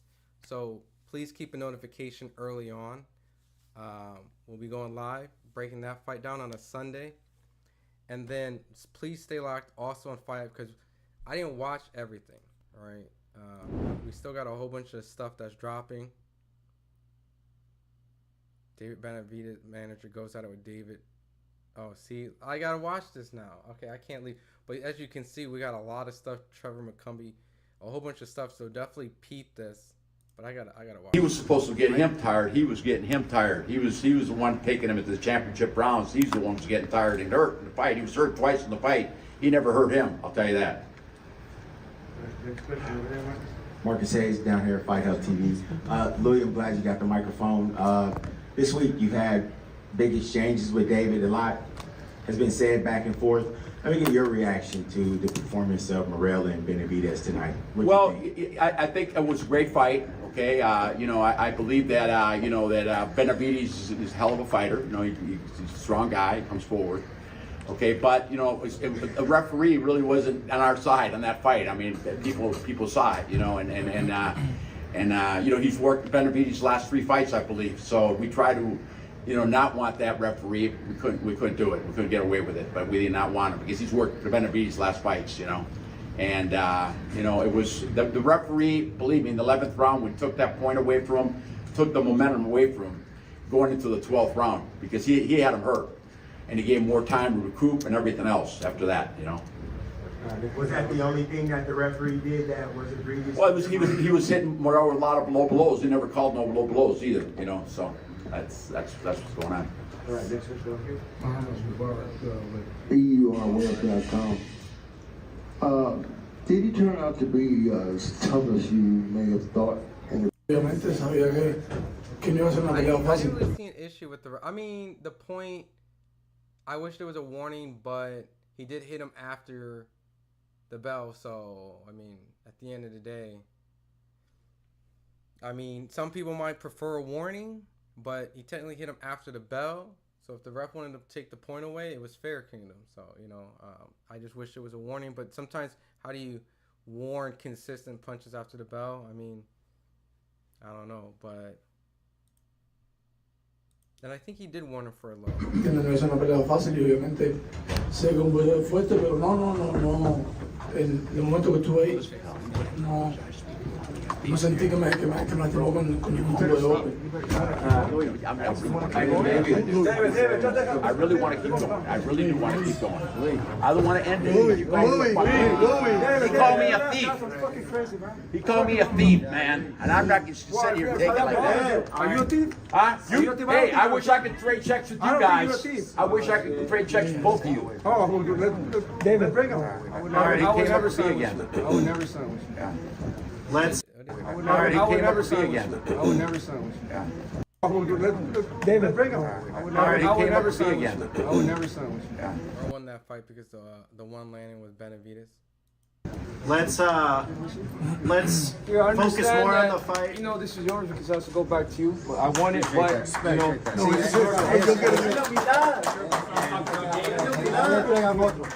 We want to give a round of applause to the winner, David Benavidez, who has made his way, now sitting down, showing fantastic sportsmanship with Morrell, as these two, you know, fighters undefeated at the time, and they proved why this is one of the best. So many people here tonight. Fight. What'd you say? And congrats to her, and why so many people were excited when this matchup was made, and they showed it in the ring here tonight. So congrats to both for taking this fight. What'd you say? And congrats to Benavidez for winning I'm gonna this fucking fight. tell you, bro. I'm gonna slap the fuck out of you. You better come the fuck Come out. on and do it, baby. Come on and do it. I'm not afraid of you. I'm not afraid of you. You keep talking shit. I'm not afraid of you. All right, we're gonna wrap up. We're gonna go. We're gonna go.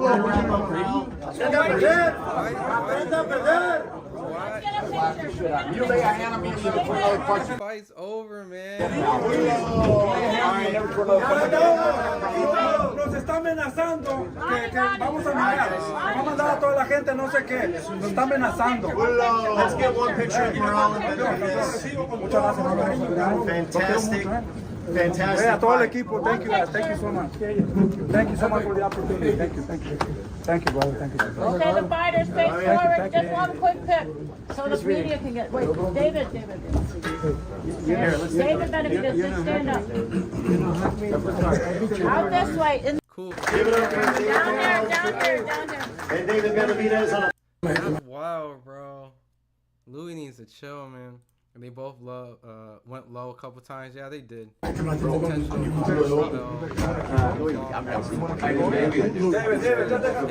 keep going. I really do want to keep going. I don't want to end it. I didn't really dissect it, but I've heard some people also say that Hagler would do that, pull your hand down, and Hagler would fire off the butt. Austin's excuses never should be. That was a hell of a fighter who needed another style. I agree. I mean, look, it's not even that. It's not even that he needed another style. Let's the experience focus more on the fight. that he had was limited at a pro level fight. See, his amateur abilities definitely show that he can bang with David Benavidez and fight him. Just, you know, he didn't have the same professional experience, but David's a solid man. I don't care what nobody says, both of them. I can't understand the ish, someone translate. You know, fighters I just have a pay-per-view where all the dads fight, right? The Cubans is a hothead. This is one of the best fights this year, and why so many people were excited when this matchup was made, and they showed it in the ring here tonight. In the ring here tonight. Showed it in the ring here tonight. So, congrats to both for taking this fight. What'd you say? And congrats to Benavidez for winning Bro, I'm gonna this fucking fight. tell you, bro. I'm gonna slap the fuck out of you. You better come the fuck out. Come on and do it, baby. Come on and do it. I'm not afraid of you. I'm not afraid of you. You keep talking shit. I'm not afraid of you. All right, we're gonna wrap up. We're gonna go. We're gonna go. Let's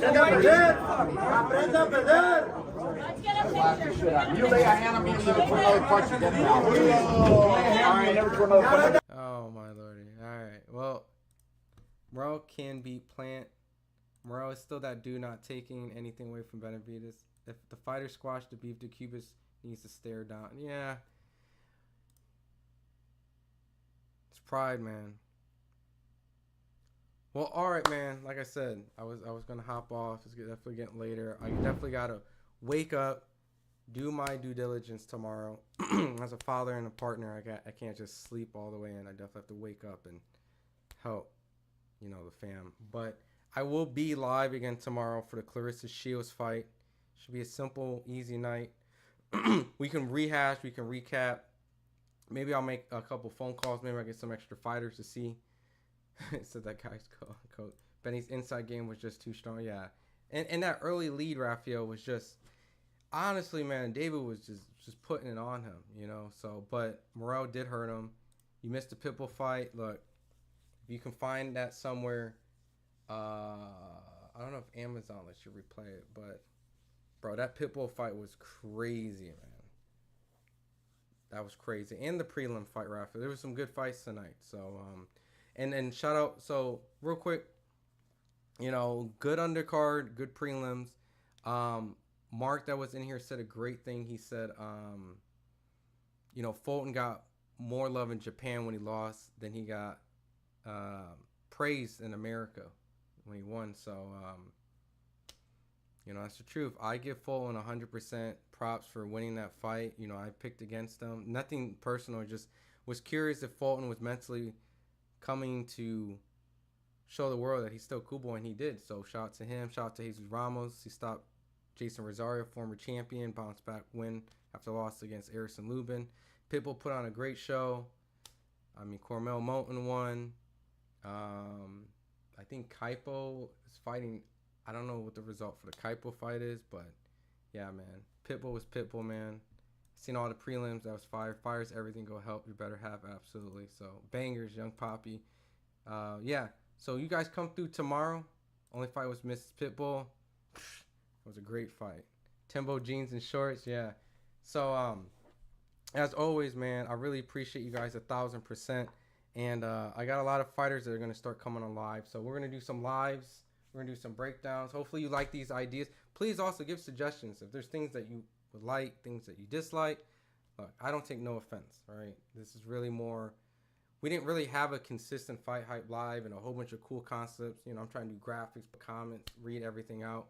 So if there's any input, trust me, I don't take no offense if something looks shitty, if something looks good. If you like something, you want more of something, just let me know. You guys are the ones that help me pay my bills. You know what I'm saying? You guys are the reasons why I'm able to do this for a living and don't have to work a 9 to 5 and other stuff. So definitely am very grateful. And even if we disagree, I won't take any offense to it, because at the end of the day, we're going to get some things right. We're going to get some things wrong.